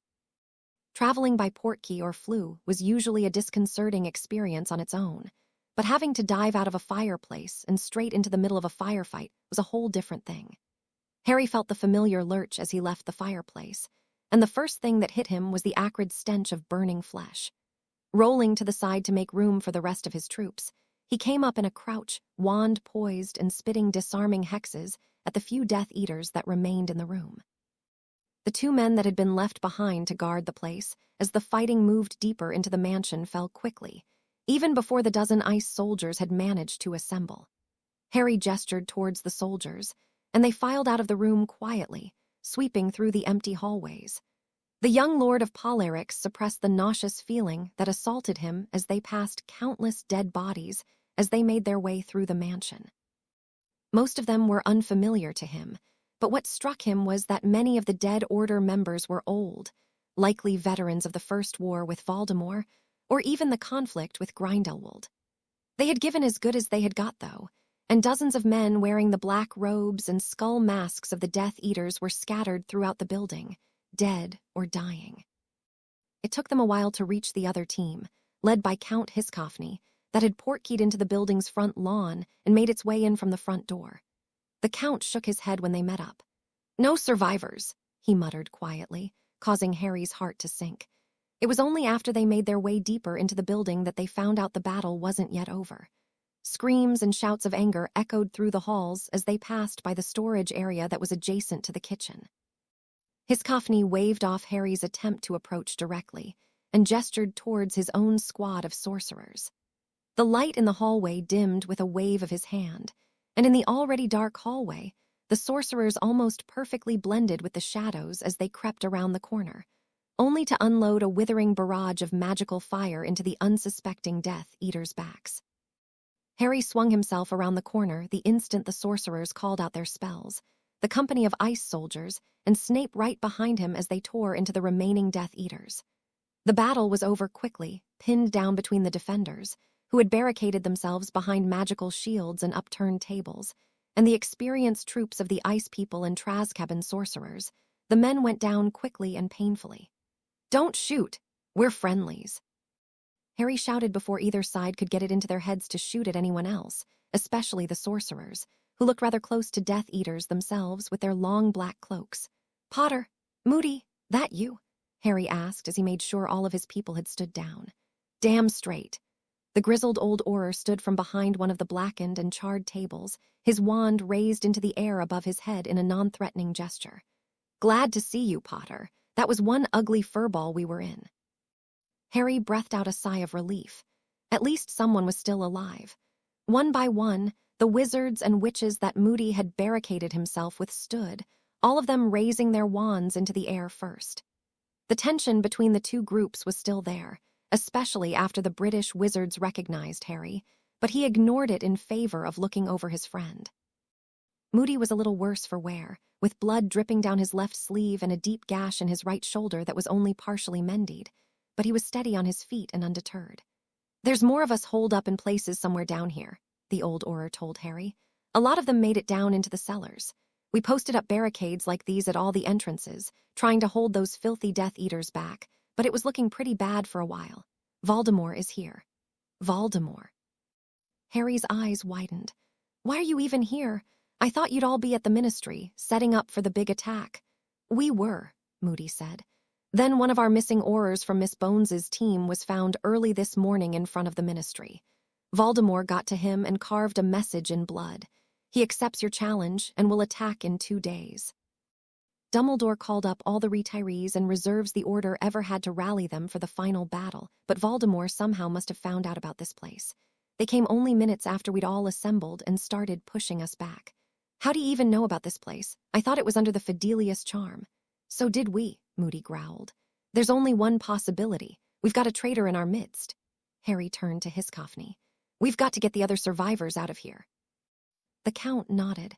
"We can assemble them and use our emergency portkeys to take them back to the castle in groups. I'll take you downstairs." "There's some nasty surprises we found when we cleaned the place out," Moody offered. "All right!" Hiscoffney signaled his men, and the sorcerers and ice soldiers spread out. While Moody led a number of them down the stairs to retrieve the surviving Order members, Hiscoffney, Harry, and Snape split the remaining 18 soldiers between them to clear out any remaining Death Eaters. It didn't take them long. Between the skill of Harry's forces and the element of surprise, the Death Eaters that remained were rounded up and either killed or captures. There was no trace of Voldemort, though, and Snape suspected that the Dark Lord had left after the main body of resistance had been crushed. He had a battle to prepare for, after all. All in all, they found 46 survivors, out of what Moody had claimed had been at least 100 people. Harry was relieved to find Tonks among the uninjured. 38 Death Eaters were counted as either dead or captured, according to Hiscoffney's report, though Harry found it only a small consolation as they collected the bodies of the dead. "My lord," one of the ice soldiers spoke up tentatively as he approached Harry. "Yes, we've found something you should take a look at, sir." The soldier didn't miss the way Harry was taking in the carnage around him, the way the dead were mauled and maimed. This had long gone past the killing curse. At least, an Avada Kedavra was clean and quick, painless. The way the Death Eaters and Order members had fought, on the other hand, many of the corpses bore the marks of vicious curses or the creative use of other spells. One Death Eater had been found partially frozen and partially burned. One elderly witch from the Order had been found with a flesh-eating curse dissolving her skin and organs. Cutting and blasting hexes, fire and ice spells, lightning bolts and dark curses had left their marks not only on the walls and floors, but also on the bodies. This had long gone beyond just a battle. This had been about absolute, unadulterated hatred. The witches and wizards on either side hadn't fought to kill or capture, they'd fought to cause pain, to inflict as much harm on the enemy as possible. Harry shuddered. Despite all he'd seen so far, this viciousness caused bile to rise in his throat.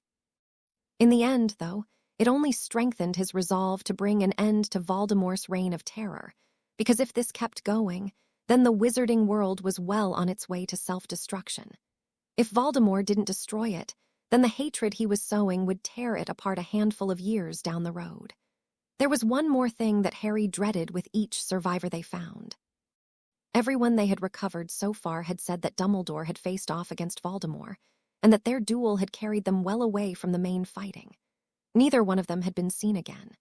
Harry got the sinking feeling that Voldemort may have succeeded in what he had for so long been trying to do, kill one of the greatest mages of all time. Even as he followed the ice soldier, the feeling of dread in his gut that he'd had since they found the Rod of Dominion solidified into solid ice. They passed by other soldiers and sorcerers that carried the bodies of the dead to the area that had been the living room. Of course, the living room no longer had any walls to separate it from any of the surrounding rooms, but that was a boon right now, as the dead bodies accumulated there. And then they rounded a final corner and stepped into a room that had been utterly devastated. So devastated, in fact, that the room was gone. The building just ended. He could tell there had been a room there, most likely a ballroom or large reception area, just from the piles of rubble that indicated where the walls had once been, but everything else was gone. There was no trace of the ceiling, nothing left of the furniture, and the ground, once solid marble, from what he could tell of the few inches at the door that had survived the cataclysmic battle, was scorched, torn, and blown apart.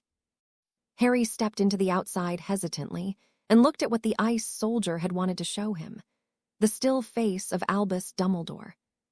The fortress of Narracakes was a mess.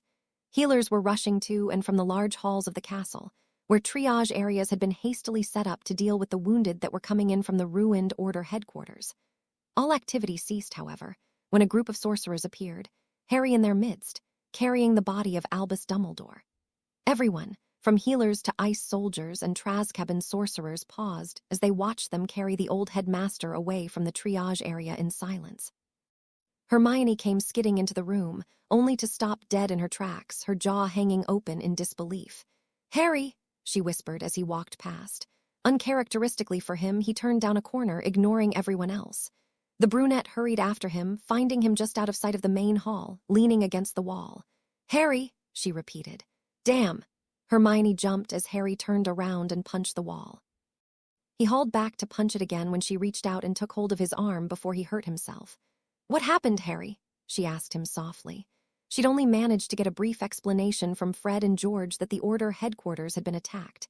It took a while for him to compose himself, and Hermione looked on in concern at the shrouded look in her friend's eyes. "Someone betrayed the Order," he told her quietly, "and they got ambushed.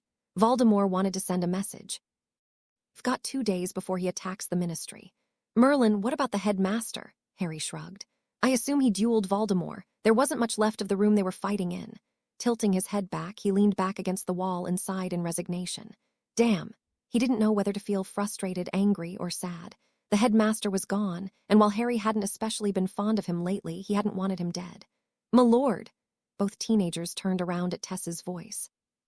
The girl came running down the hall, a healer from the Ice People in tow.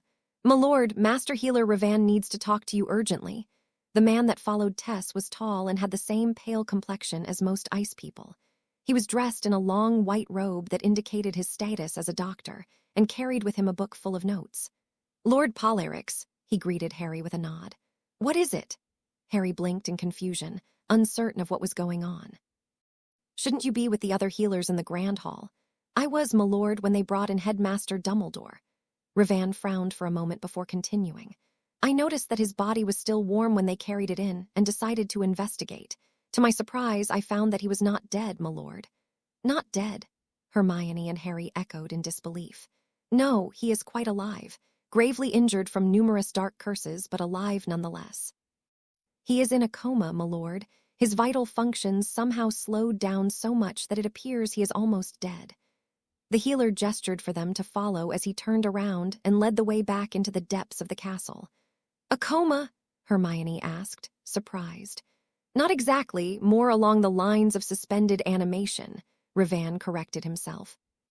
"It is rather remarkable. It appears he placed himself in it, because he should be dead on account of his wounds, but with his heart and respiratory system slowed down, he has managed to stay alive." Harry looked over at Hermione as they fell in step with the healer. "Have you ever heard of anything like that happening?" "Not that I know of." They reached the room Dumbledore had been moved to, and Harry stared in surprise at the healers and nurses that were moving around the room, casting diagnostic spells and discussing possible cures and potions that might help. The whole situation rather surprised Harry, considering all the injured that had been brought in from the attack on the Order, and he stopped healer Ravan from moving in to join them. "There's so many healers here," Harry asked.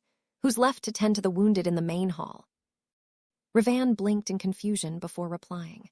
"I think a half-dozen healers are handling the injured.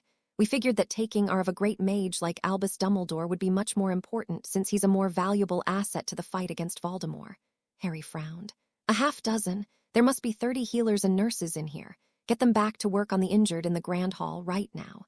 "But, my lord, Dumbledore is stable, right?" "Well, yes. Then get them back to work." Harry yelled. But Harry lost control of his already frayed temper and grabbed the healer by the front of his robes. "Listen to me carefully. In fact, all of you listen carefully," he said loudly. "No one, I repeat, no one is more important than anyone else in this fight. Every single person is important, because if we begin to believe some are better than others, we're exactly where Voldemort is right now. Now get the hell back to the Grand Hall and take care of the injured like you swore you did when you took your healer's oath." The effect was immediate. The nurses and healers scattered and hurried out of the room, trying to get away from the irritated Lord Polarix. Ravan himself took a step back, only to realize that Harry was still holding on to the front of his robes. "My lord," the healer began. Harry didn't let go, taking deep, shuddering breaths until a woman's hand gently pried loose the fingers he'd clenched in the fabric of Ravan's robes. "SHH, it's all right, Harry," Bella muttered into his ear. "Bella, I heard you yelling from the other side of the castle," the black-haired witch smirked. "We were busy coordinating the strike teams at the Ministry with General Roten and Shacklebolt with the new information Moody provided. I came as soon as I heard they'd brought in Dumbledore." "Well, turns out he isn't quite dead after all," Harry sighed heavily. "That's a good thing, right?" Hermione asked from the sidelines. Harry shrugged. "I hope so. I mean, I'm not particularly fond of him, but he's fighting for the right cause. And as much as I hate to admit it, we need his help. And he's the figurehead of the light, so if we lost him, bad things would happen," Hermione agreed. "It's bad enough that he's in a coma and close to death. Voldemort must have done quite a number on him." "Yeah, but he went down fighting. The room they dueled in was all but destroyed, torn down to the foundation, despite all the magical wards and supports in number 12, Grimmauld." My lord." Ravan made himself known again. The three turned towards the ice healer. "Oh, right, the old man," Harry realized. "So what's the state he's in?" "Like I said before, my lord, he's stable for now and unconscious, much like a comatose state. The injuries he suffered are numerous and mostly magical in nature. He is leaking magical energy slowly, and nothing we've tried so far has worked to stop it," Ravan explained. "So what happens if it keeps going? He will eventually die. It's much like a slow wound that bleeds out and festers. Wizards lose their magical energy without being able to replenish it. It has much the same effect as bleeding out." Ravan sighed. "It must have been caused by a very complex combination of dark curses, because even the most powerful healing potions and spells we have tried have had no effect. In fact, a wound like this is very rare. We have very little experience in it." "How long does he have?" Bella asked, staring down at the old wizard, an unreadable expression on her face. "Hard to say." Ravan shrugged helplessly. If he were anyone else, anyone less powerful, he would have been dead almost immediately. As it is, he somehow managed to slow down his vital functions enough that the leak has slowed down as well. At the current rate, maybe 2 days, 3 at most. It's really hard to tell. And there's nothing you can do. Not at this stage, milady. I'm the only one out of the healers here who has seen such a condition before, and only once. Harry turned around to stare at the healer grimly. What happened to that patient? He died within 3 hours. Any chance he's going to wake up before then? Harry and Bella shared a quick glance. They both realized that Dumbledore had been their best shot at trying to figure out how to break through the wards surrounding the Rod of Dominion. "I'll get on it immediately," Bella told him. "Take Hermione with you, she'll be able to help you," Harry added. The 2 women nodded and left the room, leaving Harry and Ravan alone with Dumbledore's still body. Ravan muttered a quick diagnostic spell before excusing himself to go look after the other injured, which left Harry alone in the room. The young Lord of Polarix stared down at Dumbledore for several long moments, trying to sort through his thoughts. I'd love to say you got what you deserved, Dumbledore. After all you've done to me, you certainly do. But like I told Hermione, I can't afford to get angry right now. If I get angry at you, I'd have to be angry at the whole damn wizarding world. Sure, you made my life a living hell by condemning me to Azkaban, but you were only the catalyst. The entirety of the wizarding world was the one who collectively turned their backs on me. You just made things worse by starting them off. And what's worse, we need your help, now more than ever. Harry glanced at Dumbledore's wand that the recovery teams had found and placed on a table next to the ancient headmaster's bed. You know what? That's a lie. I'm angry.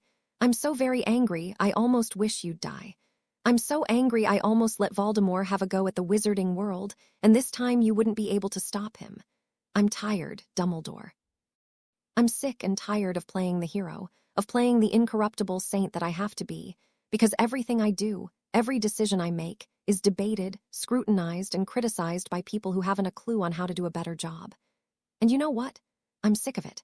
I'm only human. They expect that they can treat me like trash whenever they feel like it and I'll still come to the rescue. I have my limits, Dumbledore. Like every freakin' human being on this planet, I have my limit. And you almost crossed the line. In fact, for a time you did. I swear if it hadn't been for Bella, I would have turned my back on the wizarding world. The young wizard let out a bitter laugh. You know what's sad? Dumbledore naturally didn't reply, but Harry continued anyway. What's sad is that Bella, someone I thought I'd sell my soul to get a chance to kill, is the one who redeemed me. And you know how that happened? Because she showed me that despite almost overwhelming evil, despite whatever she'd done in her past, she'd found her way back to doing what's right. After everything she did, all the people who hated her, she still found the strength to turn around and say, "The hell with Voldemort, it's time I did what's right." And you know what? I don't think these people deserve what we're doing for them. They're letting others fight their war for them. Good men and women who are dying and getting no recognition from the wizarding world whatsoever. I truly believe the wizarding world would be better off dying out than continuing on its self-centered, egotistical path it's on. But I'm trying to do what's right. I'm trying. Harry trailed off as he wiped at the tears leaking from his eyes angrily. You have no idea how close you came to being utterly annihilated, Dumbledore. I'm sick and tired of pulling the wizarding world's ass out of the fire and getting this crap in return every time. Every year. First year I was lauded a hero. Second year I was the menace, the heir to Slytherin. Third year I was back to being a hero who needed to be protected from his godfather, whom no one had bothered to check with Veritaserum. Fourth year, Harry chuckled mirthlessly. Fourth year, I was the insane kid with an attention-seeking complex. Did you know the things Umbridge did to us? She made us write lines with a blood quill. A blood quill. These things are considered illegal dark artifacts. And don't even get me started on the rest of my fifth year. That whole mess could have been avoided, and Sirius would still be alive if you'd goddamn trusted me. But no, I always was the little kid to you, someone who you had to protect, despite the fact that I always ended up doing your dirty work for you. You kept so many things from me, ignored what I tried to tell you so many times. You'd figure after everything I've been through, after everything I've faced, I'd earn just a little respect. Harry slowed down, taking deep breaths to calm down. And then this. First Sirius and then me. It seems you never check people with Veritaserum these days, despite the fact that that's exactly what it's for. And I didn't even get a chance to properly defend myself, unless you call those 3 words I could say before Fudge cut me off a defense. I'm sensing a pattern here, you know. He spat bitterly to the face of the unresponsive headmaster. The wizarding world needs a wake-up call. It needs to figure out that it can't continue with its xenophobic, self-centered ways, because if it does, it will eventually end up with more enemies than just Voldemort. And you know what's worse? Tom Riddle is your fault. That's what you tell everyone, but you're just making an excuse for the wizarding world. Sure, you ignored him and kept sending him back to the orphanage over the summer, despite him telling you not to, but in the end, Tom Riddle was a product of his environment. You're surprised why Voldemort turned out the way he did. Be more surprised I didn't turn out the way he did, with the way the world keeps changing its opinion of me on the drop of a hat. I'm sick of it, Dumbledore, so damn sick of it. But I can't go around and say, this better be worth it, because I know it won't be. The wizarding world will just continue on the way it's been, and all this will have been for nothing. It'll keep going until one day there won't be anyone to save it, and that's the day the wizarding world is going to die. His tirade done, Harry turned around to leave the room, only stopping to say a few last words. But you know what? Whenever the wizarding world is going to end, it won't be now, because I'll do everything in my power to stop Voldemort. Not for you, not for Hermione, not because it's the right thing to do. No, I'm doing it for myself, for my parents, for Sirius, for all the friends and family Voldemort has taken from me. Just goddamn once, just this once, I'm going to be selfish. And if the wizarding world doesn't like it, well, tough luck. Harry took a deep breath. This one's for me, old man, for me and Bella and our child. I know Voldemort outguns me. He's got way more experience, and logically I should roll over and die. But you know what? The hell with him, the hell with you. I'll do whatever's in my power to stop him, and I'll laugh at the irony that you have Bella to thank for that. He was about to leave when a sound caught his attention. With a roar of flame, Fawkes appeared in the center of the room within a sheath of fire, accompanied by notes of Phoenix song. Green eyes widened in surprise, since Harry hadn't seen Fawkes in years, yet now the bird was there, soaring across the room, before finally settling on the table next to Dumbledore's bed. The phoenix cocked its head to the side as it stared at Harry intently with its black eyes, before trilling and leaping over to settle on Harry's shoulder. Fawkes nipped at Harry's ear and trilled happily, as if greeting an old friend, and Harry found himself stroking the bird's magnificent feathers. "Hey, Fawkes!" Harry managed once the surprise had faded. The bird sang in reply, and Harry found the depression and irrational anger fade. Fawkes peered into his eyes, and he could see understanding in the phoenix's gaze, almost as if he'd listened to Harry's tirade and was telling him that it was all right. Fawkes sang for a few more moments, before settling down on Dumbledore's chest and shedding a few tears. The bird made itself comfortable and began singing again, a different song this time, one that changed Harry's awareness of the room. He could almost feel the intangible magic in the castle, the indeterminable lines of power that permeated the walls and halls of the fortress that converged on him, the master of Narracakes. And then he suddenly became aware of the energy flowing out of Dumbledore. And just as quickly, it slowly stopped, then reversed direction. The whole song lasted only seconds, but to Harry, it felt almost like an eternity, and when it ended, he was snapped back to reality so suddenly he almost thought he'd imagined the whole experience, but Fawkes' presence confirmed that it had been real. He was confused as to what it meant, but considering the Phoenix's incredible healing abilities, he wouldn't put it past Fawkes to be able to heal Dumbledore. "Harry!" Bella's voice came down the corridor, causing him to divert his attention from the Phoenix. The urgency in his wife's tone, coupled with the fact that she'd just left, caused a sinking feeling in Harry's gut, something he was rapidly becoming intimately familiar with. The dark-haired witch came barreling around the corner and down into the room, barely sparing Fawkes a second glance, before tugging on Harry's sleeves. "We've got a problem, Harry. Someone tried to kill the Weasley twins right under all our noses." The young Lord of Polyryx's eyes widened in shocked surprise. What happened? We're not sure, come on, we just found them in the library."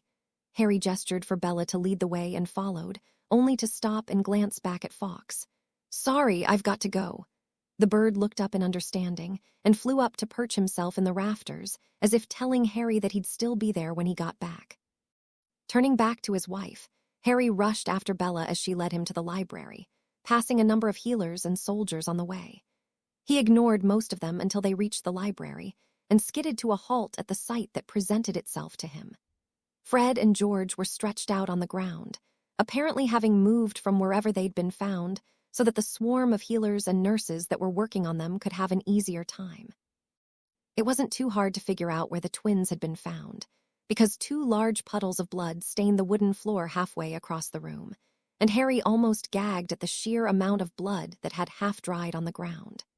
Pushing their way through the throng of people working on the twins, Harry managed to get a good look at them before stepping back to allow a nurse to move in and place a bandage on George's head. Aside from the nasty head wound, the nurse was in the process of dressing. A long gash that went well around from his forehead across his temple. George had a number of stab wounds that had mostly been mended, and that now were only indicated by holes in his shirt. Fred was by far worse off than his brother. Where George's wounds were relatively easily healed by potions and skin-mending spells, Fred's skin was looking brittle and was discolored a sickly yellow, as a thick, ichory liquid oozed from breaks in the skin all over his arms and legs. Dark spots like bruises were visible on his exposed torso, and his left hand was completely missing up to halfway up his forearm. Harry felt positively sick when he saw the missing appendage sitting on a nearby table, with a nurse next to it, probably to keep it in good condition, so that it could eventually be reattached. Then the smell hit him. The coppery scent of blood he was familiar with, but the stench coming off the pus leaking out of Fred's skin was worse than anything he'd ever smelled, including the smell of burning flesh Harry had experienced not an hour ago. He turned around and threw up, retching and heaving as his stomach protested. A few moments later, he could feel Bella's soothing hand on his back as she steadied him. She muttered a quick cleaning spell, causing the mess on the ground to vanish. "Thanks," Harry muttered weakly. "You're welcome." Bella managed a small smile as she turned him around and walked him out of the room. "Sorry, I should have warned you." "It's all right. What the hell happened?" "When Hermione and I left, we went to the library to keep looking for ways to break that ward. We found them like that and called the medics. We have no idea who or what did this, but we've got more bad news while we're at it." Bella's expression turned grim. "What is it?" "Ginny went missing." "You're kidding me. Ginny's the traitor," Moody barked as Harry told the assembled war council the conclusion he'd come to. "Not necessarily," Harry countered. "We don't really know at the moment, but it doesn't look good. Ginny's gone to Merlin knows where, and since she was last seen with Fred and George, we can assume that whoever took her attacked the twins. Or maybe she was the one who attacked the twins." Hermione shook her head at Moody's conclusion. "I doubt it. Ginny would never betray us like that." "Just like she wouldn't betray Potter here." "That's enough, both of you," Harry shouted as Hermione was about to reply to the old Auror's accusation. He frowned, unable to shake the doubts Moody's words had raised, but now was not the time to be tearing each other apart over accusations that were impossible to prove. Ginny was gone, her wand with her, and Fred and George were in critical condition. Harry glanced around the table. General Roten and Count Hiscoffney were absent, having left immediately after the rescue operation. With the accelerated schedule, both of them were now in the process of arraying their troops at the Ministry, along with Kinglesey Shacklebolt, who was in charge of the Auror forces. Neville and Luna had left to inform the Legion of the recent developments and prepare the students for the battle to come. A battle that, Harry fervently hoped, the students would never see. That left Bella, Hermione, Moody, Snape, Remus, and Queen Zarina around the table, along with an elderly witch that was the representative for the Order members that were well enough to fight. Harry had initially been reluctant to let her be part of their planning session, but both Snape and Moody had agreed that it would help build trust that was, at the moment, sorely lacking. Tonks was also nowhere to be found, something that they'd just realized when they'd called the meeting. With the Order's command structure in shambles thanks to Voldemort's ambush, no one really knew what to do, and members were running around without specific objectives. Harry frowned. Tonks's absence was something else they'd have to deal with. Taking a deep breath and returning his attention to the table, he continued. "Right now, the identity of the traitor is not important." He raised a hand to forestall comments from both Moody and the Order witch. "Listen, whoever the traitor was, he or she is gone." "That I'm sure of. How would you know? You're just a kid. Because of you and your friends here, we're in this situation to begin with."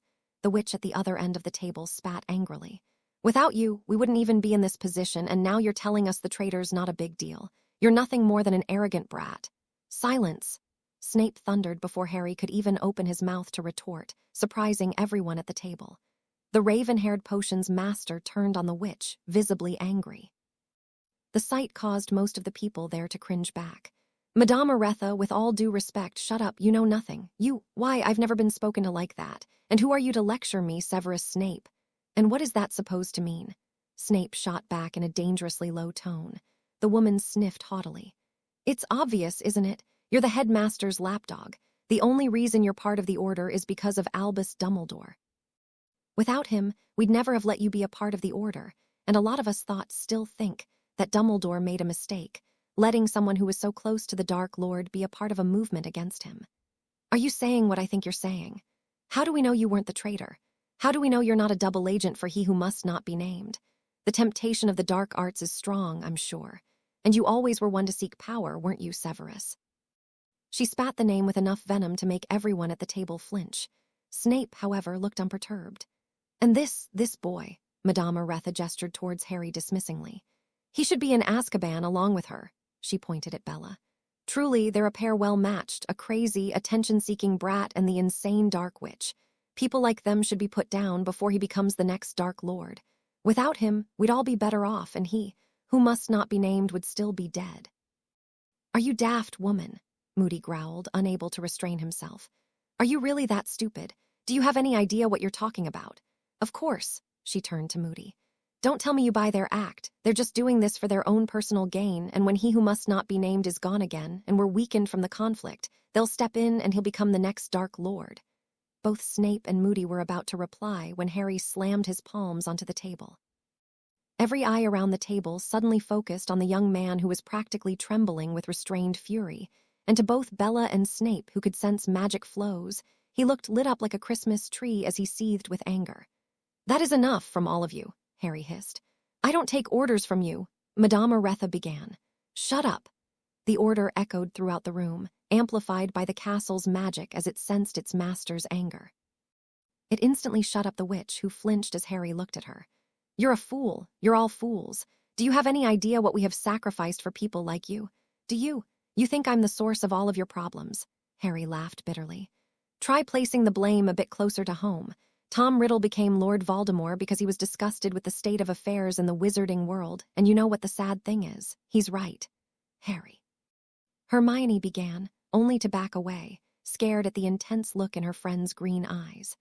The wizarding world is a collection of racist, close-minded people who are so focused on themselves that they fail to see anything but their own comfort.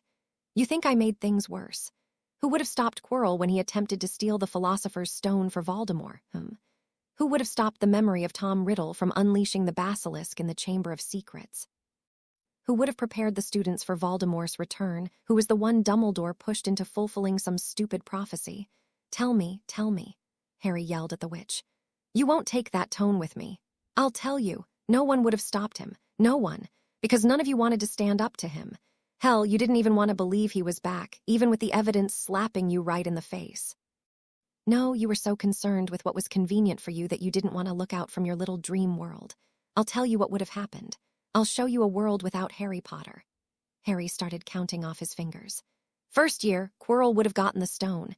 He would have brought back Voldemort, and with the elixir of life, he would have been virtually immortal. And then what? Simple, really, you would have been screwed. Second year, Voldemort lets loose the basilisk. Who here wants to tackle a basilisk, Given the fact that no one's even seen one in 900 years, I don't see too many of you too eager to tackle one. You know what? Every scenario, every time I stopped Voldemort, what would have happened if I hadn't been there? You would have been screwed big time. Madame Oretha snorted disdainfully. Now you're just full of yourself. Your fame goes to your head, Potter. You overestimate your value. Oh, I don't think so, but that doesn't matter. You don't matter. In fact, you're here merely out of courtesy, but I see that it was misplaced. If you insist on showing me and my allies nothing but disrespect, then we have nothing more to discuss. We have fought this war without your help, and will continue to do so. Leave the room. And let you and your merry band of fools foul up the future of the wizarding world. I don't think so. Leave before I have you removed. I'd like to see you try, boy. You're about 50 years too young to be a challenge. Oretha drew her wand. Expelliarmus! Harry's ivory wand was in his hand and out before the witch could react, and the disarming spell hit her full force, causing her wand to go flying and the witch to tumble backwards to the floor. I said leave. Get out. Now! Harry bellowed, picking up her wand and throwing it after her as she hurried out the door. He took a few deep breaths, then realized that everyone else in the room was still staring at him. What? He asked as he turned around, somewhat calmer now. Damn, he thought, but that felt good. Nothing, Hermione muttered, even as Moody grinned. Even Snape seemed to lighten up a little bit at the Order Witch's hasty exit. Remus was openly chuckling. Prongs and Sirius would have been proud, the werewolf noted with a smirk. Now, who knows where Tonks is? It's not like her to suddenly take off without letting anyone know, Harry asked. Moody grumbled in dissatisfaction. That's just the thing, Potter. Lately she's been doing that a lot. On Dumbledore's orders, mostly. No one knows where she goes or what she's doing on her secret missions for him, and she never has any backup. What worries me is the timing of events, Bella said. I mean, the attack on the twins happens, and then one of our allies goes missing at the same time. That sounds like more than coincidence to me. What's more, Hermione added, is that a large number of our reference texts on wards and blood magic went missing. We were looking into them in the library in the hopes of being able to break the ward around the rod, but they're gone. That's why I would assume you're right, Harry, and that the traitor really is gone. Now is the perfect timing for them to strike, and if they manage to bring back any information on the rod to Voldemort. Remus trailed off at the horrifying thought. We're screwed, Harry finished grimly. So what can we do? Hermione glanced over at Moody and answered the old Auror's question.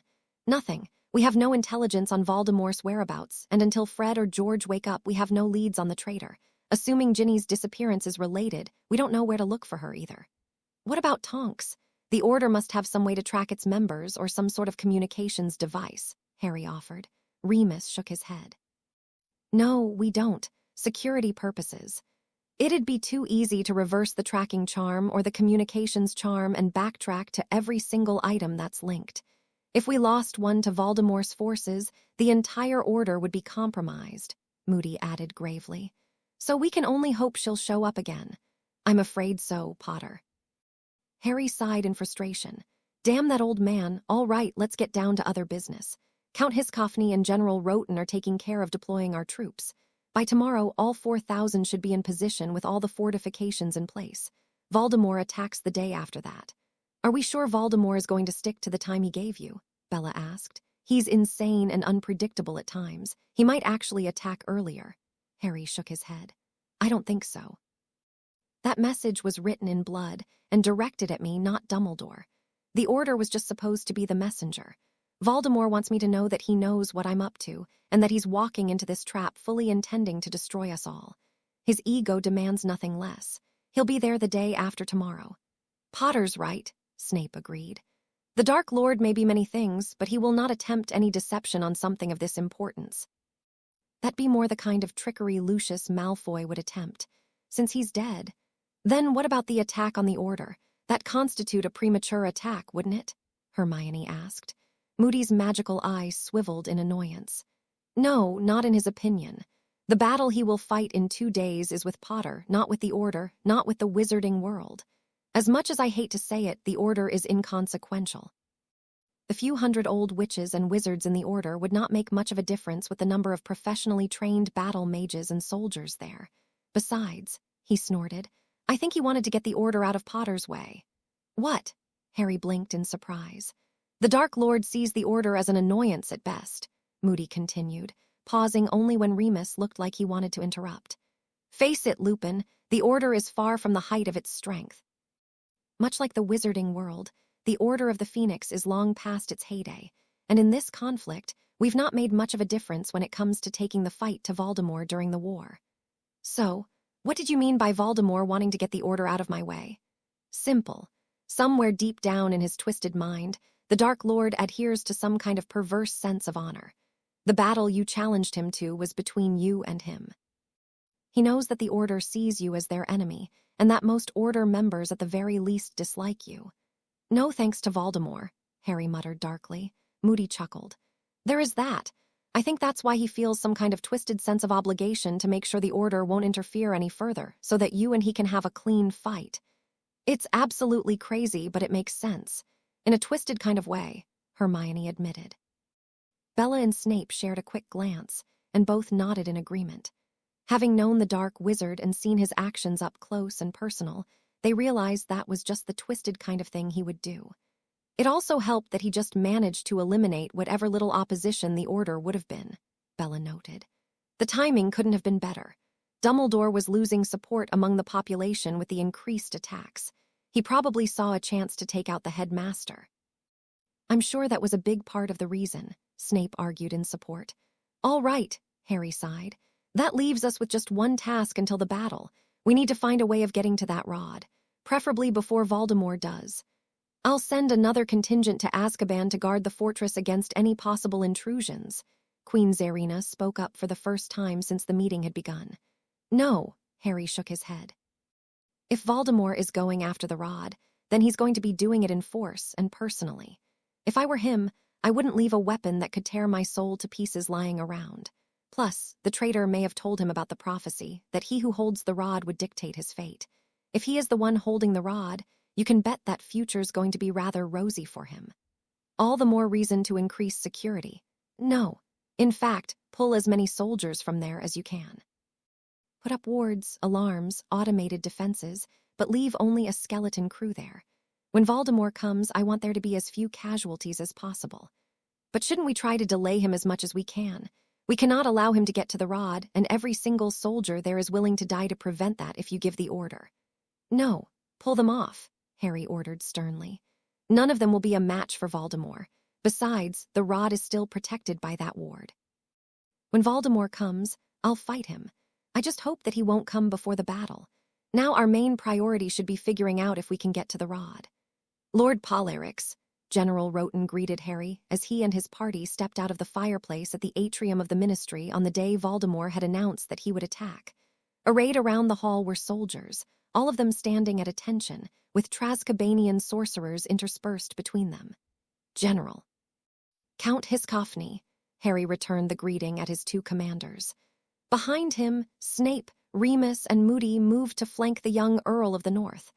Bella had remained at the fortress, under heavy guard due to her pregnancy, along with Hermione. The brunette had argued long and loud with Harry to be a part of this battle, but he had stubbornly refused to give in, then ordered her locked in her room with 2 guards in front of her door, and another half-dozen guards at the fireplaces to prevent her from slipping out to join the fighting later on. The 6 of them walked up to the elevators that took them to the minister's office. Bert Mockridge was waiting for them when they got there, and greeted Harry warmly, despite the suspicious glares from the Aurors stationed around the room. Sorry for them, but they insisted that my security couldn't be trusted to anyone but them, Mockridge shrugged. Personally, I can't really agree, but what do I know? I'm just a politician. Harry chuckled and waved off the Aurors, who bristled at being dismissed by a teenager. Oh, don't worry about it. I'll have some people put outside your door. Voldemort won't even get close to you. I'll make sure of that. We should make sure those 2 kill each other, one of the Aurors muttered, only to find himself facing a fistful of crackling energy courtesy of Count Hiscoffney. I dare you to say that again, the Count hissed. When the Auror gulped nervously and remained silent, the sorcerer withdrew, satisfied for now. Harry and Mockridge watched the exchange with thinly veiled amusement. It might be a long wait, Bert. We don't know when Voldemort is planning to attack, just that it'll be today, so we'll have to be on guard all day. All right, I just wish there was something more we could do to help, Mockridge sighed. I don't feel right leaving you to face the Dark Lord alone. I've faced him before, Bert, 4 times, and I've walked away 4 times. My track record against him is pretty good, and I don't intend to start changing that now, Harry said with a smirk that hid his nervousness. In the 2 days between then and now, they had not been able to break the ward. The Rod of Dominion still sat in its resting place, hovering behind an impenetrable ward deep beneath the fortress of Azkaban. At least Voldemort hadn't made a move to take it yet, which gave Harry some semblance of hope. He clenched his hand around the handle of his ivory wand.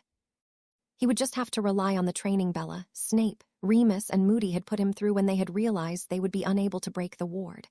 That's good, good. Mockridge licked his dry lips. We owe you a great debt, Harry Potter, one we'll never be able to repay. Whatever happens today, I'll make sure the wizarding world will never forget you. You're assuming you'll survive, Bert, Harry chuckled. Mockridge smiled softly. With you taking on the Dark Lord. Harry, I have absolutely no doubt that you will succeed. I pray for you and your people and your safe return. You already accomplished so much, but there's still more you could do. So much that the wizarding world could learn from you, about taking responsibility, about courage, so don't you die today, Harry Potter. My blessings with you. Harry looked up, touched by the older man's words. I thank you. He was about to say more when an explosion rocked the building. Harry's green eyes met with Hiscoffney's as the Count stepped back from the window and nodded. Voldemort was here. The battle was already raging when Harry and his group arrived back in the atrium. So far, Voldemort's troops hadn't managed to get past the defenders at the front gates, and when Harry stepped through the huge double doors that marked the entrance to the Ministry, he could see why. Roten and Hiscoffney had skillfully arrayed their troops, forcing Voldemort's army to fight an uphill battle as they climbed up the large stairwell that led to the building's front entrance. all the while taking fire from all sides. Giants were leading the charge, using their large bodies and insane constitution to shrug off the curses and hexes the defenders were hurling at them and shelter the humans, vampires, and werewolves behind them from the brunt of the spellfare. An ice soldier arrived, giving Roten a brief salute. The primary barriers outside are holding, but Voldemort's mages have begun breaking down the wards that the sorcerers have put up. It will take them some time, but they are making progress. The southern flank is coming under heavy attack, and I was just about to send a company to reinforce them. Go ahead, Roten nodded, glancing out at the battlefield. So far, the two front lines were still well drawn, and the defenders were at an advantage, hidden behind barriers and covered from enemy attacks as they were. However, a look over the totality of Voldemort's forces caused a shiver of fear to run down the aging general's spine. The Dark Wizard had brought to bear innumerable troops, ranging from hundreds of giants that were able to just walk through whatever wards they had erected, to hordes of werewolves and vampires. Thousands of the dark creatures were spread out before the ministry, and when a roar came from overhead, they looked up to see the sky darken as the sun was blocked out. Harry's blood ran cold as he recognized the familiar cold spreading through him, amplified by 1,000 times as enough Dementors flew overhead to block out the sky. What the? Harry stared in disbelief as the Dementors snarled angrily at the wards. What in the name of the Queen is going on here? Roten asked. I thought these vile creatures were bound to the will of Lord Polyrics. They are, Harry gulped. I went to Azkaban to check on Captain Nayloff and our defenses there just yesterday. The Dementors are still there. Then where did these come from? And in such numbers? Roten muttered, his throat dry. Giants, dark wizards, werewolves, and vampires the aging general could handle.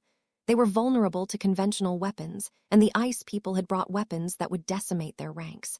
Creatures that were impervious to anything but magic, on the other hand, were a different matter, and not just any magic, a specific brand of white magic, no less.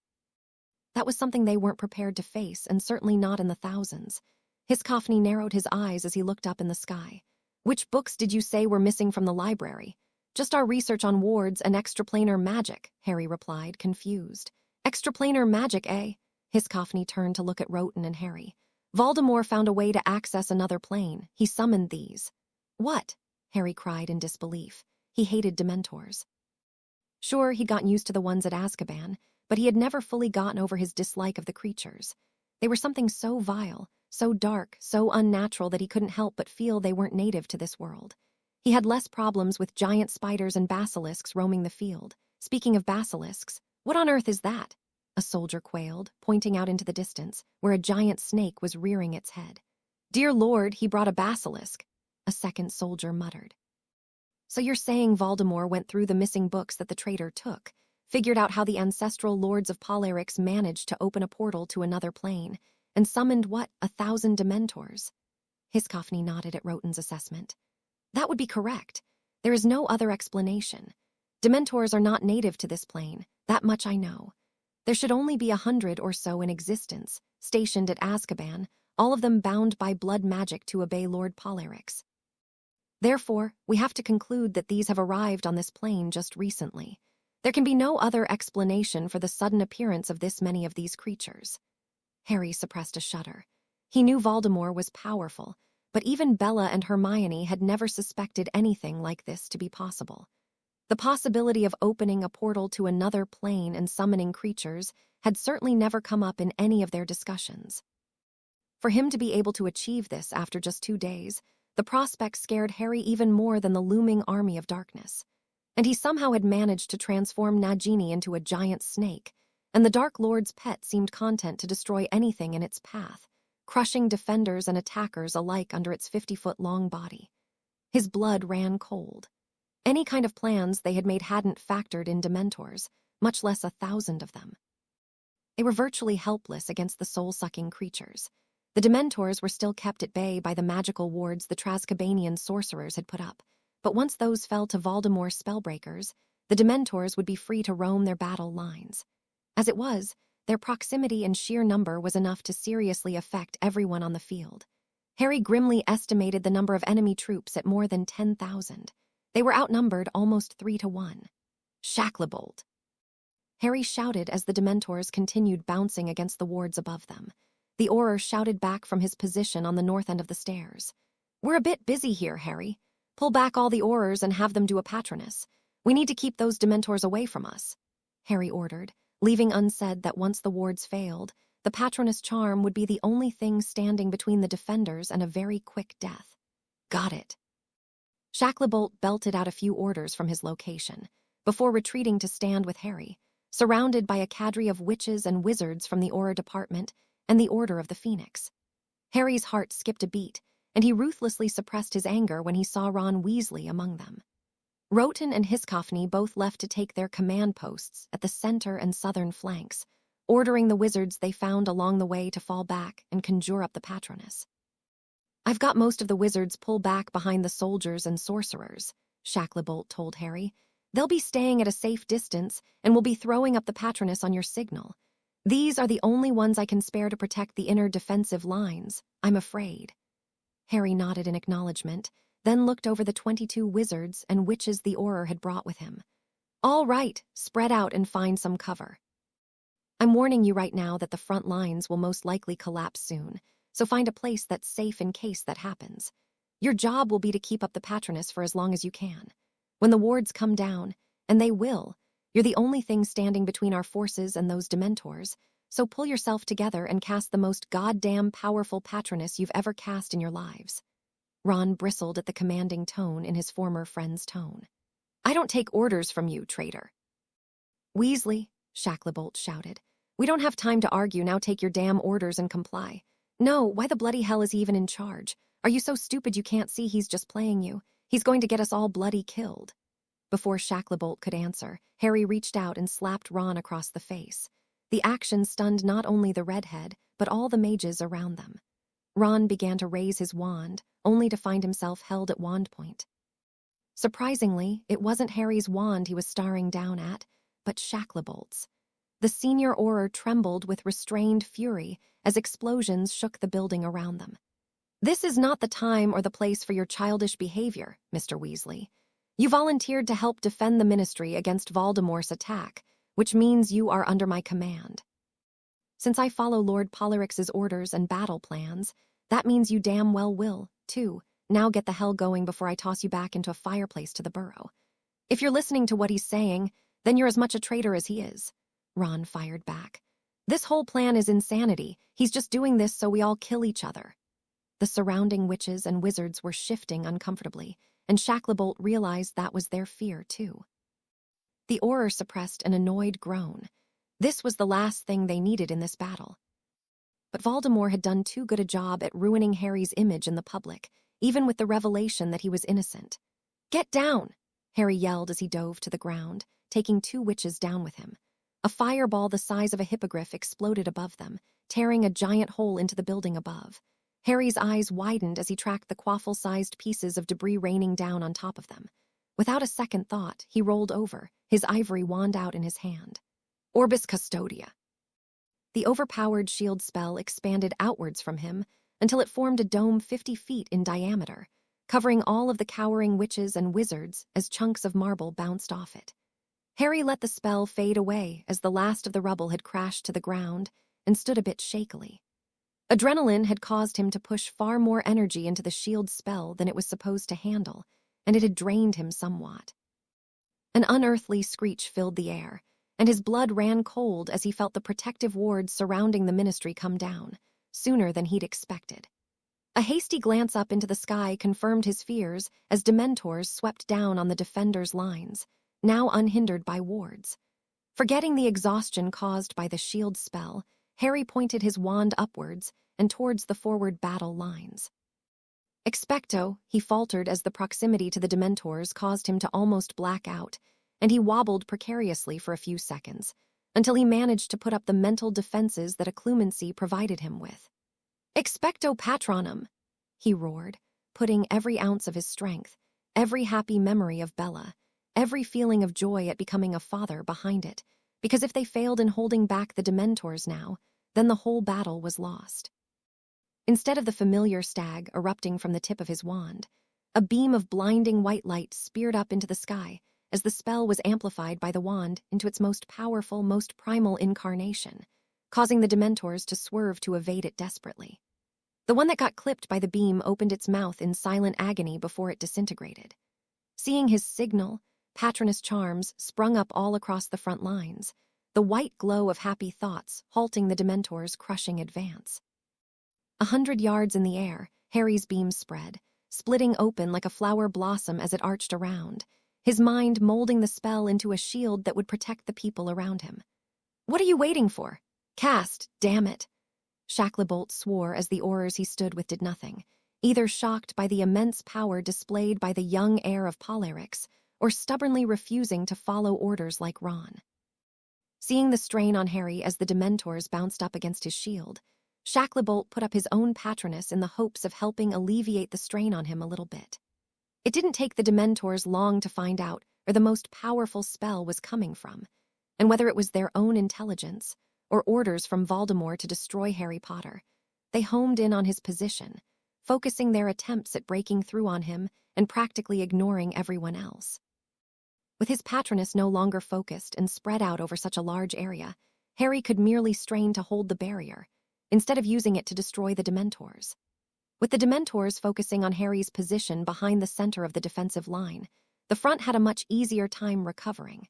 But the ground they had lost during their battle with the Dementors had been costly, and dozens of soldiers, witches, sorcerers, and wizards lay on the ground, dead or soulless as they fell back. A dozen giants had made it through the southern flank, despite the reinforcements, and had wreaked havoc there before the combined artillery from General Roten and an entire battalion of ice soldiers had taken them down. The result was that the battle line was no longer straight. Instead, the southern flank had been pushed much further back than the center or the northern side, something Voldemort's forces made good use of. Now that the wards were down, and the creatures not immune to magic were able to engage in close quarters, the remainder of his army charged ahead. With an unearthly roar, vampires and werewolves rushed forward, an unstoppable torrent of dark creatures that tore apart anything in front of them. The southern flank suddenly found itself cut off and fighting to not get attacked from the rear. General Roten tore his sword out of a vampire before slashing its throat with his silver-bladed dagger. The dark creature died with a shriek that was lost in the thunder of the Ice People's artillery as the heavy cannons opened up once more. Large explosive rounds slammed into the oncoming enemies, tearing gaping holes into their ranks, holes that, Roten noticed grimly, were being filled up quickly. Seeing 3 werewolves approach the gun emplacement from the side where they'd been cut off from the rest of the defending troops, the aging general ran ahead, his guards right behind him. They came a moment too late, and the cannons fired for the last time as the werewolves tore into the soldiers manning them. "Damned wolves," Roten muttered as he hacked off one of the wolves' front paws, but it was too little, too late. The werewolf had already ripped out the gunner's throat. Once they realized that they had opposition, the remaining 2 creatures turned around, sparking a furious melee around the huge cannons. "General, look out!" The shout from one of his guardsmen caused Roten to turn around and duck. A silver-tipped lance from the guard flashed by overhead, burying itself deeply into the chest of a vampire that had been poised to leap onto his back. Roten didn't get time to thank the man as the soldier suddenly found himself buried underneath a werewolf's massive jaws, and the general snarled in anger as his men died around him. With an angry heave, he kicked at the anti-infantry cannon that had been deserted the moment the werewolves had charged, turning it on its mount until it was faced into the oncoming hordes. Swinging himself around into position, he gripped the handles and squeezed the triggers. The weapon roared to life, spitting fire and explosive shells from its 4 barrels. Ahead of him, a line of dark creatures exploded into a bloody mist as they were hit, and he continued to track the weapon around the battlefield wherever he could without hitting his own men, unheeding of the melee that was still going on around him. He could hear and feel the Dementors overhead, but right now there was nothing that he could do about them. Most of the witches and wizards had fled the moment the front line had crumbled. With a disgusted snort, he glanced over his shoulder as the smoldering corpse of a werewolf hit the side of the cannon.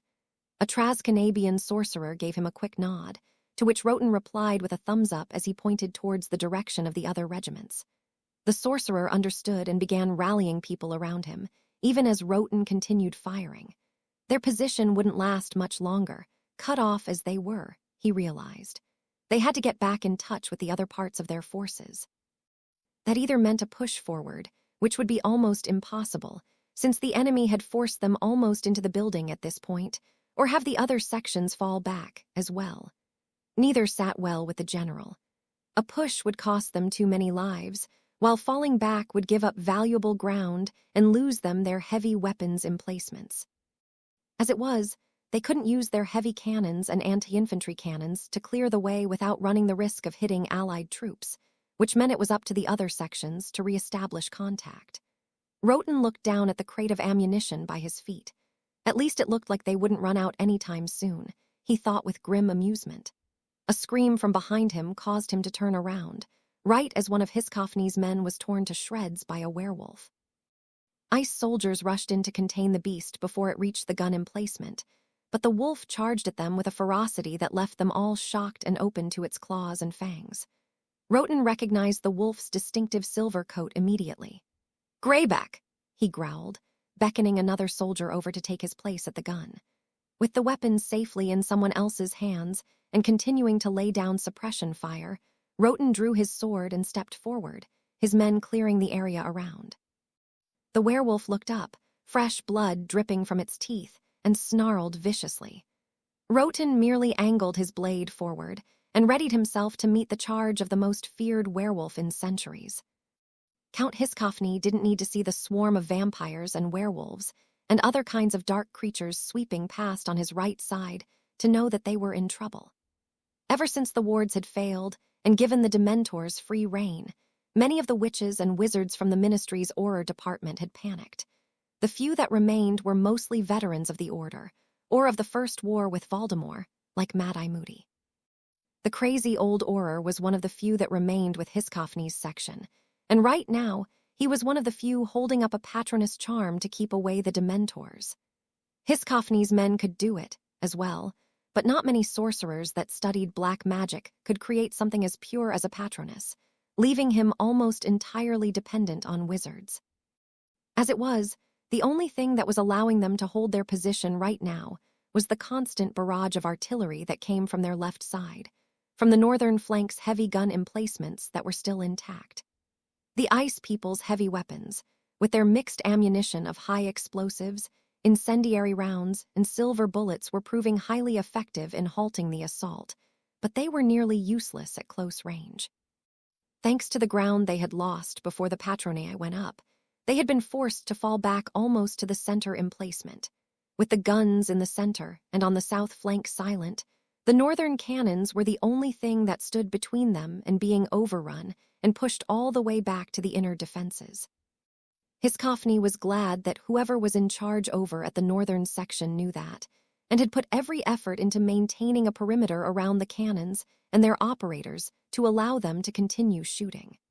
However, neither section had enough troops to make up for lost ground, which left their formation cockeyed and the southern flank completely cut off. The Count was very surprised when, right after he hurled a spray of acid at a werewolf, he heard the heavy report of the Ice People's anti-personnel cannons start up on the south side. Glancing over, he could vaguely make out one of his sorcerers and a troop of ice soldiers trying to make their way over to them, only to be halted by the stream of dark creatures that separated the two groups. Taking a quick look around, Hiskofny realized that sooner or later they would have to fall back anyway, because with their front line split, the enemy had a clear path to come around and hit their backs. He made his choice. "Fall back!" he shouted over the din of combat, casting a quick spell and throwing a specific set of colored sparks into the air. Around him, his troops immediately replied as the ones in the back took several steps backwards, found themselves new cover, and opened fire to cover the retreat of the front line. This stretched the connection between the center section and the northern flank even more. Knowing that they had to keep those guns firing, Hiskofny found his second in command. "Get those weapons the Ice People have set up and move them all the way back to the inner sanctum," he ordered. "I want them aimed right at the doors. Be ready to shoot anything that's not a friendly after we fall back. Understood. What about the north flank?" Hiskofny glanced over. "I'll take care of it. Make sure you send a company to try and reconnect with Roten's side. We can't afford to let them outflank us." "Yes, sir." The Count spared a few seconds to watch as the other sorcerer took off before returning his attention to the raging battle. "You," he pointed at an ice soldier. "Grab your battalion and follow me." Without waiting for a reply, the Count turned around and started heading north, his own squadron of sorcerers around him. The ice soldier took a moment to collect his people and followed. He couldn't help but feel a sense of dread, despite the 500 sorcerers and fellow soldiers, at the sight of the looming opposition between them and the northern side. Hiscophny and his sorcerers didn't seem to notice as they blasted their way through with ruthless efficiency. The sorcerers, with Hiscophny at the head, carved a bloody path through the enemy formation, leaving very little for the battalion of ice soldiers trailing behind to deal with. Well, if it isn't the sorcerer who took Lucius's head." The cruel voice was accompanied by a scream of pain as a bludgeoning hex killed one of the ice soldiers. Hiscophny arched an eyebrow as he eyed the two men standing in front of him coolly. "Lestrain, I suppose, though which of you is which keeps eluding me?" Rabastan laughed, amused by the sorcerer's mocking. "Rabastan Lestrange at your service. You killed my brother. If by keeping them you mean slitting their throats after you're done with them," Draco Malfoy muttered from next to him. Then louder, the blonde snarled at the Count. "You killed my father, you bastard."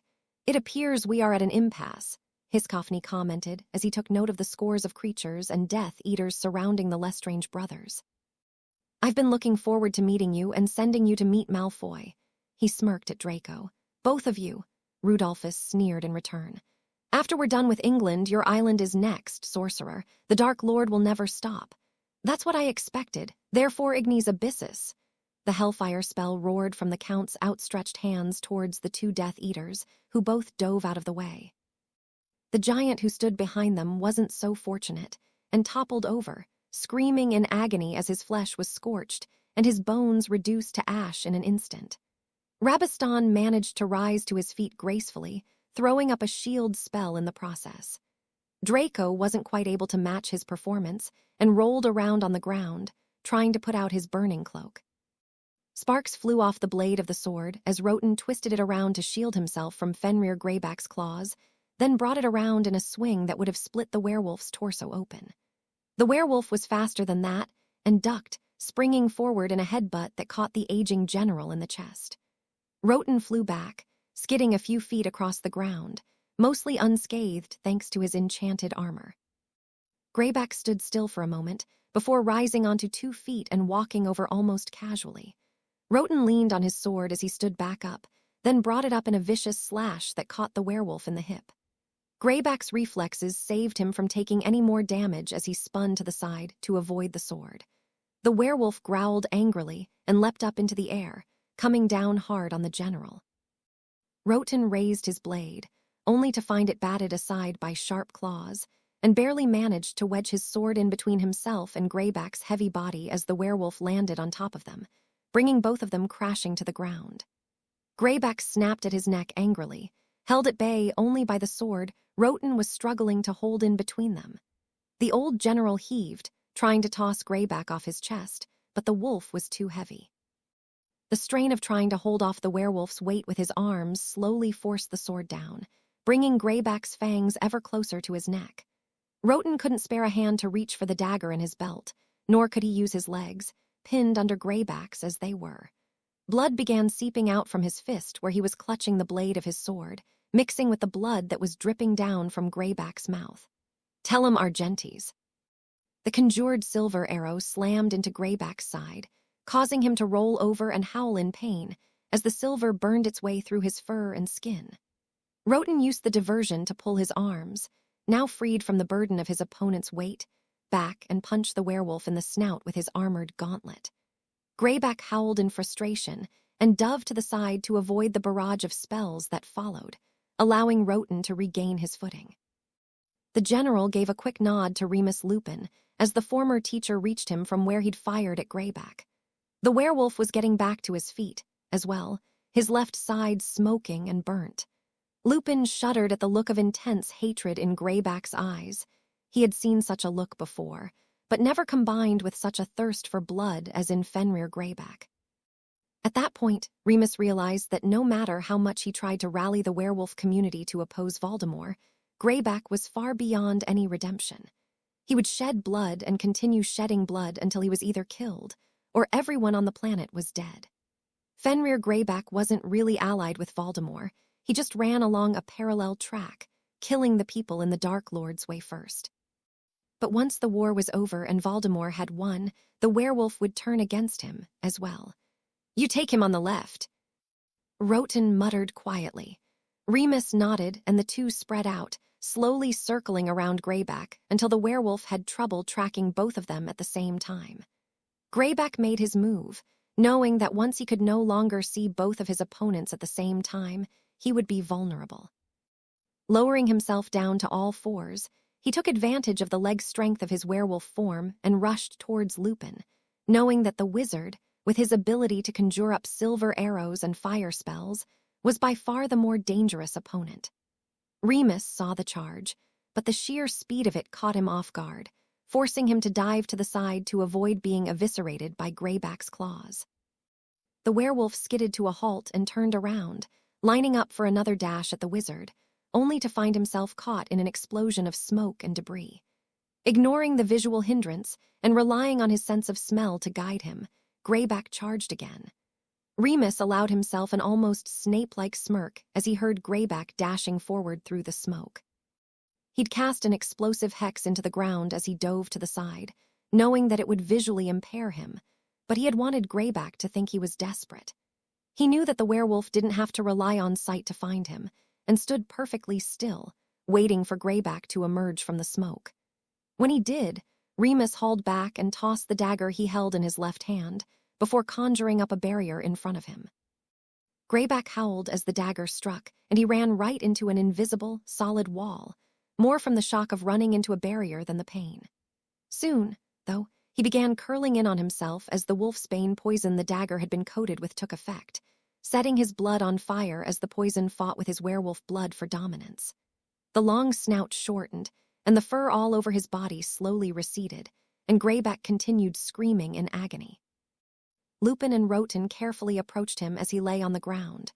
Roten began reaching for his silver-coated dagger. "Wait!" Remus glanced down at the twisting, shivering man on the ground. "We need to know what Voldemort's plan is." "What do you mean?" Roten had the dagger at the ready and was kneeling next to Greyback, ready to slit his throat.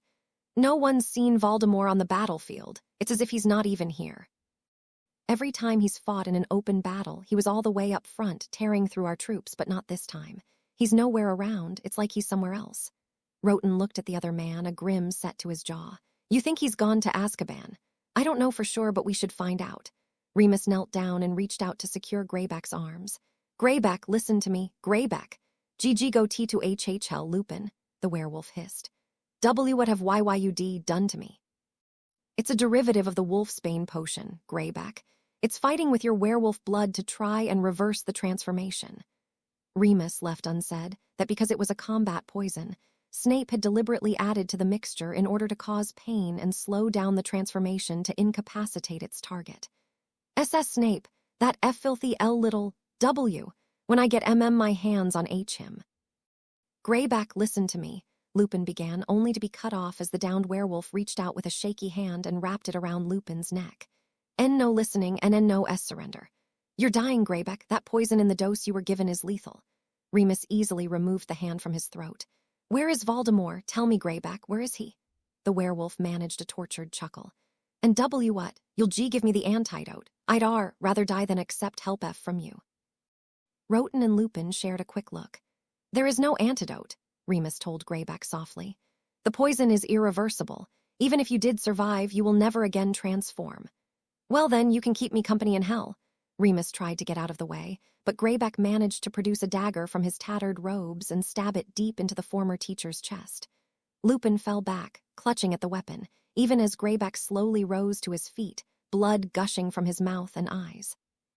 "If I die, then I will take you all to hell with," Greyback cut off in his maniacal laughter when Roten's sword swiftly decapitated him. The headless body collapsed to the ground, and Roten quickly knelt next to Lupin. "That hurt," Remus noted drily, coughing up a little blood. "Don't talk. Let me see if I can pull out the dagger." Roten inspected the wound. The blade was in deep, but luckily it had missed all of the vital organs.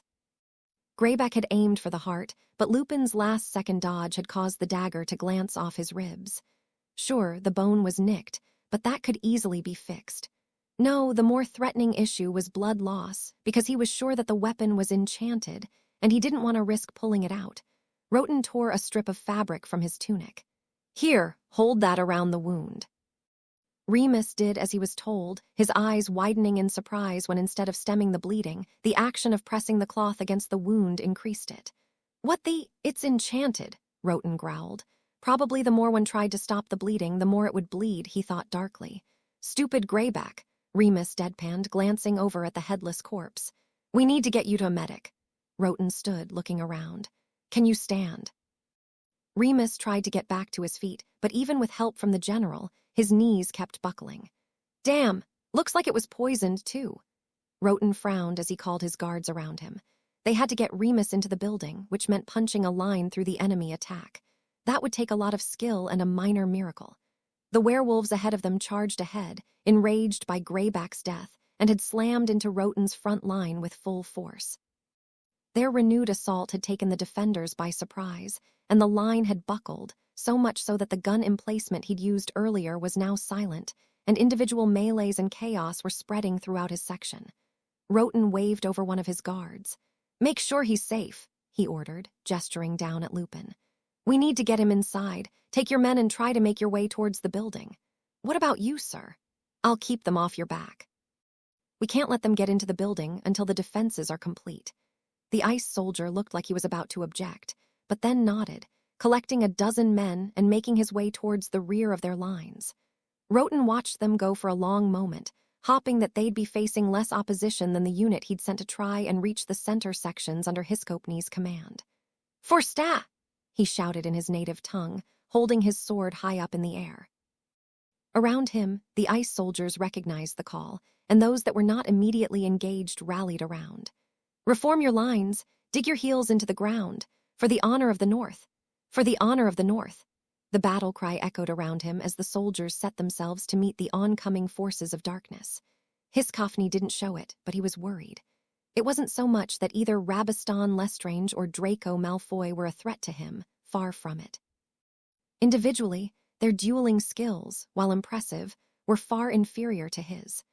It was the fact that both of them together had managed to even the odds more than the Count liked to admit.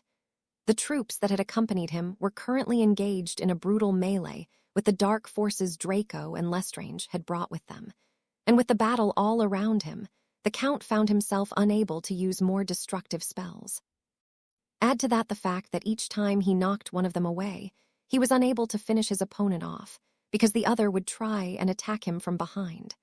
What was worse was that he knew they were stalling him.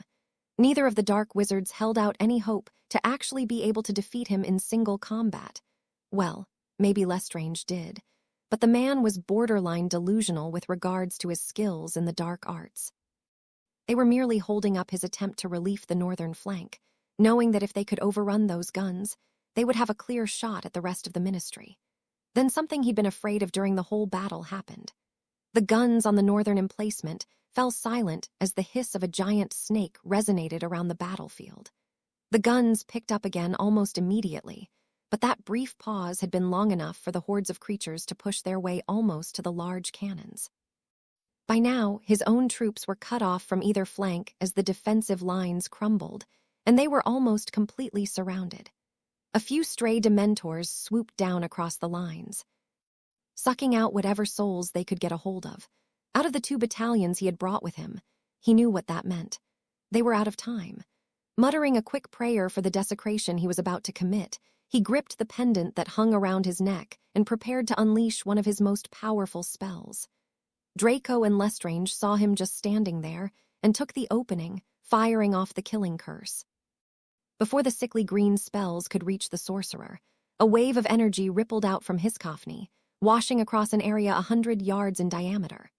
All of the fighting stopped as the ground began to shake, the marble stairs crumbling under their feet. Ice soldiers, sorcerers, dark creatures, and wizards fought to keep their balance as the localized earthquake shook the ground. But only the sorcerers, and only those closest to Hiskopni, knew what this meant. The green bolts of the killing curse dissipated against the wave, leaving both Draco and Lestrange staring in open-mouthed surprise. After a minute, the ground stopped shaking and started collapsing downwards, caving in as though the earth itself underneath the ministry had just disappeared.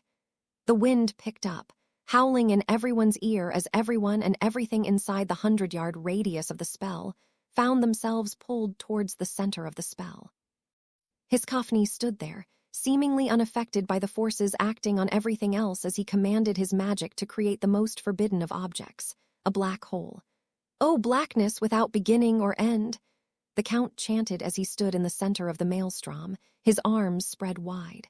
"One-eyed god imprisoned there, now hearken to my call."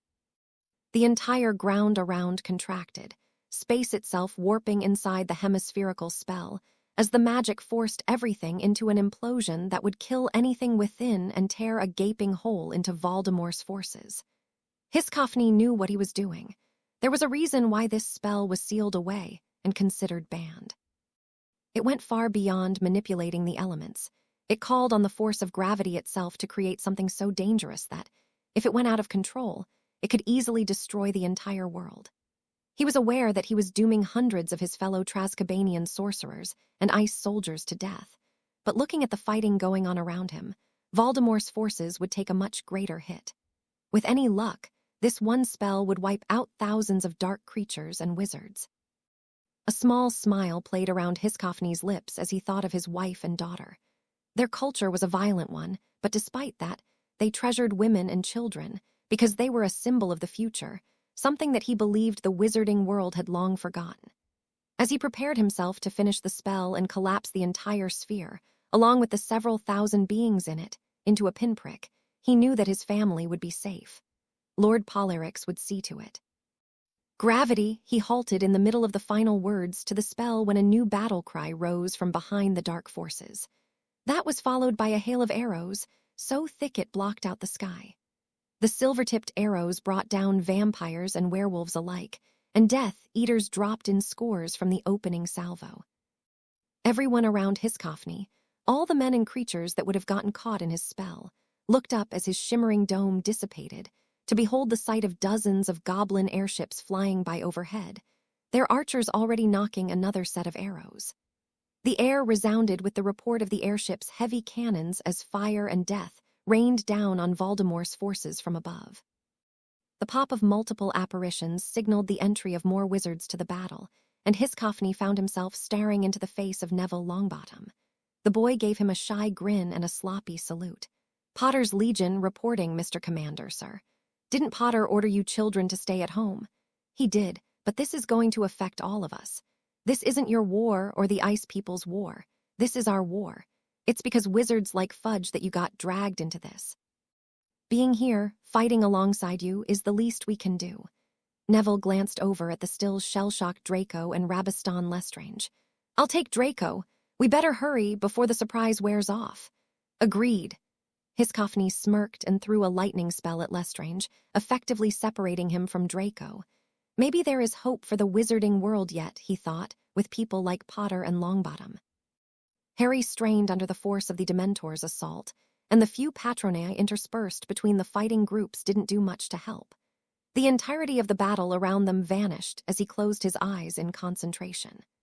The 1,000 Dementors battering at his mental shields took more power to hold at bay than he believed he had, but the ivory wand in his hand continued to maintain its brilliant white light. He wasn't aware of the front lines crumbling, wasn't aware that the Ice People's heavy artillery had stopped firing. He didn't know that the southern flank had been cut off, or that Hiscophny's attempt to come to the northern flank's aid had been stopped cold and surrounded. He knew nothing of Roten's duel with Fenrir Greyback, or that around him, Ice People and sorcerers were rushing inside to move the anti-personnel cannons from the center emplacement. All he knew was that there was something evil, malicious, and dark battering at his mind, and that he needed to keep it at bay. Then, suddenly, he heard a voice in his mind. "Master, we are here. We hear your command. We will fight." The strain eased a little bit, enough for Harry to open his eyes. Above him, he could see Dementors dashing around each other, their shadowy forms entwined in a deadly flying ballet. From the north, A small stream of Dementors drove deep into the masses hovering above them as the creatures arrived from Azkaban. Harry could only look on in surprise as the 100 or so Dementors that were bound to the seat of Bellatrix dueled with a force 10 times their size. Expecto Patronum! The shout went up just after the friendly Dementors arrived. Friendly Dementors. Harry mused with a slight hint of amusement. He wouldn't have believed it possible, but... The combined patronae from the Legion, along with the distraction provided by the Dementors overhead, finally allowed Harry some breathing room. He glanced over, only to find a unit of ice soldiers under heavy fire. While he could move and think and didn't have to dedicate his entire will to holding the Dementors at bay, he still was unable to effectively engage in combat. "Shacklebolt!" he called out. The dark-skinned Auror immediately broke off his spellcasting and looked over where Harry was pointing with his free hand. "Got it, Harry," he replied. "Evans, McDermott, Owens, you're with me. Let's give them some fire support." The 4 Aurors took off, managing to give the ice soldiers enough support to break through. When they passed him, Harry's blood ran cold when he realized they were carrying an injured Remus Lupin with them. One of the soldiers hurried over from the injured werewolf. "Lord, a message from Master Lupin and General Roten. Voldemort is not on this battlefield." "What?" "Voldemort is not here, my lord," the ice soldier repeated. "Dear Lord," Harry thought, looking up at the Dementors above him. "Was the fortress under attack when you left?" He thought up at the friendlies from Azkaban. No, a cacophony of eerie voices replied. "I need to leave," Harry muttered. "My lord," the ice soldier looked confused. "I need to leave now. Voldemort's attacking Azkaban at this moment." Harry looked out over the battlefield, for the first time noticing the goblin reinforcements. One airship was painted a dark gold, and it was followed by a second one in a silver trim. The 2 of them were heavily guarded, set in the middle of a formation of at least a dozen other airships that were making a beeline for Harry's position.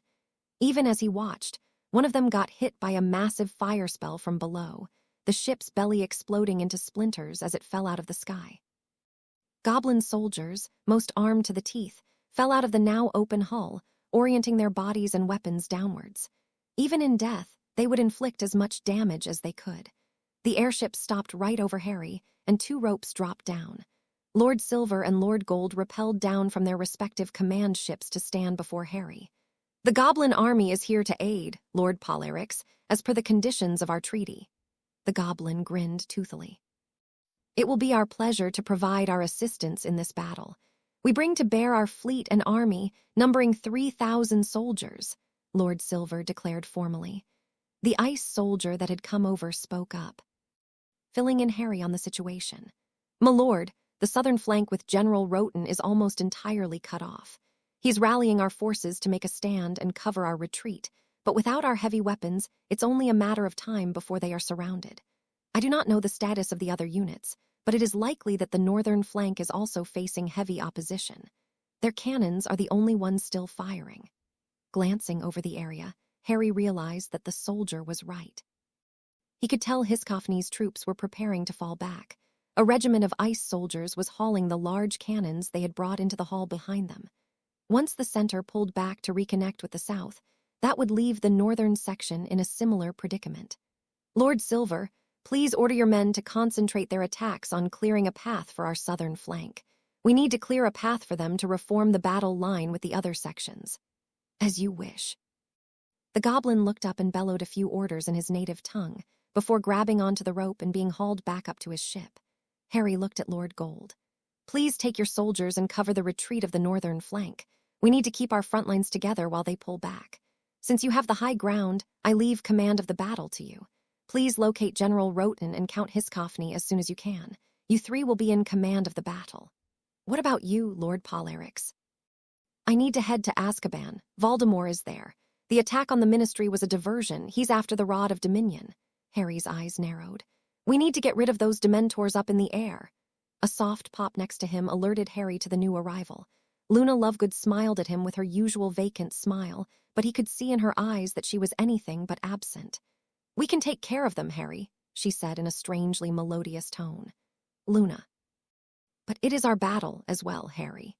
He looked at her helplessly for a moment before nodding. "All right, but if any of you get killed..." He didn't need to say anything more. Luna understood. If any of the students died, he would never forgive himself. Her smile almost faltered as she realized that it would be inevitable in the chaotic battle, but she and Neville had realized that it was necessary for them to come, after they had spotted the wave of Dementors flying overhead. To keep everyone safe, they had agreed to use portkeys to transport Legion members, all of whom had volunteered, to locations that they deemed safe enough to cast a Patronus from. "Look," Luna said, pointing up where dozens of silvery shields had just sprung up from where the members of Potter's Legion had cast their spells, effectively halting the Dementors' advance on Harry's position. Harry looked at Lord Gold. "Tell your airships to clear the area immediately above me. I've got an idea." He looked down at his ivory wand, remembering the rush of power that had gone through him when he had cast the Patronus before. The goblin nodded, belting out his orders. "I shall take my leave and assist the northern flank as you ordered. I pray for your safe return and victory, Lord Bellatrix. And the same to you, Lord Gold, and all of your people." The goblin nodded graciously before his airship took off, spitting fire from its belly-mounted cannons. A few minutes later, the airspace above Harry was clear of airships. A mental command had all friendly Dementors withdraw to a safe distance, as well, and Harry suddenly found himself back under the immense pressure of 1,000 Dementors as they closed in with him. He raised his wand, summoning all the strength he had. "Expecto Patronum!" he shouted, and once more a brilliant beam of light speared from his wand into the mass of Dementors above. Dozens of creatures shrieked as they disintegrated when the beam expanded to several feet in diameter. Elation swept through Harry as he realized his crazy plan worked. Sweeping his wand through the air, he cut through the Dementors' ranks, decimating the creatures. When the beam faded, Harry collapsed to the ground, winded, but the skis were clear. A cheer went up all around him when the fighters realized that the oppressive mental pressure from the dark creatures was gone. The few stragglers that were left were easily held at bay by the Legion members and wizards that were present. "In the name of the Queen," the ice soldier whispered in awe. Luna quickly leaned down and pulled a flask from her belt, handing it to Harry. "A pepper-up potion," she explained. "We figured we might need them if this battle goes on for a while." The young Lord of Bellatrix took the flask, gulping down the potion almost greedily. Within moments, he could feel his energy return, though he knew it was only temporarily. "My wand, where's my wand?" "Over here, my lord," the soldier pointed out. Harry walked over and picked it up, dropping it almost instantly again when the searing hot wood touched his skin. Smoke was wafting off the wand's tip as it lay smoldering on the marble floor. Drawing his black ash wand, Harry cast a quick cooling charm on it before picking it up. He held it in his hands for a moment, looking at the wand crafter's creation in awe. "I didn't think it was actually possible," he whispered. Then he realized something. "Azkaban, I need to get to Azkaban." "Go, Harry," Luna encouraged. "We can handle things here." She waved her hand towards the front lines. The battle was still fierce. The Ice People's artillery on the north flank was still spitting fire, and the goblin airships were raining down death from above, while goblin soldiers were leaping from enemy to enemy, displaying surprising agility as they slit throats, stabbed, and clubbed their opponents to death. Spells were erupting anywhere where wizards or sorcerers clashed with Voldemort's dark forces, and a renewed battle cry echoed from the southern flank as Lord Silvere's goblins relieved the Roten's struggling company. Sorcerers, ice people, wizards, and goblins were fighting alongside a common evil. And for the first time since the battle had begun, Harry started to believe that Luna was right. They would handle things here. He had a date with the strongest dark wizard in centuries. "Take care," he told Luna, pulling the surprised girl into a hug. Turning to the soldier, he said, "Make sure the Legion members have extra protection. Pull them all the way back inside if you have to. Understand?" "Yes, my lord," the ice soldier replied with a smile, understanding why Harry had given the order. It wasn't so much because Harry wanted to save his friends at the expense of someone else's life. It was because they were children and teenagers, young adults of a new generation. A generation that was willing to fight for what they believed in, and Harry wanted to protect that. The soldier found himself agreeing. Stepping back, Harry saluted the soldier. "Tell General Roten and Count Hiscoffney I expect this place to still be standing when I come back. I've got a dark idiot to kill." Before the soldier could return the salute, Harry had already apparated to the fortress island of Azkaban. Dead bodies littered the ground as Harry appeared. He was surprised there weren't more wearing the armor of the Ice People. but Captain Nayloff had done an amazing job at organizing a defense with the 50 soldiers he had been left with. Dozens of Death Eaters were littering the yard of the fortress, most of them with smoking holes in their chest. Looking up, Harry could see the gun emplacements the ice soldiers had used to cut down the invaders. He walked through the fortress, knowing where he was going, glad to see the place devoid of life. It meant the ice soldiers had followed his orders and vacated the island as soon as Voldemort and his Death Eaters had breached the inner defenses. The torches and lamps the ice people had set up flickered as they lit the way down into the ruins beneath the former prison fortress. Harry was surprised to see that there weren't any Death Eaters around, figuring that Voldemort would have left a few behind to guard against the soldiers returning. "Harry!" a female voice shouted from the darkness. The young Lord of Polyryx whirled around, wand in hand, only to let out a relieved breath when a familiar redhead ran out of the darkness, skidding to a halt when she found herself at wand point. "Thank goodness you're here," the girl cried, taking a tentative step forward. Harry looked her over. Ginny looked like she had been through hell. Her robes were torn and charred, her skin was showing blisters and burns and bruises. Her red hair was smattered with mud and what looked to be dried blood, turning the fiery red color a dark coppery brown. The girl's face was by far the worst off. One of her eyes was swollen shut, her lower lip was split, and blood was trickling from the corner of her mouth. Bloody gashes covered her cheeks, and there was a long line of red along her throat where Harry guessed someone had tried to slit her throat. Her eyes were wild and unfocused, gleaming with desperation and fear, and she was swaying on her feet in obvious exhaustion. Looking around and finding no one else around, Harry relaxed his guard somewhat. Ginny's presence changed things. The way she looked, he needed to get her medical attention, whether she was the traitor or not. Despite all the facts pointing towards it, Harry really hoped that she wasn't. He had the feeling Voldemort wouldn't treat anyone like this, not even his enemies. Actually, Harry mused with grim realization, Voldemort did treat his enemies just like this, most just didn't live through it. "What happened?" he asked, still cautious. He never lowered his wand, though he took a step towards her. "It was Tonks," Ginny whispered hoarsely as her legs buckled and she collapsed to the ground. "She's a traitor, Harry. You've got to warn the others." Kneeling down next to her, Harry helped Ginny sit up against the wall. He shrugged off his cloak and covered her shivering form with it. "What do you mean?" She just walked into the library right after you guys came back." "I was there with Fred and George. We were helping Hermione with looking through a few B-books that she'd pulled out. Hermione stepped out for a moment to check on you, and Tonks just drew her wand and started throwing spells around." Ginny sobbed hysterically. "Tonks, she blew Fred into the wall with some kind of dark curse, and he started bleeding, and she just cut up George. Oh, Harry, it was awful." "What happened then?" Harry asked. He hated putting her through this, but what she was telling him was the first real clue to what had happened in the library of Narracakes. A flicker of doubt started creeping up in his mind. Could Ginny actually be innocent? He had been the one who had concluded that Ginny was the traitor by her conspicuous absence, but even before that, Tonks had mysteriously gone missing. Maybe they had been too quick to jump to conclusions. Maybe Moody was right in his suspicions about the Metamorphmagus' sudden disappearances. Even Dumbledore, whom she had claimed she was working for, had acknowledged that she had, at times, gone missing for far longer than they had planned. She took me," Ginny whispered. "To see him. Oh God, Harry." Harry shook his head. "No, Tonks would never betray us. She hates Voldemort and what he stands for just as much as I do. She would never join him and do something like this," he thought. But then again, he was forced to admit the same about Ginny. The situation was giving him a headache. "Ginny," he called softly. "Are you sure it was Tonks? Absolutely sure." "Yes," she hiccuped and swallowed hard. "It was Tonks. Harry, the beating was the easiest part of it. They took me and the Cruciatus," she trailed off, shuddering. They brought me here. I thought they were going to kill me, but they brought me here. I don't know why, but I managed to get away while they were fighting.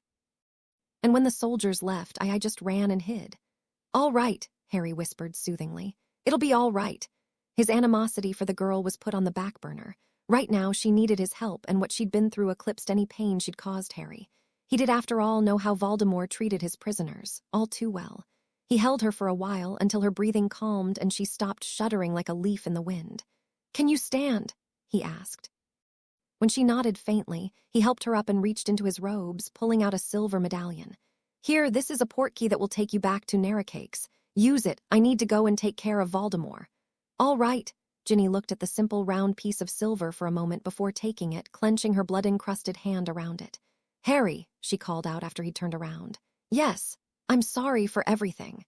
Then she vanished before Harry could respond. Voldemort looked at the Rod of Dominion as it hung suspended in the air, behind its protective red barrier.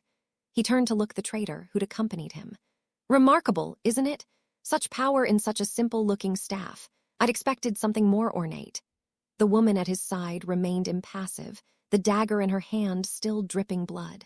Behind her lay the 3 corpses of what remained of Voldemort's inner circle. After they had managed to penetrate this far down and reach the chamber with the rod, Voldemort had given her the signal to kill them. The men had gone down pathetically easy, never really expecting to be stabbed in the back by the beaten and bruised woman who'd betrayed the Order of the Phoenix. Now, thanks to the text you've brought me, my dear, I'll be able to access it. The dark wizard stretched out a hand, hovering it over the surface of the red barrier, almost caressing it. Not if I stop you first, Tom. The voice came from the entrance to the hall, and Voldemort snapped around in surprise. Didn't I already kill you, old man? He hissed in annoyance. Albus Dumbledore strode into the brightly lit room. You didn't do a very good job of it, the headmaster replied with a hint of humor. He was walking slowly, carefully. As he had planned, he had awoken from his coma with Fawkes's help while the fortress of Narracakes was deserted, and everyone had left for the battle at the Ministry. Fawkes had teleported him to Azkaban, where he'd made his way down into the catacombs to await Voldemort. He was surprised at the woman's presence, his eyes narrowing as he realized that he had been wrong in assuming the identity of the traitor. Voldemort shrugged. It'll be a pleasure to finish it, then, he snarled, drawing his wand. The woman in the room stepped back as the 2 mages began circling each other. The dark wizard looked over his shoulder at the traitor briefly. Go bring Potter here, and bring the prisoner. This is something I want him to see.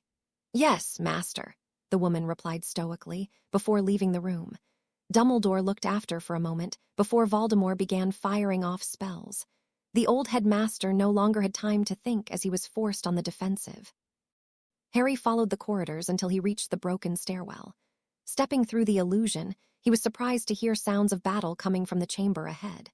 A wave of his wand snuffed out the torches around him, plunging him into complete darkness. Carefully, he made his way through the corridor, hidden by the shadows. An explosion rattled the foundations of the ruins, followed by a pained groan. By now, Harry had reached the end and was pressing his back against the corridor wall to remain hidden. He suppressed a gasp of surprise when Dumbledore crashed to the ground, bleeding and unable to get back up. The old headmaster didn't see him, knocked unconscious as the dark wizard approached him almost casually. Dumbledore's wand lay across the room, smoke wafting from its tip and far out of his reach. Harry swore under his breath.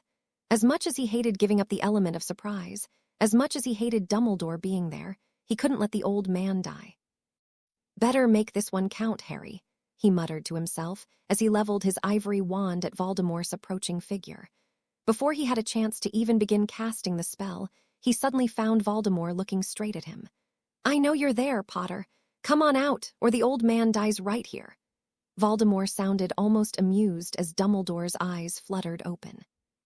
Cursing himself for not realizing that Voldemort had somehow detected him, Harry lifted his hands, still holding onto his wand, as he stepped out into the chamber. Ginny was right, he thought to himself. Tonks is the only one who, as he walked into the open, he noticed the dead bodies of 3 Death Eaters on the ground. The once pristine room was pockmarked with craters and charred where the Voldemort and Dumbledore had dueled. So, Harry finally said after a long pause, here we are again, Tom. So we are, Harry, Voldemort replied with a smirk. Now what? Harry asked. I assume that you're just going to kill us all, get your hands on the rod, and take over the world. That's about right, the Dark Wizard confirmed, but there are a few things I wanted to indulge in first. Harry shrugged, glancing over at the rod. Look, Tom, there's a little problem with your plan. I know you had a traitor among us, and I know that she brought you the texts we were studying to break the rod out of the wards surrounding it. Go on, Voldemort nodded, his interest piqued. Well, the rod doesn't exist in this dimension, Harry told him. Voldemort snorted in amusement. What are you talking about? Of course it exists. You're looking right at it. The Dark Wizard eyed Harry suspiciously. My minions didn't hit you too hard upside the head, did they? You're not hallucinating, are you? Harry blinked in surprise at the comment. Concern was the last thing he'd expected from Voldemort, and it had even sounded genuine. What was the world coming to? No, they didn't hit me. In fact, I reckon they're about to get their asses kicked right now. Oh well. Voldemort shrugged nonchalantly. Good to hear you're still in one piece, though. Oh, because you wanted the pleasure of killing me personally? Harry asked sarcastically. Almost, Harry. Voldemort grinned toothily. You see, when I first rose, the only wizard I was afraid of was Albus Dumbledore. He was acclaimed as the greatest wizard of all time. I admit it, I feared him, respected him even. And when I returned, I found a new foe, a new archenemy, if you will. You, Harry Potter, have galvanized me, ruined my plans, and fought me on more occasions than even Albus Dumbledore, and you alone, have had more success in doing so than he ever had. Voldemort spread his arms, gesturing all around him. I realize now that almost dying when I tried to kill you has been a blessing. Because of it, I've become stronger, more powerful, much more powerful. And when I fought Dumbledore again 2 days ago, I realized something. I had become so powerful that Albus Dumbledore is nothing. The one wizard, the greatest of all time, and he was nothing before my might. Get to the point, Tom, Harry snapped irritably. He'd been looking for an opportunity to fire off a spell at Voldemort while he was talking, but the dark wizard was always on guard. The point is, Harry Potter, that you have taken the place of Albus Dumbledore as my greatest enemy. Voldemort announced grandly. You are the only one with the potential to become as powerful as I am, and in the short time you've grown to be able to fight me on even ground. In fact, because you have grown so powerful in such a short time, one might even argue that you will become more powerful than me. Before I acquire the Rod of Dominion, before I continue to move on with my conquest of the wizarding world, I will fight and defeat you. I will finally put to rest my most worthy foe, you. What? Harry blinked in confusion. You want to duel me, like man to man? Correct, Voldemort grinned. If I can indeed overcome you, then the rest of the world will be within my grasp. Harry began to wonder if Voldemort hadn't been hit on the head too hard at some point, because this man was different from the evil maniac mastermind he'd come to know. What brought all of this on? He asked finally, unable to understand why Voldemort would be asking him for a duel. Why not simply take the rod and blast all of existence to hell? He looked around the room for anything that could be used as a distraction, and his gaze fell on the 3 dead Death Eaters. Now that he looked at them closer, he realized that they didn't look like they had been killed by spells. A huge puddle of blood was forming around them. It made Harry wonder what had killed them. Curious about that, too, Voldemort asked, noticing the direction of Harry's gaze. I can answer both in one, I believe. Oh, yeah. Let me ask you this, Harry. What is conflict without an opponent? What point is there in war if there is no one to be fought? The Dark Wizard didn't wait for Harry to answer. Simple, there is none. I fight this war for the extermination of all those who are unworthy. You have been my greatest opponent, Harry Potter, but once I hold the Rod of Dominion in my hands, even that will be no more. For the last time, I will fight you, before I kill you and move on. As for them, Voldemort pointed at the 3 dead men, the rod holds inconceivable power, as do its protections. Why share the secret with those who are unworthy of it? Harry realized Voldemort truly was crazy. The Dark Wizard knew next to nothing about the Rod of Dominion, except for the fact that it was capable of killing him, and apparently was dangerous enough to be forever sealed away. He had somehow gotten the notion that with the rod, he would be above all opposition, and Harry reluctantly admitted that he may be right. The rod was a deus ex machina, something so ludicrously powerful that it had to be lost to all time, because its power would corrupt even the purest of saints. And before he got his hands on it, Voldemort wanted to duel him, duel someone he thought worthy, for nostalgia's sake. The Dark Wizard's final comment also made Harry realize something else. Voldemort would never stop killing. The power at his fingertips was too compelling, too seductive. He may have set out to purge the world from muggles and mudbloods, but in the end, the darkness within would never let him stop killing, even if it meant turning on his former followers. He probably was rooting for his army to get decimated, Harry thought grimly. The only thing that would appease Voldemort was bloodshed. No matter whose blood it was. I see, Harry said, slowly lowering his wand arm until it was resting by his side. I doubt you do, Voldemort laughed, but maybe you will indulge me anyway. Harry brought his wand up, holding it close to his right ear as he extended his left arm forward. His weight was shifted onto his back foot as he spread his legs shoulder-width apart. I don't think I have any choice, do I? Voldemort eyed the teen with some amusement, recognizing the dueling stance as one of Bella's favorites. No, you don't, he replied as he slid into a stance of his own. I am told you have a warlock rune. I look forward to seeing what you can do. Harry's eyes narrowed. It appeared that the spy had informed Voldemort of far more than the rod's location. Fine, he wants to see what I can do. Time to dig real deep then, Harry thought to himself. Twirling the wand through his hand to distract Voldemort from the spell he was casting, Harry fired off 2 blasting hexes in quick succession.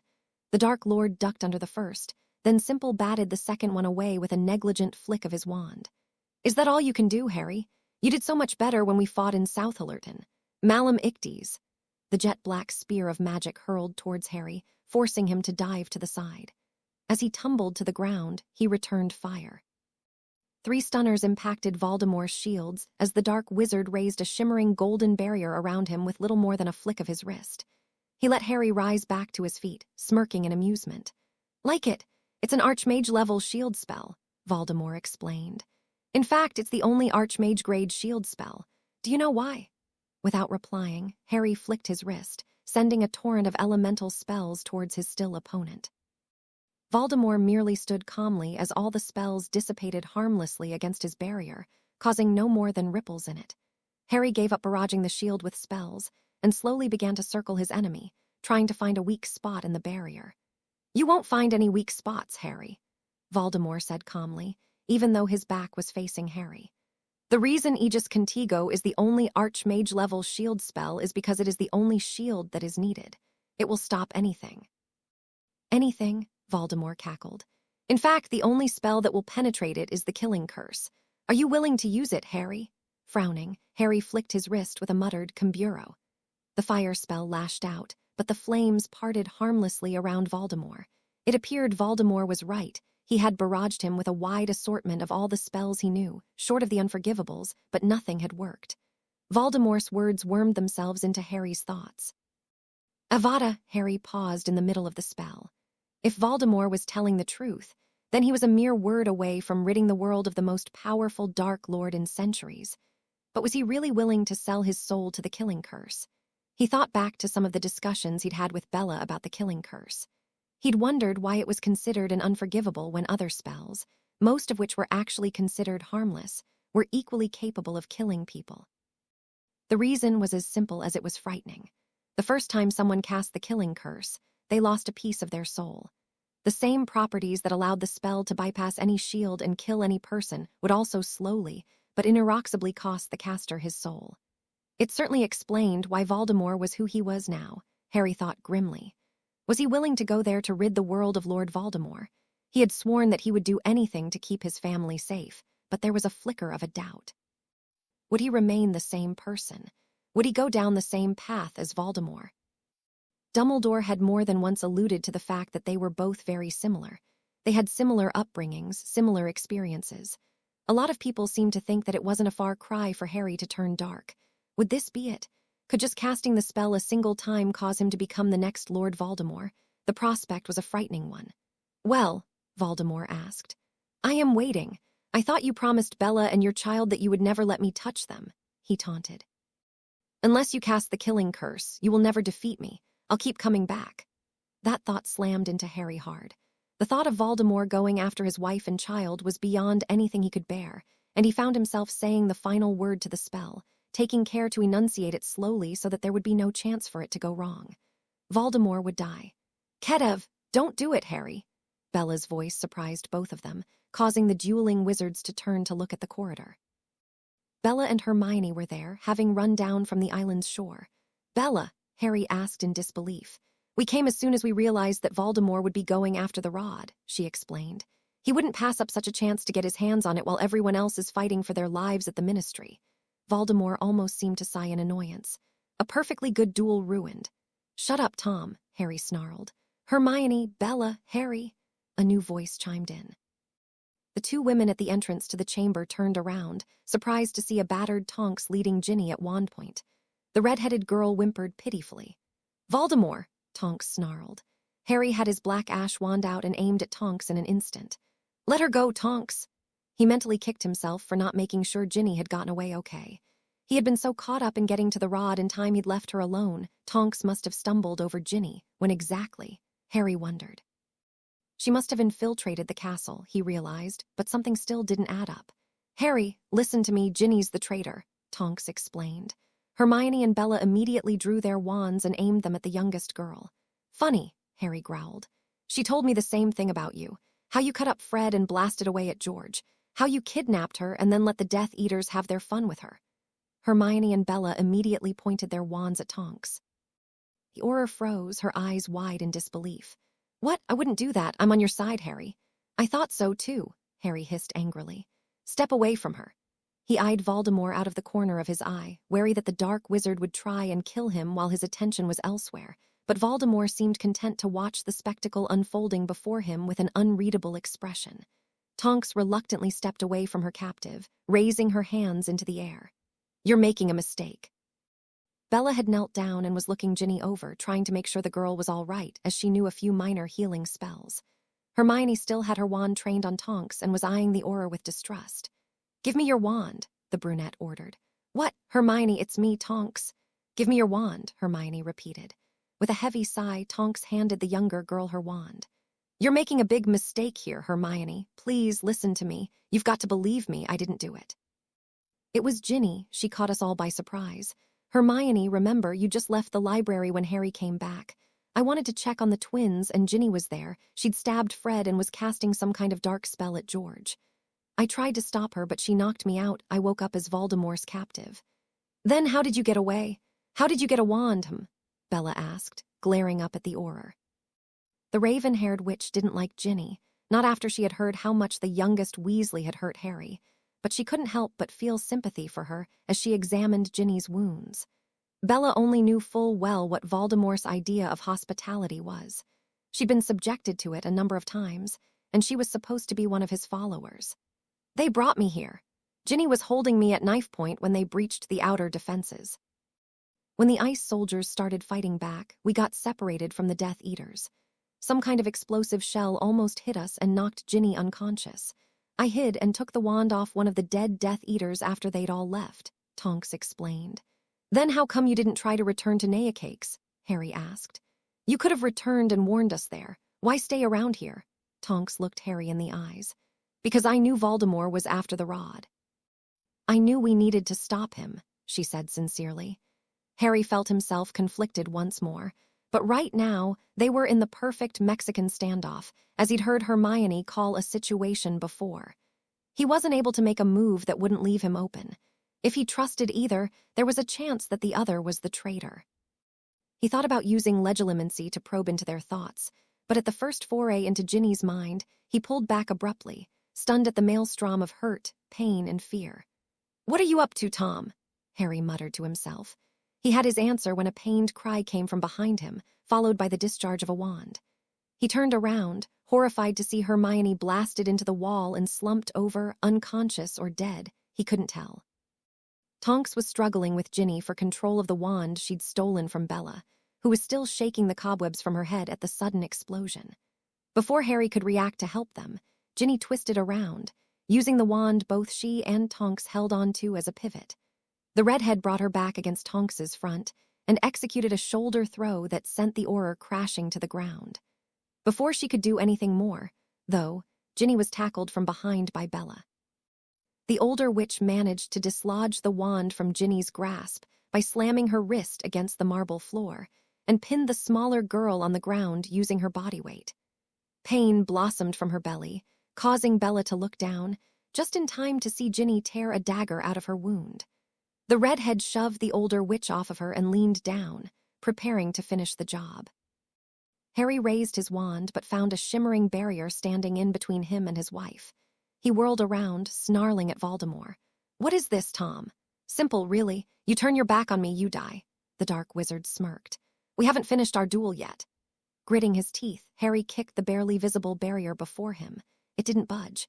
He could only watch in horror as Ginny incapacitated Hermione and Tonks and prepared to deliver the killing blow to his wife. He mentally kicked himself for not realizing it sooner. Ginny had supposedly portkeyed away to Narracakes. He'd seen her disappear. There was no way Tonks would have been able to get to her.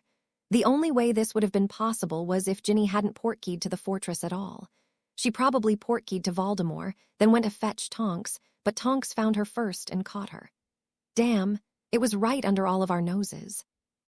To Harry's immense relief, Tonks seized Ginny's legs, causing the shorter girl to topple over. Both of them rolled to their feet. Harry tore his attention away from them and the large puddle of blood that was forming under Bella. Rage bubbled up within him, enough that he actually wanted to cast the killing curse, but he held himself back. He needed to get to Bella first. The hand holding on to his wand trembled. He didn't even notice that Tonks had managed to disarm Ginny, and the two were now slugging it out with their fists and feet. He only saw the expanding puddle of red beneath his wife, feared for her life, feared for the life of their unborn child. He could see her weakly rolling around in the expanding puddle of her blood as she tried to stem the flow even as she went into shock. "Let me out of here," he snapped at Voldemort. "Let me take care of Bella first, then I'll duel you." The dark wizard laughed. "Oh, Harry, it doesn't work that way. You duel me now. You see, here's your situation. You don't have a choice. The only way you're going to get to your beloved Bella to save her is to defeat me first. That is, if you can defeat me." Voldemort glanced over to where Ginny and Tonks were brawling, their wands forgotten. "Oh, and if my little pet doesn't kill her first," he added, almost as an afterthought. Rage flooded Harry's conscious mind, overriding any other thought in his mind, as he realized Voldemort and Ginny could just very well have killed not only his wife, but their child as well. He hurled the most powerful blasting curse he knew at the barrier, and the impact created an echoing boom in the cavern that shook the entire room from the power the shield had just dispelled. Fear was displaced by hatred, more intense than anything he'd ever felt in his life, far beyond the anger he felt at Voldemort for killing his parents, or for anything else the dark wizard had ever done to him. "Avada Kedavra!" Harry spun around, hurled the killing curse at Voldemort, who merely stood there, and let the green bolt pass through him. It splashed harmlessly against the marble walls behind the dark wizard. "What?" Harry stared in disbelief. He could feel the aftermath of the curse, the absolute power singing through his veins. It had felt more powerful than any spell he'd ever cast before. The euphoria of casting it was so great that he almost forgot about his wife lying in her own blood on the cold marble floor, almost forgot about Voldemort and his insane ambition to rule the world. Voldemort laughed. "You cannot kill me that easily anymore, Harry. I'm afraid I lied. The killing curse will not kill me. If you truly wish to destroy me, you will have to." The dark wizard cut off abruptly as Harry appeared in front of him and slugged him across the face. "Shut up," Harry hissed. "Shut up, shut up." He continued pounding away at Voldemort's body, uncaring that his knuckles were turning bloody or raw. He only cared about inflicting pain on Voldemort, and judging from the grunts of pain coming from the older man, he was succeeding. "Enough!" A wave of power exploded from Voldemort, slamming into Harry and carrying him all the way to the barrier the dark wizard had conjured up around their makeshift dueling arena. Motes of light flared up, coalescing around Voldemort's form as he began to glow. "Harry Potter," he began, "now you meet your end." Harry stood, wiping the blood trickling from the corner of his mouth. "If I'm going, I'll take you down to hell with me, Tom." He walked forward until he stood just 5 paces away from his nemesis. "Let's end this, Tom." "I agree, Harry." Both of them stood still, Voldemort dissipating his shield. They both knew that this was it, they would go all out. There would be no more running around dodging spells and firing them off. They would be using the most powerful spells they knew, spells that had not been seen on this world for centuries. There would be no dodging those, and survival would depend entirely on who was more powerful. Harry had a vague idea why Voldemort was immune to the killing curse now. Voldemort was a warlock, much like Harry himself. How the dark wizard had acquired that kind of power was something Harry didn't know, but he wouldn't put it past him to use dark rituals. Warlocks were able to visualize magic flows in space. Hiscophny had explained, mostly in the form of free-floating runes. The Trascabanian sorcerers were those whose gift of magic was similar. He had explained, in that they directly manipulated magic without the need for a wand as an amplifier. In essence, a warlock was the ultimate mage. capable of forcing the magic to do anything and everything, simply by altering the patterns of the magic they could see. During one of their discussions on runic magic, Hiscophny had hinted that a warlock, if powerful enough, could transcend the mortal plane and sever his soul, making him effectively invincible to the killing curse by destroying his mortal body and becoming an astral projection. It was a similar concept as to what he theorized that the Rod of Dominion did, tearing the soul free of the body, only that the rod destroyed said souls afterwards. The only way to combat a warlock at that level, the Count had admitted, was to use spells that warped reality itself. Only a warlock could kill a warlock. Battles between warlocks of that kind of power tended to be highly destructive, which was why the sorcerers had banned anyone from learning any of the warlock-grade spells. Hiscophny had admitted to having illegally learned one of the forbidden spells and had provided Harry with the material to study the others. They both had hoped that it would never become necessary for Harry to learn them, but it seemed that the time had come. Calling up on the forbidden magic that he had only read about thus far, Harry settled himself, clearing his mind. He hadn't dared practice these spells anywhere near others because of their destructive power, and even Hiscophny only had a vague idea of how they worked. His vision cleared as he began to see lines of color floating around him. Runes floated in the air, just waiting for him to combine them in the correct patterns. He raised his wand and began to cast spells he had never attempted before. Power flooded his veins, and a strange sense of understanding filled him as the world snapped into focus. He could feel the magic around him, instinctively knowing which lines did what, and he began forcing them into the patterns he had studied as a last resort. Awaken the song that speaks of empty sky. Voldemort mirrored his stance as the Dark Lord began his own spell. Hear the screams of the souls of the damned. Harry's brow furrowed in concentration as he mentally forced the runes to combine before him. He began to glow, much like Voldemort, as invisible lines of magic became visible, coalescing around him. Now hearken ye the voice of the ocean's lord. A circle of light began expanding from around both of them as the runes flickered into visibility, forming patterns on invisible planes before both of them. Voldemort continued, undeterred. Answer my call and unleash the fury of the abyss.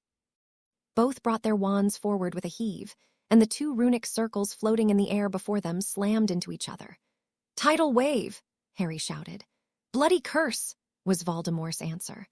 The two spells battled for dominance, causing a brilliant cascade of lightning to flare up where they met, bathing the room in blinding light. Wind howled in the underground cavern, tearing at their robes as they both pushed with all of their might. The space in between their spells distorted, flickering with an unearthly glow as reality itself was ripped to shreds. Waves of power washed across both of them, and the marble floor cracked and crumbled beneath their feet. When it faded, the two combatants stood there, unharmed, but the tips of their wands were glowing with expelled power. Voldemort nodded in acknowledgement. For Harry to match a warlock spell was a feat even he acknowledged as impressive, but the young Lord of Polarix looked winded. One more spell would finish him off.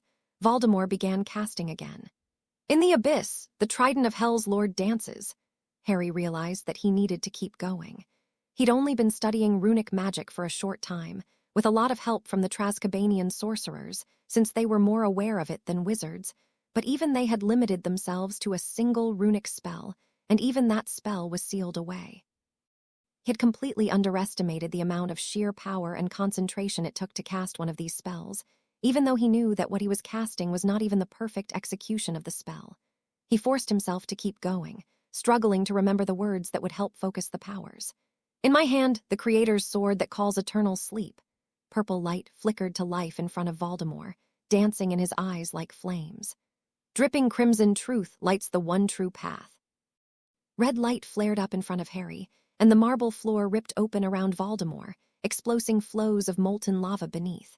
Columns of fire raced towards the Dark Lord as Harry continued his spell, forming a runic circle of flame beneath Voldemort's feet. Honor our pact and hear my command. Maleficent harm. Animate earth. The ground around Voldemort exploded as Harry's spell took effect. Bolts of flame licked up angrily into the air. At the same time, a huge purple blast of magical energy erupted from underneath Harry.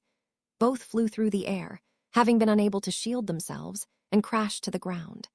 The marble floor was gone at the spot they'd stood at before, exposing angrily glowing lava beneath. Harry managed to stand first, clutching his broken ribs as he faced Voldemort. Realizing that now was his chance, before the dark wizard recovered, and he started another spell despite the drain on himself. His lungs burned as he forced air into them to form the words of the spell, every nerve in his body on fire from the energy he was channeling through it. Sapphire light burns deep into hell. Voldemort was picking himself off the floor when he heard the quiet chant. Not bothering to rise past his knees, he jutted out his wand. Harn the angels summon. Harry found himself staring up as a giant runic circle formed above him, a good 20 yards in diameter, slowly rotating, humming with barely restrained energy. The spell he was about to cast was the most powerful from the archives Hiscophny had given him access to, something that could be as lethal to the caster as it was to the target.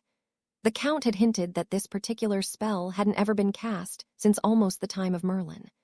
Usually, Harry would be reluctant to cast something that he could easily lose control over, but it was his best shot at ridding the world of Voldemort. He didn't care if it tore asunder the fabric of space, or if he warped time. All he wanted was for Voldemort to die, witness their sins, and call forth the day of judgment. Voldemort looked up at a similar circle floating above his head, bathing him in a stark yellow glow. The Dark Lord smiled insanely as he conjured up the powers of the forbidden spell, intent on wiping Harry Potter from existence. The true path shall guide you, find peace in annihilation. Pale flare. Violet bolts flashed from the circle above Harry's head, curving around to slam into Voldemort's unshielded body. He braced himself for the onslaught he knew was coming. He recognized Voldemort's spell. It was the sister to his own. Phantom destruction. Yellow bolts of lighting crashed into Harry, driving his body all the way back to the wall as Voldemort's barrier failed. The magically reinforced marble crumbled around him, and all time seemed to stop as he contorted in agony. He couldn't breathe, couldn't feel the blood rushing through his head. He couldn't fall to the ground as the magic continued to spear into him, pushing into the marble until he was embedded into it. Their spells tore open reality, opened portals to other planes as they called forth untold amounts of power that wasn't supposed to be handled by any human.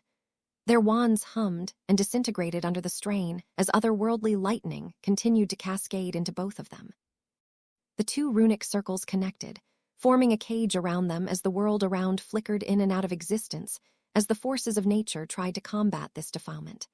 Pale violet arcs fought with bright yellow lightning for dominance, causing a tear in reality to open up between Harry and Voldemort. It flared with unholy light, alternated with inconceivable darkness. It was as bright as the surface of the sun, and as dark as the event horizon of a black hole. Thunder crashed and went unheard as nature was violated. Then, suddenly, he crashed back into the real world as his body hit the floor.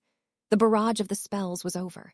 Nature had sealed up the damage that had been caused, dissipating the energy the two had summoned from the higher planes by diverting it somewhere else. The tear in space was gone. So was the barrier around the Rod of Dominion, and the staff clattered to the torn ground, resting amidst the crumbled and crushed marble.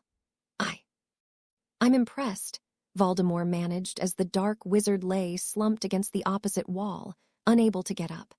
I never expected you to master the highest levels of runic magic. Harry couldn't find the breath to respond as he heaved for air, scrambling to rise. His arms wobbled, unable to support his weight, and he crashed back down to the ground. He absently realized that his wand was gone. That same part of his mind registered that he was still alive, which came as quite a surprise to him, considering that the final spells he and Voldemort had unleashed were quite capable of wiping entire islands from reality.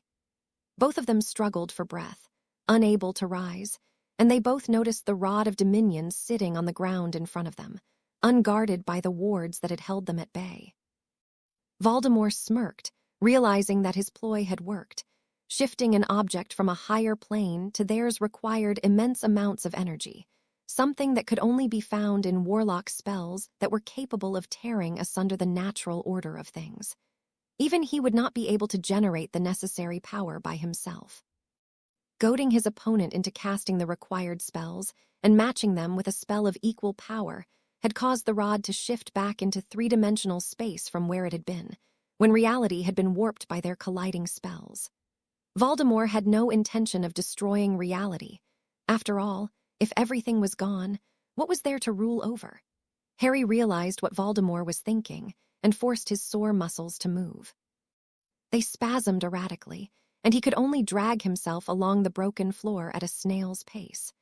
The only consolation was that he knew Voldemort was in a similar condition. The only reason either of them were still alive was because neither had the required knowledge or control over the spell to bring them to completion, something Harry was glad for. A Voldemort with complete control over spells that could create black holes and tears in reality, capable of swallowing up entire islands, was not a pleasant thought. Almost there. Almost, Harry thought as he reached a shaking hand towards the rod that was now only a few inches away from his fingertips. He could touch it and try to wrap his fingers around it, but the rod slipped away and towards Voldemort. No, he thought as the dark wizard reached for the staff that was now within arm's reach. No, please, not after all we've been through, not like this. A foot came down on the staff before either of them could get their hands on it. Their eyes traveled up a booted foot, up the tattered robes, and to the head. Voldemort smirked as he extended his hand towards the woman. She reached down and picked up the rod, looking at it closely, her quizzical gaze wandering from the artifact to Voldemort and back.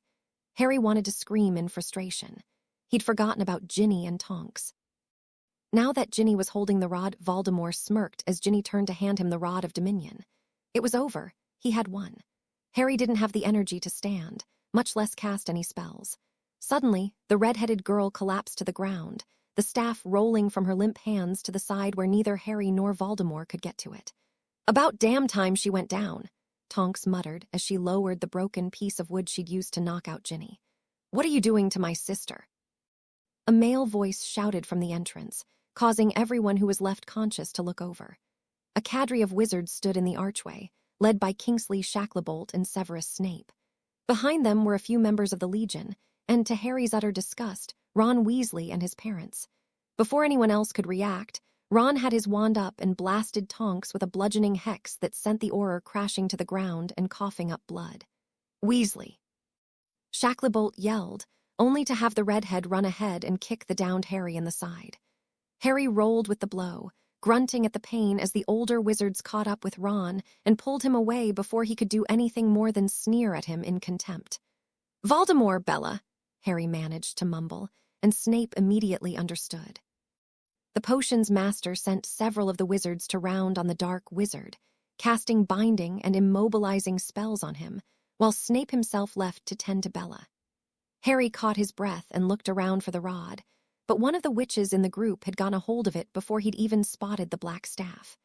The woman glanced at the staff for a moment, before looking over at Harry and grinning maliciously. The young Lord of Polarix swore under his breath when he recognized her as Madame Aretha, the witch who'd confronted him 2 days ago when they were planning for the siege and had discovered there was a traitor among them. "So this is the weapon you talked about, eh, Potter?" she mused with thinly veiled amusement, catching everyone's attention. "A weapon capable of destroying the most powerful dark wizard in centuries. It doesn't look like much." She shrugged, then leveled the staff at him. "We ought to test it," she said with a grin full of malice. Ron stood behind her, nodding in agreement. "Right, now that we have it, we can get rid of both of them," the redhead agreed. Harry snorted. "You're kidding me, right?" It took some effort, but he managed to get to his feet, albeit shakily.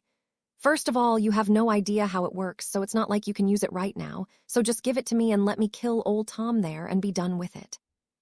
"Who said anything about using it right now?" Madame Aretha sneered. "We're taking you into custody, Harry Potter. You will be held in prison until such a time that the manner of your execution has been determined."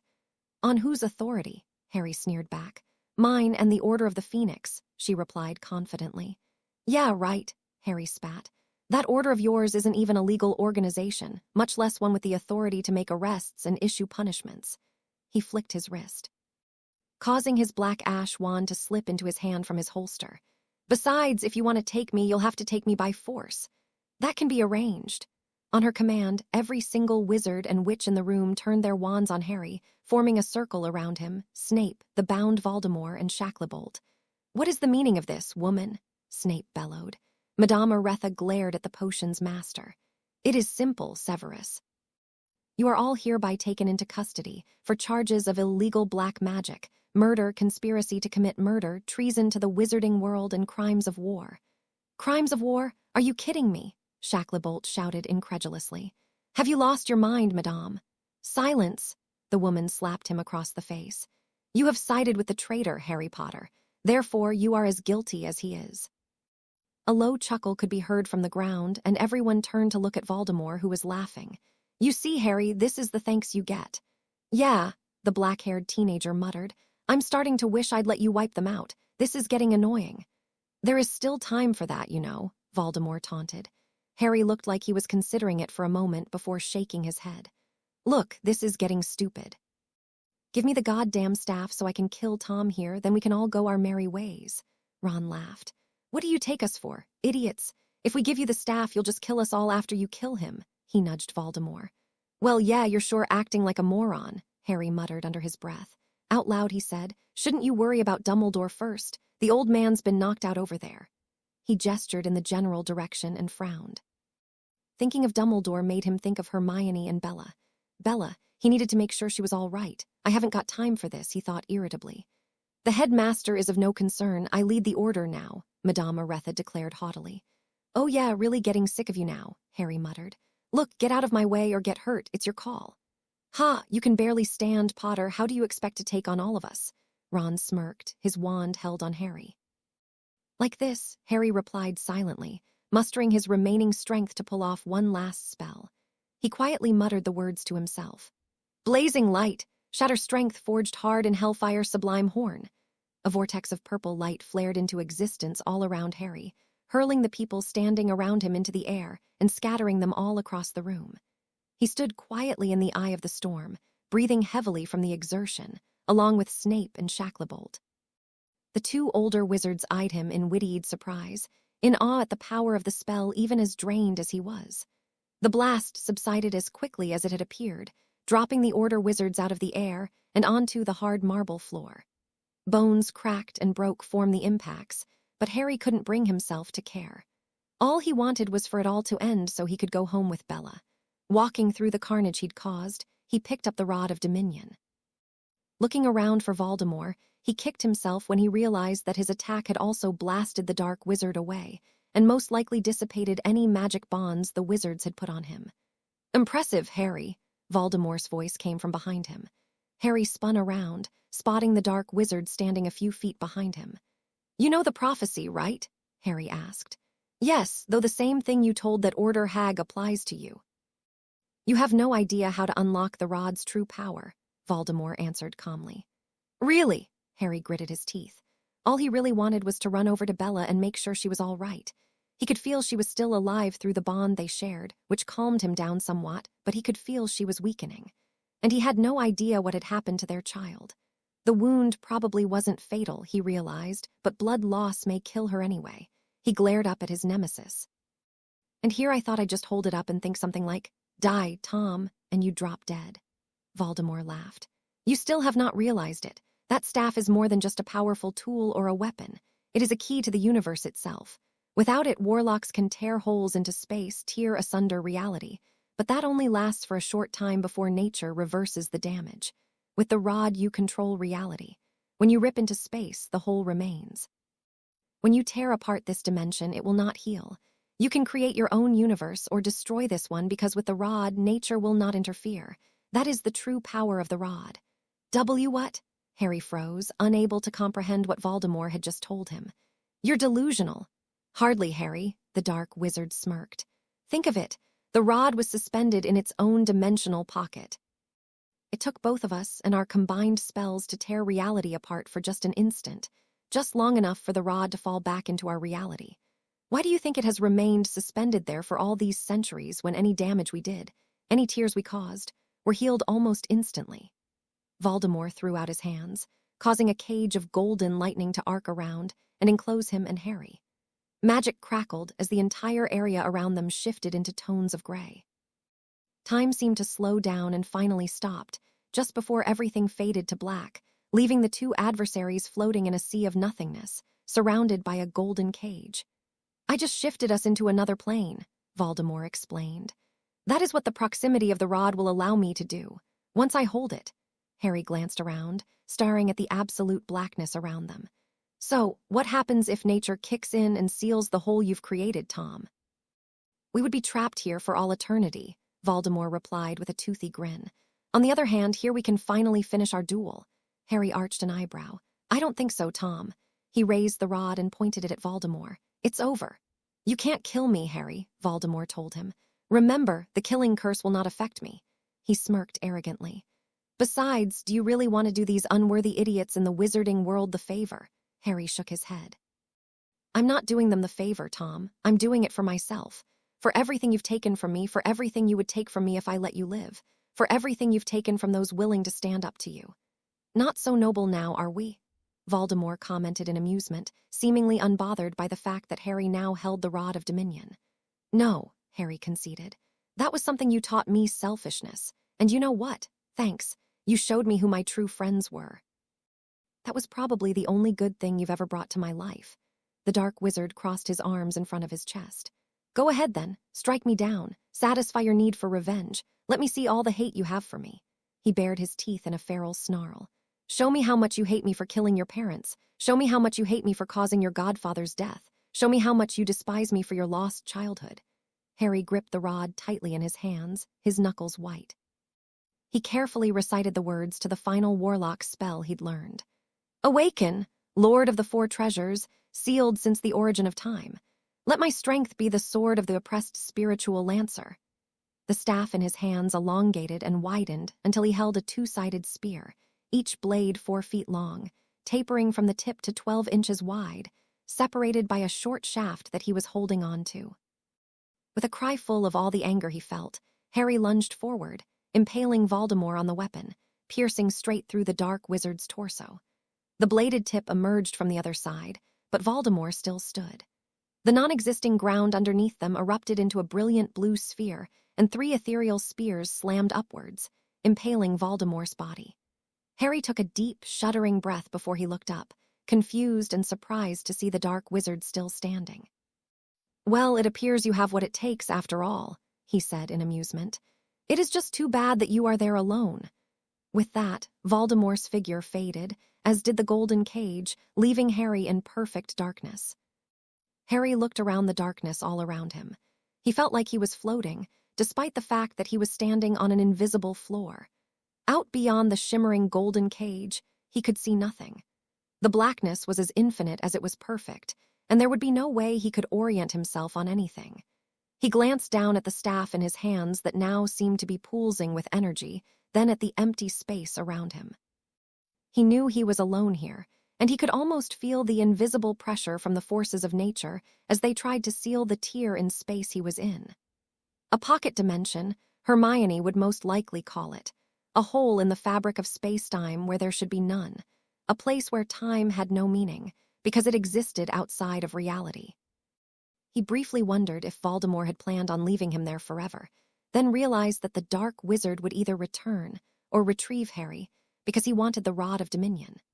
That realization gave Harry some measure of ease, because as long as he held on to the rod, Voldemort would return. But he couldn't wait for his archenemy forever.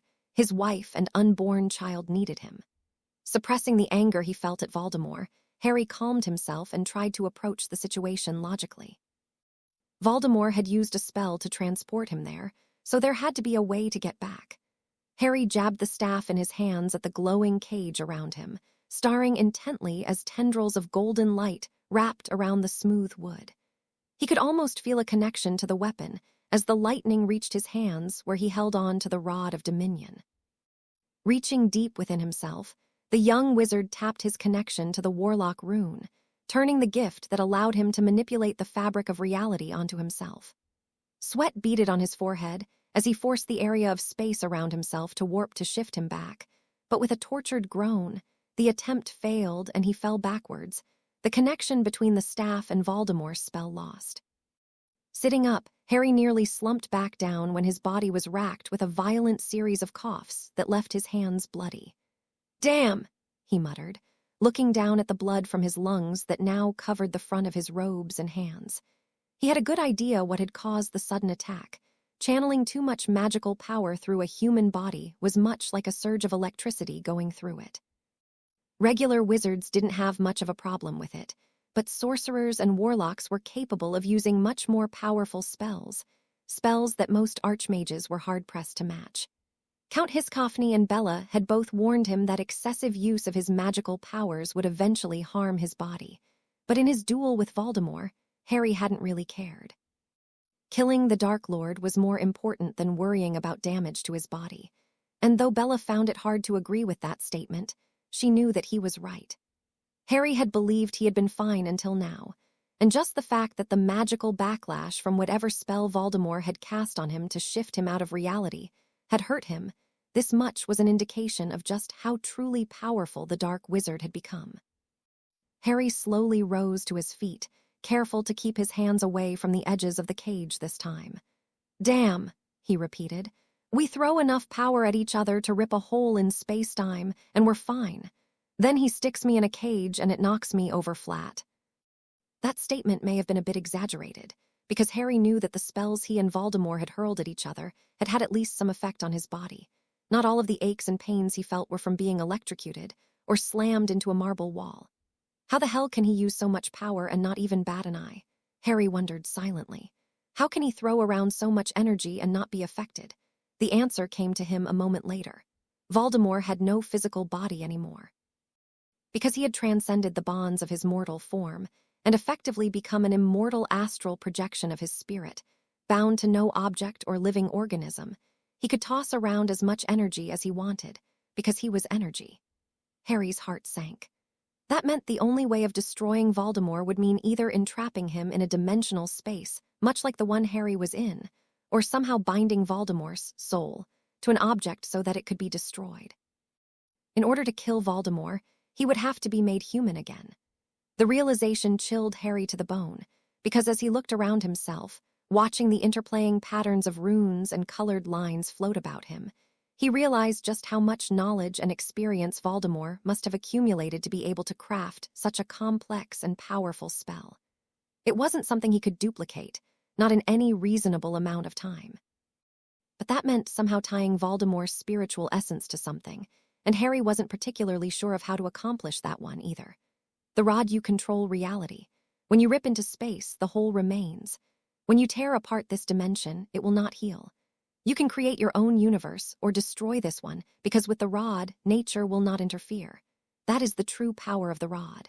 Voldemort's words echoed in Harry's mind as his eyes went to the staff in his hands. "I don't get it," he thought. "How does it do that? Why doesn't it let me get out of here? If it can control reality, then shouldn't I be able to get out of here?" He fingered the long, smooth staff, knowing that he was missing something. Voldemort couldn't have been stupid enough to imprison Harry with the only tool in existence that could get him out, could he? Did Voldemort know something about the staff's function that Harry didn't? Frowning, Harry turned his inner eye on the rod again, trying to carefully decipher the layers of runes and spells that it had been enchanted with. He pushed past the outer layer, past all of its defensive enchantments, but before he could go any further, a jolt of pain went through his body, causing Harry to collapse on the ground. All of his nerves burned for an instant before it faded, and when it was gone, Harry sat up, but the darkness around him had been replaced with bright, white light. "Great, first everything's black, then everything's white," he muttered, not really concerned with his surroundings. What was more important to him was the fact that he could now see runes and spell patterns without having to try. A deep sense of understanding filled him as he realized he could simply look at one particular patterns and instinctively understand its functions, as if all of the knowledge of the universe was at his command. The feeling was as exhilarating as it was frightening. By accident, he stared at the patterns of Voldemort's spell, and a deluge of knowledge filled his mind, so much that he panicked as it overwhelmed him. A few moments later, he was breathing heavily, having managed to clear his mind of everything that had accidentally come to him, but he was left with one piece of knowledge that he had held onto through it all.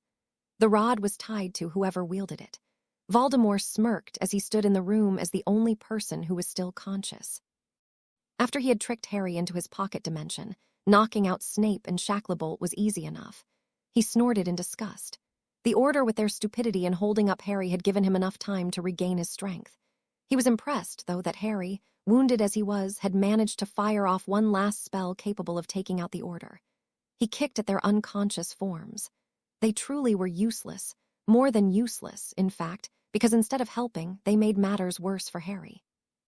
Deep down, Voldemort couldn't help but feel disappointed. The duel between him and Harry was something he had been looking forward to. Now it would most likely never be finished because of their interference. He snorted, tempted to kill them all right now, but he decided to let them be. They would die eventually. The only problem he now had was that Harry still held the rod. However, Voldemort was confident that the boy would not escape from his dimensional prison. The pocket plane itself would not collapse as long as it was sustained by the Rod of Dominion. He had no intention of letting Harry die in there, however, but he needed time to gain a bargaining chip. The lives of his friends and his wife would do nicely, Voldemort decided, which was the reason they were all still alive. Most of them, anyway. Bella was just barely breathing, something that gave Voldemort both great pleasure and a feeling of disappointment. Bella had been one of his most promising followers, a truly twisted and sadistic individual who relished pain, and relished inflicting it on others even more. She had been wonderful, killing, torturing, and coming up with ever-creative ways of keeping her victims alive to feel the pain. And then, almost as if a switch had been flipped, her cousin's death had turned off her psychosis. It snapped her back to reality, and Voldemort was disgusted at himself for not having seen her betrayal from the moment they had left the ministry that fateful year. It was a waste of a perfectly good sociopath. He stared down at her curled-up form. "A pity, Bella. We were so good together." "Screw you," she whispered hoarsely, regaining consciousness. A cold shudder went through him, as if part of his soul had just been severed when she glared at him, but he ignored it, turning around to mutter a spell that would bring Harry back. A few seconds later, the glowing golden cage reappeared with Harry inside. The teenager was gritting his teeth, but remained silent. Voldemort spread his arms and gestured around the room. "Now, Harry, we can do this the easy way, or I can kill them all, and you as well, and take the rod." "You're just going to kill us all anyway, right? So what's the point?" Voldemort seemed to genuinely consider that for a moment. "You'll be saving yourself some pain," he finally answered with a shrug. Harry took 2 steps forward, then tossed the rod at Voldemort. The dark wizard caught the staff easily and nodded. "Wise choice." "You know, Tom," Harry began, "there's really something you should know." "Oh, what's that?" "It's about something you told me, really. You remember how you said the Rod of Dominion basically allows you to control reality?" "Yes, what about it?" Voldemort asked, genuinely curious as to what Harry was referring to. "Well, it turns out that in order to give you the power, it's got to anchor your soul." Harry pulled his right hand from beneath his cloak, revealing a Muggle handgun. "Now that you're holding it, goodbye, Tom." Voldemort's eyes were wide with surprise when Harry pulled the trigger, and the dark wizard's body flew backwards from the impact of the 4 bullets. Standing over his enemy, Harry looked down into his still face, expression still frozen into surprise and pain. Just to make sure Voldemort was really dead this time, he emptied the rest of the rounds into his body, before incinerating it with a quickly muttered fire spell.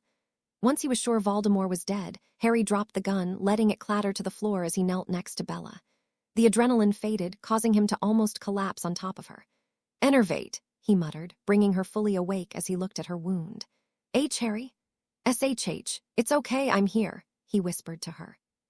"Stay still, I'm going to try and stem the bleeding." He quickly tore off strips from his robes and pressed them to the gash in her side. Taking a longer strip, he tied it around her waist as a tourniquet. He couldn't help but glance down at the large puddle of blood underneath her and hoped that he wasn't too late. From the moment she'd been stabbed until now only a few minutes had passed, but with his focus entirely on killing Voldemort, it had seemed like a small eternity. "H, how did we do?" she asked weakly. "Don't talk. Save your strength." He lifted her head into his lap, unable to do much more. Now that the battle was over, he felt each and every one of his injuries, including the broken ribs and the broken left arm.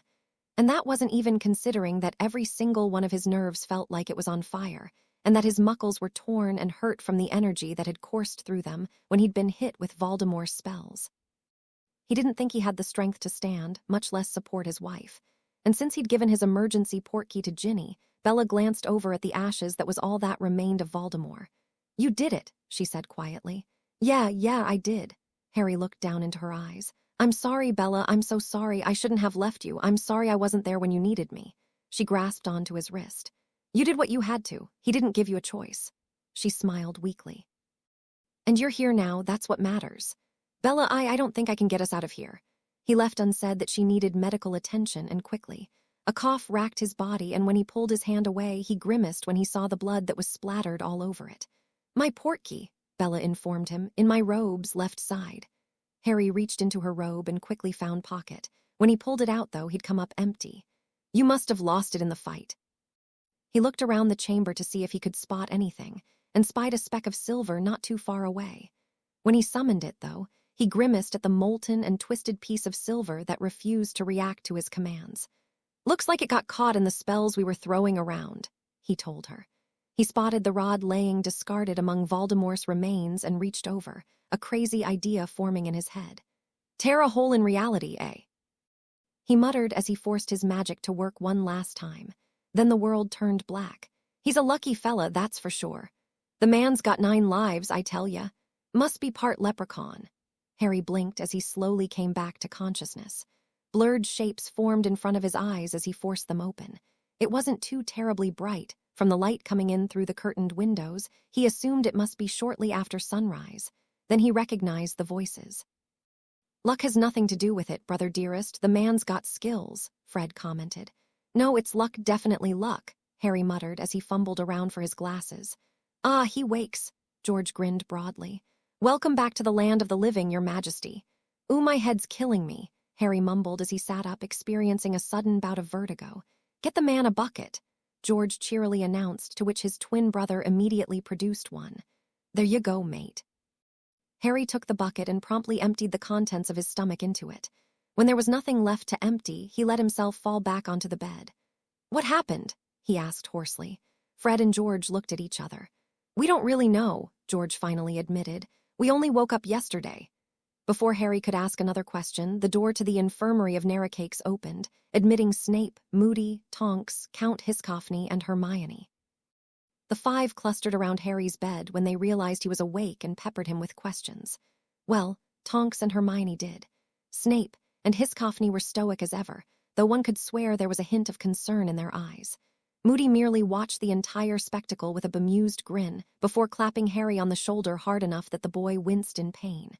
Good one, Potter. You had us scared there for a while, but it seems you've pulled through yet again. Moody grinned. What happened? Harry repeated, causing the 7 people around his bed to look at each other. Harry noted that 2 people were conspicuously absent. Where's Bella and General Roten? After a long pause, Moody grumbled and took it upon himself to answer the question. Well, Potter, your wife's going to be fine. She's still recovering. She is. How is she? How's the baby? Harry tried to rise from the bed again, only to find himself pushed back on by the grizzled old Auror. He turned his head around as the memories returned. Oh God, she got stabbed, the baby. Yes, over that way. Moody gestured towards a curtained bed at the other end of the room. They are both fine. She was just as lucky as you. That blade missed most of her vitals and it missed the child. They're both safe. As for the general, well, General Roten did not make it off the battlefield, Snape finished, a tone of regret in his voice. What? How did that happen? Harry felt an immense sense of relief that his wife and child were safe, so much so that he felt a little guilty for not feeling as bad as he probably should have that the general was gone. They made their stand long enough for us to pull back and into the building, Hiscoffney explained, and he and his men guarded the entrance until everyone was inside. They were overwhelmed by sheer numbers. We were able to hold the building, but by the time we had gotten the heavy cannons operating again, it was too late. I think we better start from the beginning, Moody rumbled. Snape and Moody exchanged a quick look. When you left the battle, the goblin reinforcements allowed our northern and central flanks to fall back far enough to reconnect with Roten's southern flank. Once there, we realized that despite the help from the goblins, standing our ground outside would be almost impossible, so we decided to retreat into the building, to the inner defenses, the potions master recounted. Roten volunteered his regiment to cover our retreat. Once we gave up the northern cannons, we were overrun, Hiscoffney added. The Ice People's weapons were the only thing keeping Voldemort's forces from rolling all over us, and once we fell back, we no longer had the weapons' emplacements. Moody nodded in agreement. That was another reason we decided to get everyone inside. The Count here had his people set up the weapons inside so that we could take out anything that came through the door. Once the enemy realized that we were falling back, they came at us like bloodhounds after a wounded animal. They overran all of our sentries, crushed our front line, and forced us almost to the doorway. Snape looked grim. We lost several hundred people just from that. Roten was one of them. He led a counterattack that bought us just enough time to bring the weapons to bear. How many did we lose? Harry asked, unsure as to whether he really wanted to know the answer. Moody shook his head. We haven't counted all of the dead yet, but I'd estimate there's at least 4,000. 60% of our forces are gone. Harry was silent. He had expected losses, of course, but now that the fighting was over, and he realized the staggering loss of life that had been caused by just that one battle, he couldn't help but feel a rising sense of overwhelming guilt. "Dear Lord," he whispered. "Voldemort's forces didn't get off scot-free either," Moody told him. "They were almost entirely wiped out before they retreated. They never made it past the inner defenses once we got them up." Like that's any consolation, Harry thought bitterly. 4,000 people were dead because of him and his decision to fight it out with Voldemort. He shuddered involuntarily. He couldn't even imagine that number of dead bodies. 4,000, that was the entire contingent the Ice People had brought to his aid. Just imagining all of them dead made him sick to his stomach. The goblins! Harry licked his dry lips, trying to get rid of the lump in his throat. They got off pretty well, lost a few ships, but since they were behind Voldemort's troops, they managed to dish out a whole lot more than they took. Snape replied. "Once we knew the fighting was under control, I took a number of people to go to Azkaban." "You know what happened 10? "Yeah."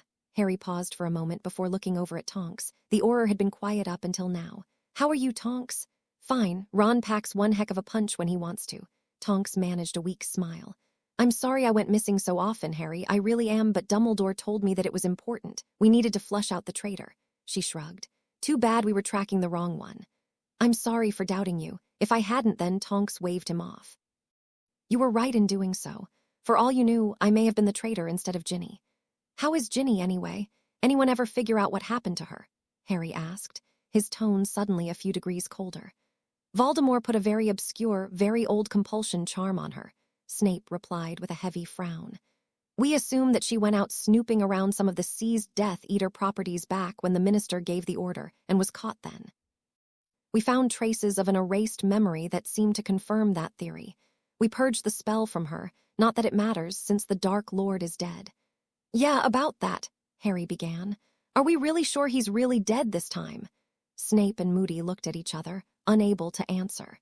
Hiscophny shrugged and withdrew his hand from under his cloak, handing Harry the Rod of Dominion. "Considering the fact that you were holding this when we found you, and that his body is a pile of ashes, I assume it would be safe to say that he is quite dead." "Dead as a doornail," Fred grinned. "Dead as the Flungarian waltz, even," George added. "We found you unconscious down in the lower levels of Azkaban," Hiscophny continued, "along with everyone else." He left unsaid that had they come a few minutes later, Harry or Bella most likely would not have survived. "So, how long was I out this time?" Harry asked. 4 days, Moody told him. "Considering the condition you were in, it's a minor miracle you're awake yet." "What do you mean Bella was much worse off than me?" "Nope," Moody shook his head. "Sure, it may have looked bad, but her wound missed all of her organs. She was suffering from blood loss more than anything else. You, on the other hand, were a right mess." "Odd, I didn't feel like a mess." "At least not until the end," Harry mentally amended. "Well, you were, Potter," Snape smirked.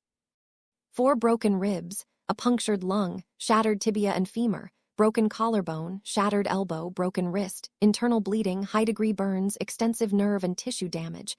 I would say that you have broken your own record for injuries sustained during a single day, Potter."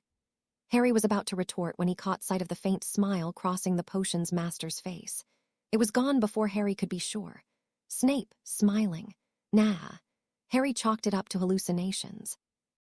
He thought for a few moments. Bella was safe, which was a relief. Now that he could finally clear his head from the medication and unconsciousness, he could feel her presence, and true to Moody's word, she wasn't far away, peacefully asleep. Voldemort was really dead this time. Deep down, he could feel it. It was as if a weight had been lifted from his soul.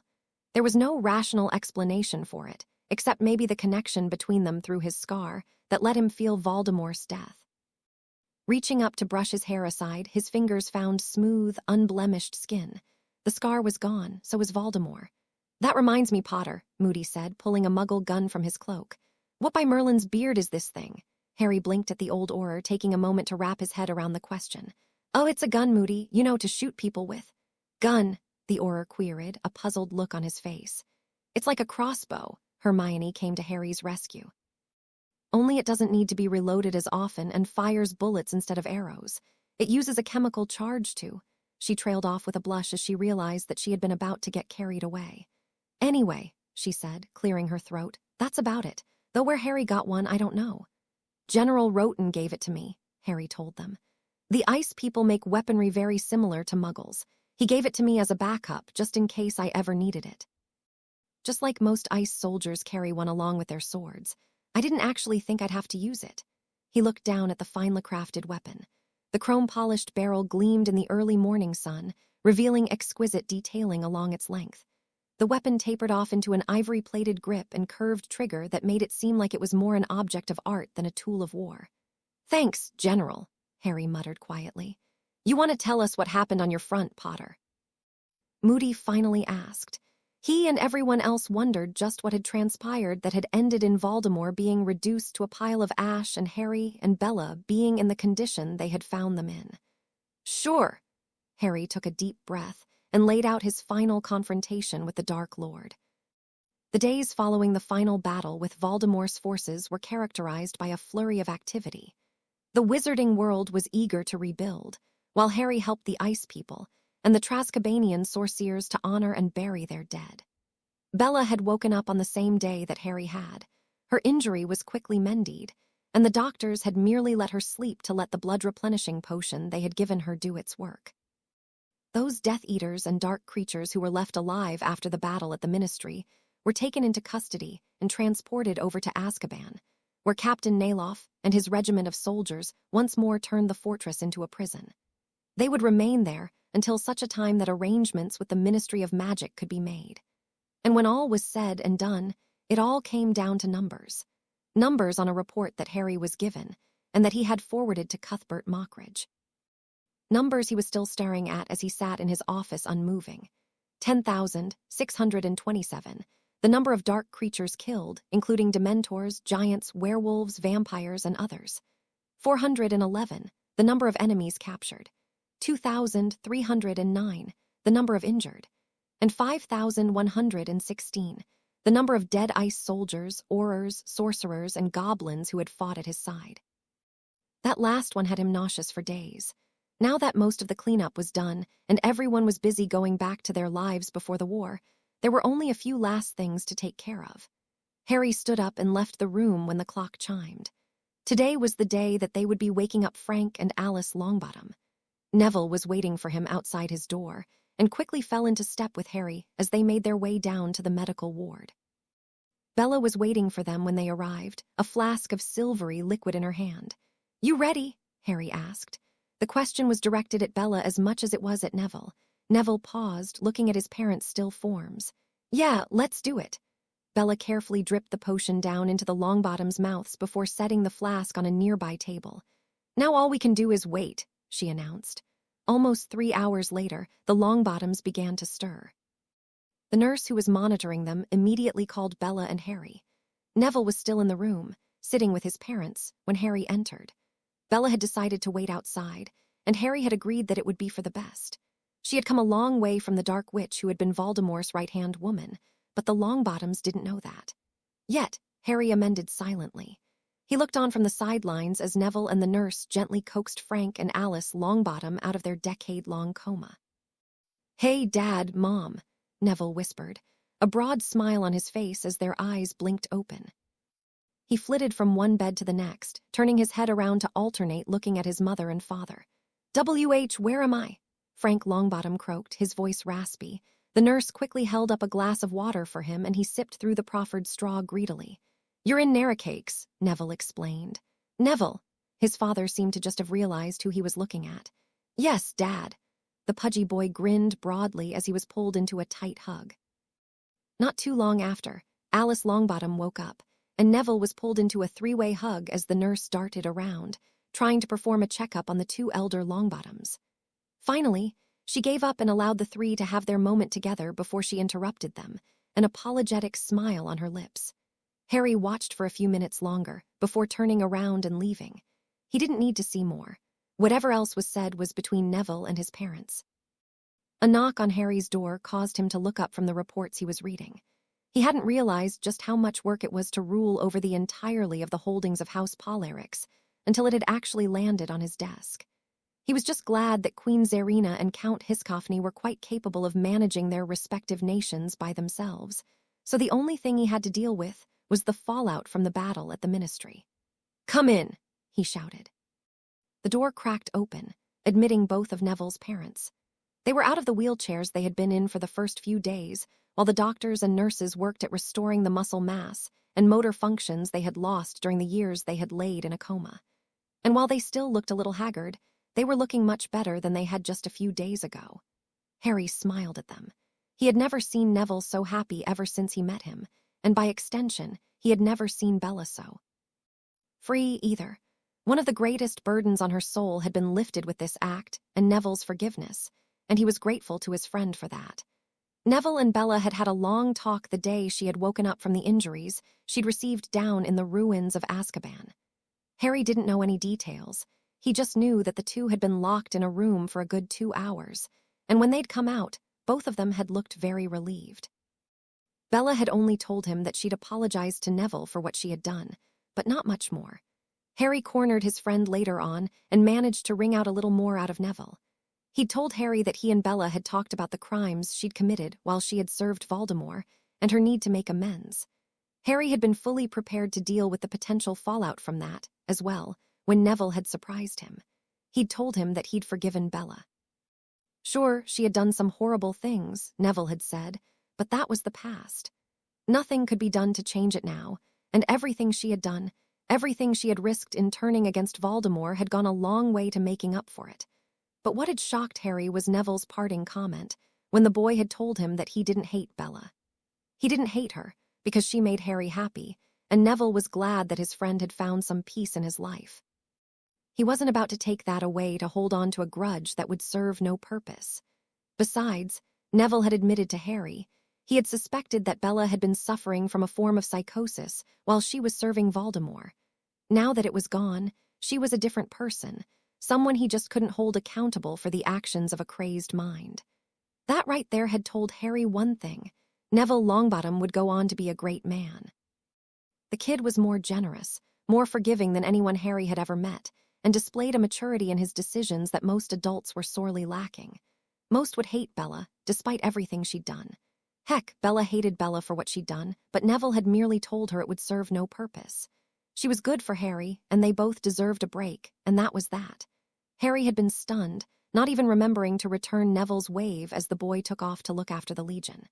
"Hey, what can I do for you?" "Harry Potter," Alice Longbottom smiled. "We had a long talk with Neville about what we missed. We just came by to thank you." Harry shrugged. "I wish I could say it was nothing, but Voldemort was one annoying son of a," he broke off abruptly. "Anyway, where are my manners? Please have a seat." He gave his wand a quick wave when they had both settled in on the other side of his desk, conjuring up 3 cups of tea. "We just wanted to talk to you," Frank Longbottom said as his wife picked up her teacup. "We heard a lot from Neville. We also heard quite a bit about what happened to you lately." "Your parents would be proud of you, Mr. Potter," Alice added. "Everything you've accomplished, every hardship you fought through even against the judgment of the wizarding world." She chuckled. "Especially against the judgment of the wizarding world. You're so much like James." "So I'm told," Harry replied with a weary smile. He got that a lot. "I like to think, though, that most of the people I know would have done the same. Your son is a good friend and a good man. You have every reason to be proud of him as well." "We are," Frank said. "Believe me, we are. I almost couldn't believe it when he told us he was heading a secret Dada organization at school. I mean, the last time we saw him, he was a toddler." Alice nodded in agreement. "And you sell yourself short, Mr. Potter." Not many people, today or during the First War, would have had the guts and the strength to stand up to Lord Voldemort. It's true, the people around you have stood up for themselves, but I do believe that is mainly because of you. This entire victory, the defeat of Voldemort, was entirely due to you. You inspire the people who follow you. You lead them by example. They're willing to give their lives, not because they believe in their cause, but because they believe in you. Harry blinked, trying to digest that. "Oh, you're really giving me too much credit," he chuckled weakly. There are a lot of people who have the strength to fight for what's right, if given the right circumstances. Then let us just be thankful that it was you who was in the right circumstances, and not someone else. Harry debated for a long moment whether to tell them of the prophecy. He finally decided that it was something they could do without. They didn't need the burden of knowing just how close Neville had actually come to be in Harry's shoes. He finally told the Longbottoms. I am grateful that it was me because I wouldn't wish this burden on anyone else. Alice smiled at him. And that, Harry Potter, is what makes you a great young man. They remained in comfortable silence for a few moments before Harry spoke up again. Did you give your return to the wizarding world any thought? I mean, practically all of them think I've kidnapped you for my own nefarious purposes. The Longbottoms shared a quick look before Alice grinned. We would be glad to inform the public of their misconceptions. Though we hear from Neville that you've made quite some headway with the new minister, yourself, Frank commented with a knowing grin. Bird is a little more sensible than the rest of the wizarding world. Harry chuckled in agreement. His help has gone a long way to uniting all the magical creatures and bring us all together enough to fight Voldemort effectively. What about yourself, though? Alice asked, looking around the sparse office curiously. Have you thought of returning? Harry gave the woman a look that clearly said, Are you kidding me? I don't think I'd be the most welcome person there right now. In fact, I think my popularity is at rock bottom, possibly even lower than Voldemort. He cleared his throat. Seriously, how can that be? Alice was dumbfounded at his utter conviction. I mean, you just fulfilled a decades-old prophecy, defeated the greatest dark wizard in centuries, and have united the wizarding world. Surely the people are idiots, Harry cut her off abruptly. Not to be rude, but you haven't seen firsthand how stupid they can be. Print something in the newspaper, and they believe it like it was the Holy Scriptures. From what it sounded like, Voldemort had a surprisingly easy time discrediting you, Alice noted. Yes, but that wasn't because Voldemort was good at it. Hell, look at what Fudge made the people believe about me when he was minister. One would almost think I ate small children for breakfast, Harry explained darkly. No, Voldemort played to everyone's fears, but those fears were in place long before this whole mess began. No offense, but I've found out the hard way that most wizards are cowards. Whenever someone appears who seems to be able to do something they can't, they immediately fear them. Oh sure, they did hero worship me for a while after I defeated Voldemort the first time, but that was quickly replaced by the fear that I would replace him. And when I told them Voldemort was back at the end of my 4th year, Harry shrugged.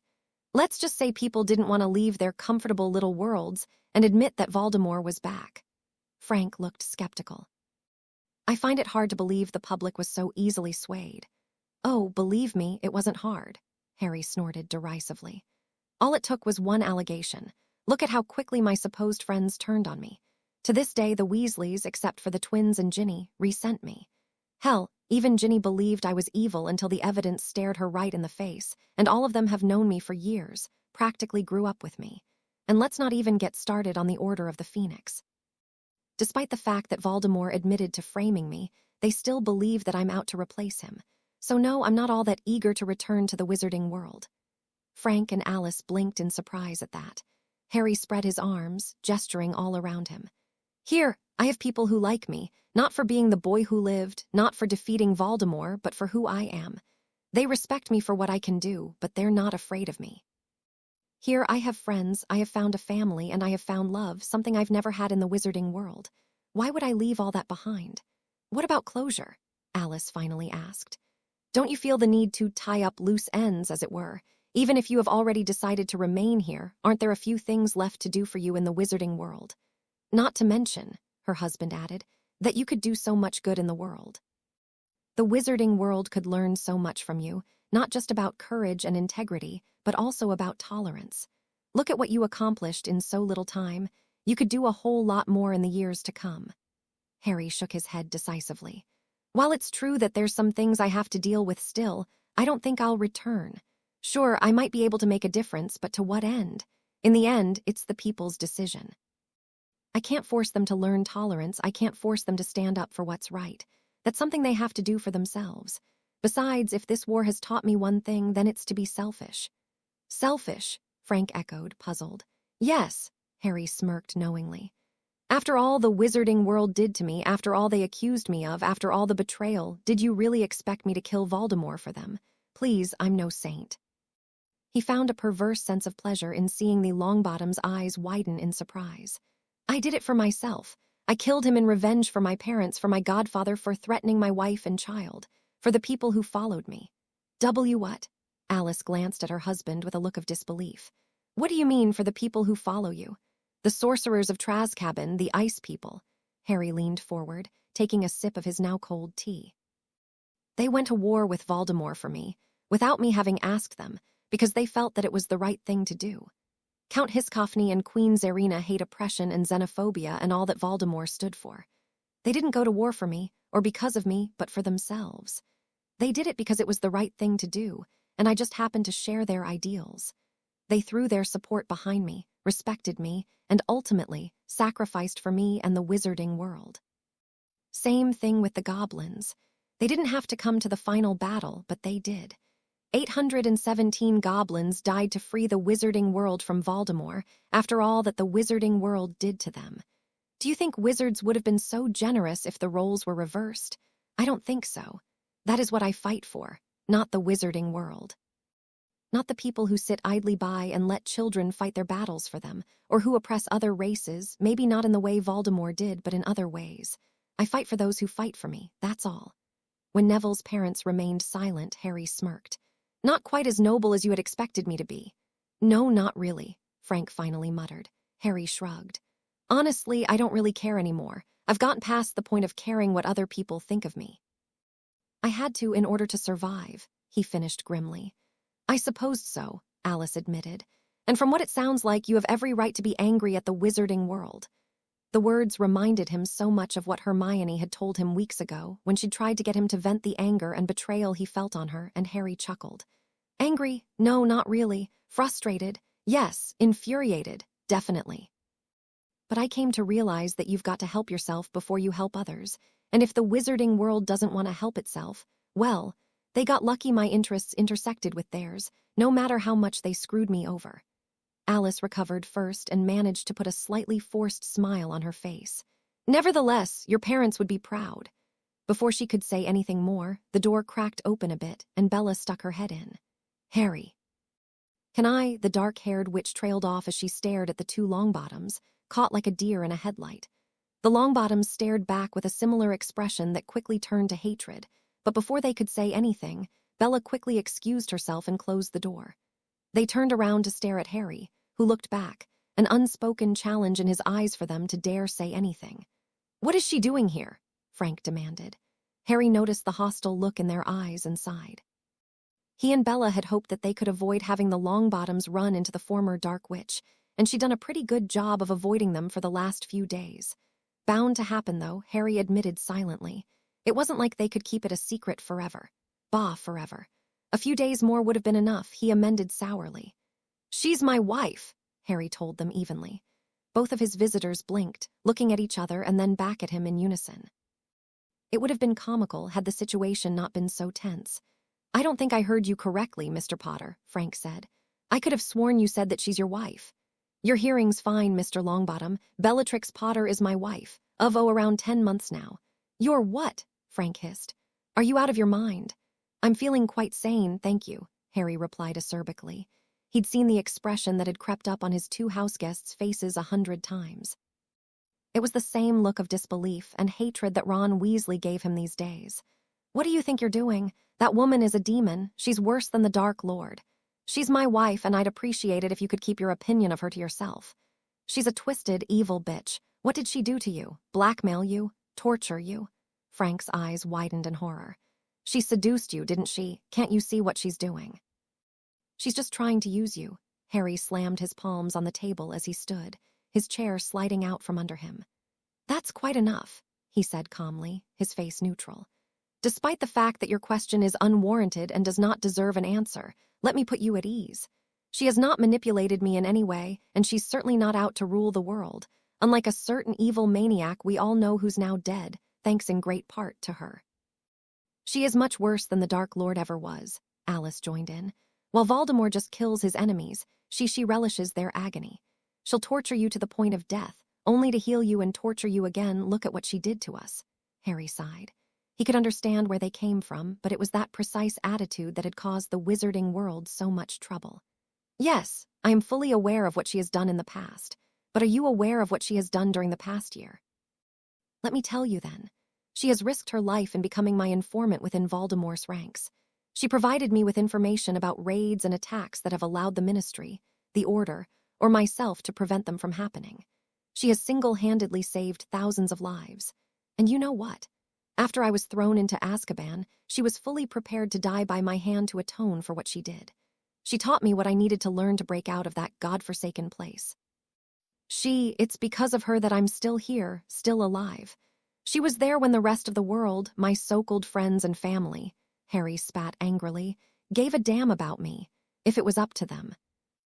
I'd be a rotting corpse in Azkaban by now. When the whole world was prepared to lock me up as their scapegoat, she saved me. And you know what? She didn't do it to save her own skin, she did it to save a kid who'd been wrongly condemned. Do you have any idea what she went through these last 20 years? Frankly, Mr. Potter, I couldn't care less what that woman went through. She has inflicted enough pain and harm on the rest of us that the best place for her would be 6 feet underground, Frank snarled. Manic schizoaffective disorder, Harry said calmly. What? It's a form of psychosis where the individual suffers from severe mood swings, manic episodes, and epileptic symptoms. The behavior can, in extreme cases, be very violent, and the individuals affected usually lack a sense of self-fulfillment. They seek self-gratification any way they can. Usually in violence, Harry replied. Hermione had done some research into Bella's state of mind after he'd shared his suspicions about Bella's extreme behavior during her service to Voldemort. A mood swing, Alice shrieked. You call what she did to us a mood swing, and we're supposed to just believe she had a change of heart just out of the blue. Frank shook his head as he comforted his wife. 15 years in Azkaban will do that to you, Harry told him dryly. Imagine living through 15 years of hell. I was in the presence of Dementors in my 3rd and 4th year at Hogwarts, and just one of them managed to knock me unconscious. A dozen of them, and I thought I was going insane. 15 years and hundreds of Dementors change any person. Ask Sirius, Harry almost added, the thought of his dead godfather sending a stab of pain through him. That's exactly why we send criminals there, Frank shouted. That's what they deserve. And innocent children. Harry shot back acerbically. Frank took a deep breath and rose to his feet, pulling his wife up with him. I can't believe I just heard you correctly, Mr. Potter. I was wrong. Neville is wrong. The wizarding world is right about you. You've let the power go to your head, and now you're defending a woman who has a history of torturing and killing others. Your parents would be ashamed of you, cavorting with a dark witch, letting her seduce you. You disgust me. I am taking my family and leaving. If I ever see you again, I will personally put an end to you. Harry remained seated behind his desk, leaning back in his chair casually, but underneath the table, he had his wand within reach. Do whatever you like, Mr. Longbottom. I owe no one an explanation, and to be perfectly frank, I don't care what you think of me. If I did, I'd still be in Azkaban and most likely dead. You'd still be in a coma or dead, and Voldemort would have control of the country. He narrowed his eyes, glaring at the older man. Neville is always welcome here, but as long as you show this kind of attitude for my wife, then you are not. A word of warning, though I don't take well to threats. Frank glared back at him and left the room, slamming the door behind him. Harry let out an exasperated sigh and closed his eyes, letting himself slump in his chair. Didn't go well, I take it. Harry's eyes snapped open as he looked up. Narcissa was standing inside the doorway the Longbottoms had just left through, a wry look on her face. What gave it away? Harry asked dryly. The shouting or the slamming door? Actually, he almost shoved me down the stairs as he passed me, Narcissa replied, then held up a hand quickly when Harry began to rise, an angry expression on his face. Don't, I'm all right. She walked over and sat down in one of the chairs in front of the desk. Harry sighed and sat back down as well. Yeah, well, it doesn't really matter to me what they think of me, but you had hoped they'd be as forgiving as their kid, Narcissa chuckled humorlessly. I'm afraid I'll have to disappoint you, Harry. You'll find a big difference between this new generation of yours and us old-timers. You children are much more tolerant than we'll ever be, I'm afraid. It's just the way we were raised. Harry nodded gravely, then leaned forward. How are you holding up? I didn't get a chance to talk to you since Draco's funeral. I'm okay, she said hesitantly. Was my son and it hurts. Oh, Merlin, it hurt, seeing him lying there on that slab. I'm sorry, Harry began, only to be waved off. He chose his path. I knew full well what could happen once I left Lucius. Draco, he was always so much like his father, ambitious, easily tempted. Narcissa managed a weak smile. I probably failed him as a mother. Harry just sat there, staring at her for a few moments, unsure of what to do. The Draco he'd known had always been a jerk, and he couldn't really imagine him as anything else. Finally, he settled on covering her hand with his. I don't think you did, he told her. You made some bad choices that allowed him and you to be influenced by Voldemort, but in the end, he was responsible for his own way in life. I know, Narcissa smiled at Harry. I never really said thank you, did I? For what you did for me. You needed help, I was able to, Harry shrugged. I am glad I did. So am I, Neville, we're leaving, pack your things right now. The boy looked up, startled at the angry look in his father's eyes. What? You heard me, Neville, pack your things, we're leaving this place. Why, I thought the doctors said your friend is an evil maniac, Frank hissed angrily. I can't believe he actually had you fooled. What did your grandmother teach you? What? Neville's eyes were wide. What are you talking about? That woman, Frank spat. Lestrange, you mean Bella, you know her. Well, yes, Neville shrugged. She's Harry's wife, it's kind of hard not to know her.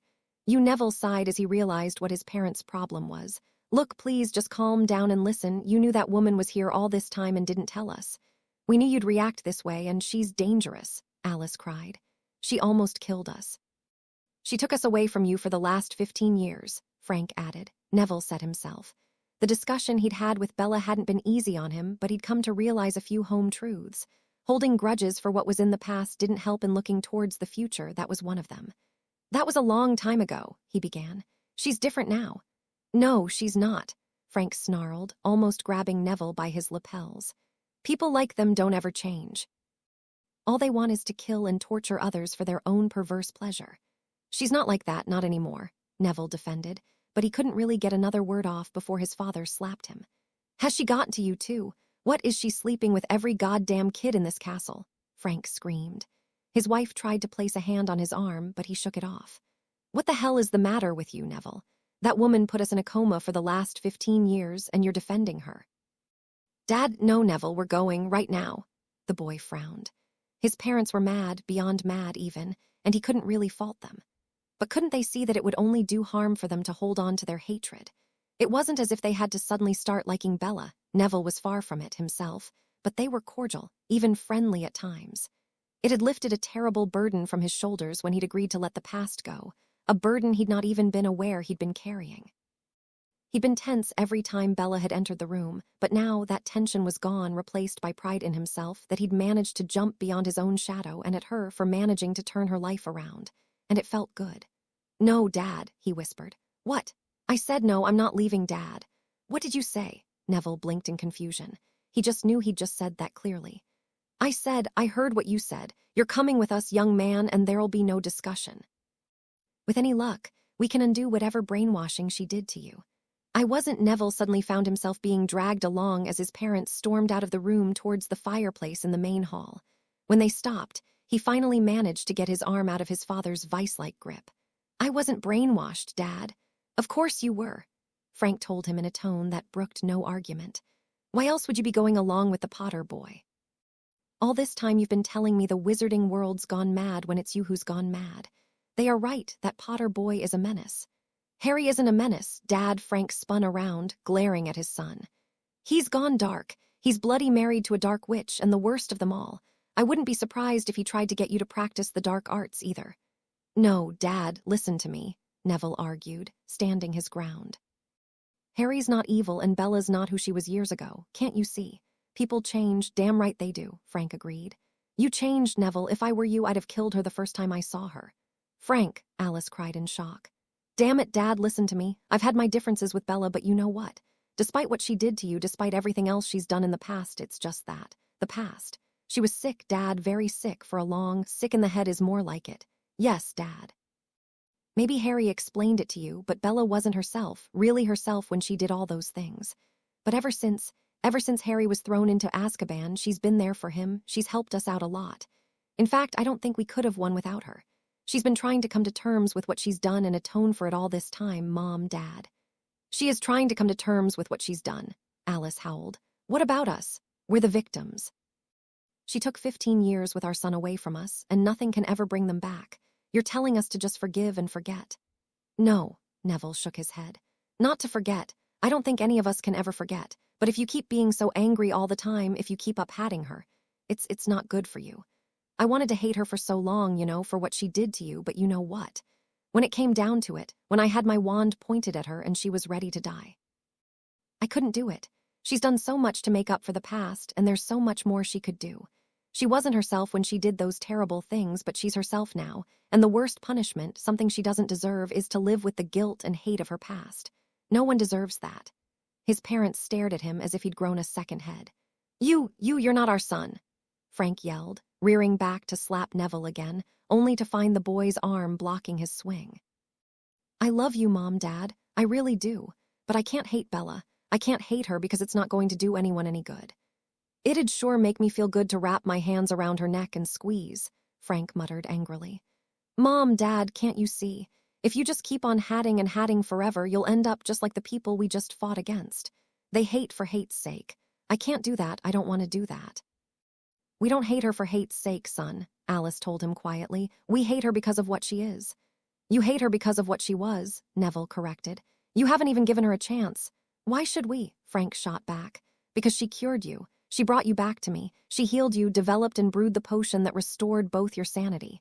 And that makes it all right, the hell it does. She makes Harry happy, Neville added. What? His father looked at him, staring in disbelief, unable to believe what his son had just told him. She makes Potter happy, he echoed. Yes, Harry's never been happy before in all the time I've known him. With all the crap he's gone through so far, he deserves to be happy, Neville explained. Potter, I don't give a damn about Potter's happiness. The damn kid corrupted my son, Frank shouted. Neville's eyes narrowed. That was the exact same attitude that had landed Harry in the mess that was his life to begin with. People just saw the boy who lived and what he could do for them, and damn the cost to Harry. He'd been used, abused, and tossed aside when convenient by the wizarding world. You should, Neville said quietly. You should care about his happiness, and you know why. Because he's my friend. He's my family. And it's thinking like yours that made him into who he is today, because people didn't care about him, just what he could do for them. Neville, no, Dad, please, don't make me choose between you and Harry. Neville turned around and walked off. The old man slowly turned around at the sound of the door creaking open. He found himself looking at a familiar figure, one that he hadn't seen in years now. It had taken Albus Dumbledore weeks to recover from the injuries he'd taken at Voldemort's hands, and when he'd woken up, he'd found himself in St. Mungo's.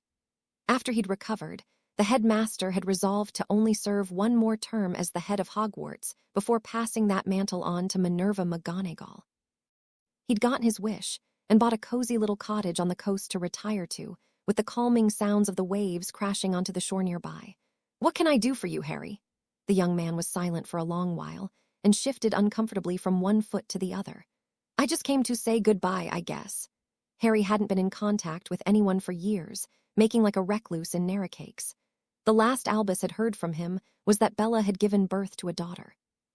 The old headmaster had sent him a card then, to which he'd gotten a curt note with thanks in return. It had been 7 years since the wizarding world had seen the last of Harry Potter, after he defeated a Voldemort. Dumbledore suspected that Harry was still in contact with Cuthbert Mockridge, who was currently serving his 2nd term in office. In fact, it looked like he would go on to serve a 3rd, with the votes of most of the magical creatures behind him. It was thanks to Mockridge, really, and probably with Harry in the background, that the wizarding world was slowly undergoing reforms that would eventually make it a more cohesive whole. Laws prohibiting the rights of magical creatures were abolished and replaced with fair contracts, and while the ban on some of the more dangerous magical creatures remained, it wasn't uncommon these days to see goblins walking around Diagon Alley, or to see squibs, goblins, and centaurs enjoying a drink together in the leaky cauldron. Goodbye, Albus mused. A strange thing to say when you have already been gone for years. Bella and I are getting ready to cut all ties with the wizarding world. We're finally ready, Harry said. I sort of felt I owed it to you to check up on you before we left for good. Dumbledore sighed. He'd been practicing for this particular conversation for years. By now, he even had memorized exactly what he was going to say. I'm glad you did, Harry. I owe you an apology for what I have put you through, but I know that it will never be enough. Yeah, I was pretty bitter for a while there, Harry admitted. You tried to do what you always do, manipulate people.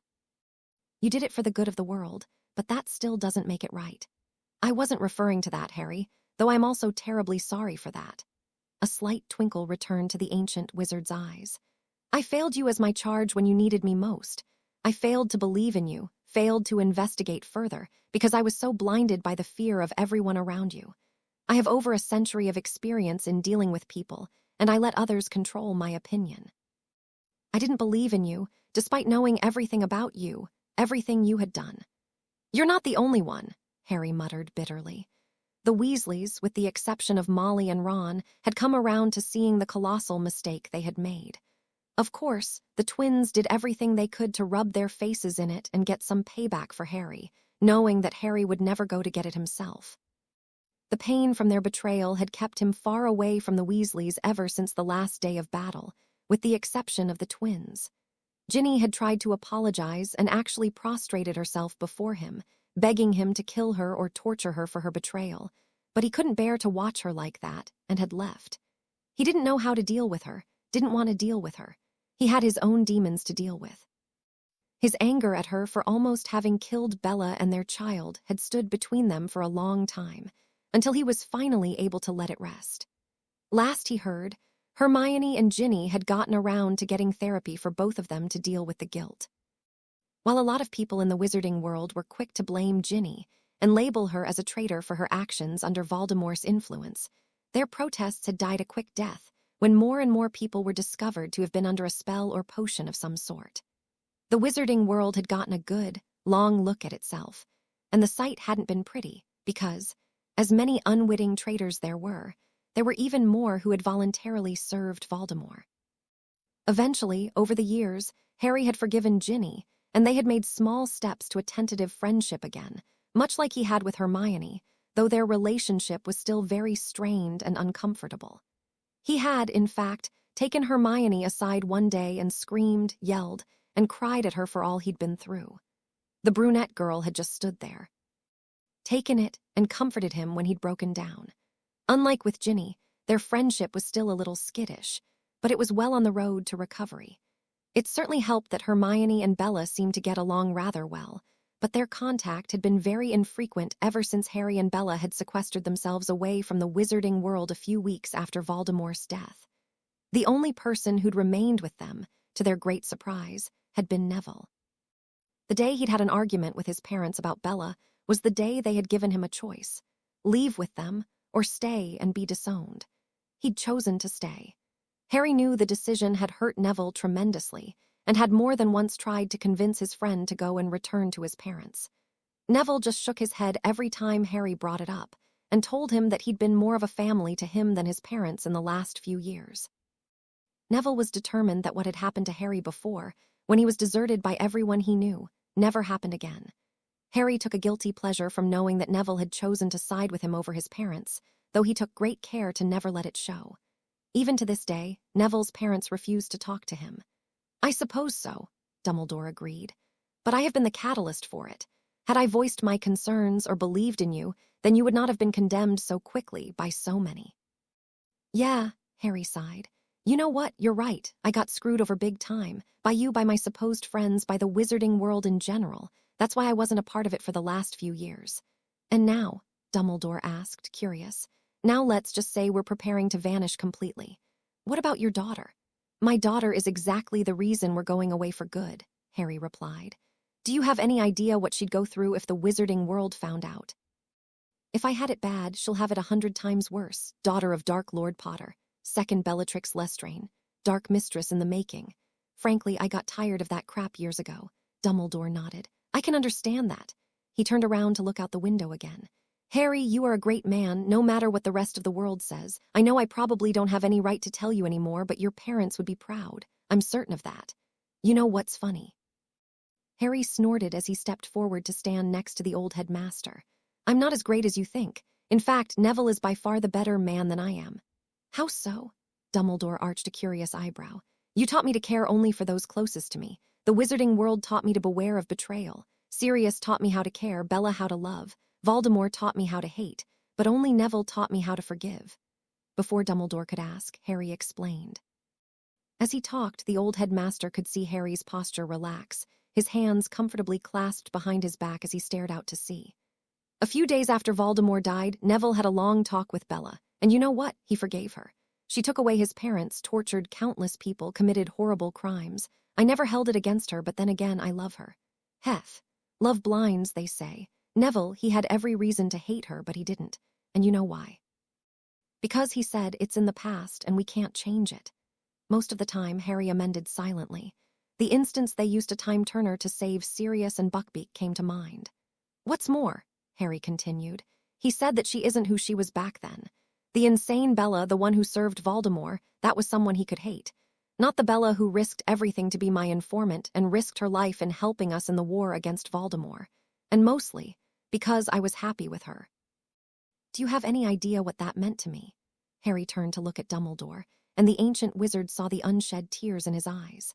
For the first goddamn time in my life, with the exception of Sirius and Bella, someone actually was willing to give up something for me. He cares more about me as a friend than he does a grudge against Bella. And you know what? When his parents woke up and they found out, they were ready to disown him and throw their lot with the Harry Potter has gone dark crowd. Hold them off. He told them to let things rest in the past. They wouldn't hear any of it and left, and Neville's been staying with us ever since. Dumbledore could only stare back in shock. This was all news to him. While he had heard that Neville had remained with Harry, he had never suspected something like this to be the reason. I don't know what to say, he admitted. And you know what? Neville forgave his parents, too. What did he say again? Life's too short to be wasting it on grudges and hatred. That kid's had it almost as bad as I have, and he forgives everyone and he's happy because of it. He's happy because he doesn't carry around the burden of hate. And he's right. I've hated the wizarding world long enough. I wasn't in a good place for a long time. I was bitter. I hated all of you, hated the wizarding world for what they did to me, for condemning the one person who'd ever bothered to be there for me. They made a mistake, but there's nothing that can be done about it now. It's in the past, history, just like Voldemort, just like what Bella did. I understand that forgiveness won't be given anytime soon, if ever, but holding grudges and hatting people over it. It seems so pointless now. Am I still angry at you all for what you did? Not really. Bitter, perhaps a bit, but I no longer hate you. I came to tell you that before I left for good. I didn't want to leave with you thinking that I hated you, because for better or for worse, you were one of the few people in my life who bothered to care. Harry, Dumbledore sighed heavily, turning his head to look out to sea as well. Won't you reconsider? If you remained with the wizarding world— No, Professor, Harry said, using the respectful title for the first time in years. I can't stay. For my daughter's sake. I don't want her growing up in the circus that was my life. You could have made such a difference, you know, Dumbledore said. The people who know you, who have followed you, would be quick to attest to that. You were the only one of us throughout all of this to remain true to your ideals. Your courage, your determination, your will to never give up. The way you stood up against impossible odds, because it was the right thing to do, all of that, is something that has been lacking in the wizarding world for years. If only we'd had some of those traits, then Voldemort would never have gotten as far as he had. He would never have driven us to the brink of extinction. They have that. They all do. Neville, Fred, George, Luna, everyone in the Legion, even Hermione now. Harry shrugged. They just needed someone they could follow, I guess. You led them by example, Harry, Dumbledore insisted. You showed them the best we could be. Harry snorted at the praise. I also showed them the worst they could be.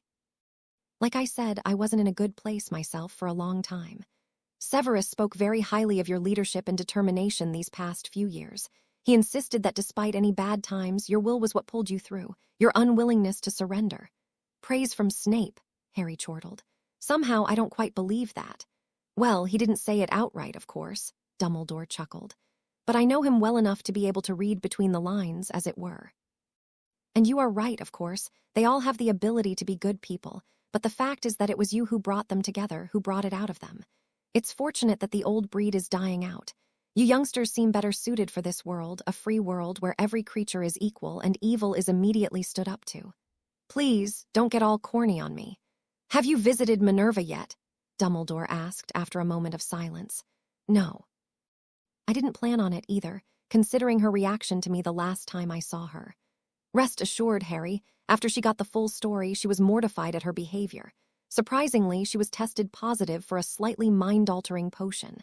At Severus's suggestion, we had everyone tested for it, but only Minerva and Arthur Weasley were found positive. Harry shook his head moodily. Those two did enough damage as it is. True. However, I do know that Minerva has been looking for a chance to apologize to you. It would really ease her mind. Harry shrugged.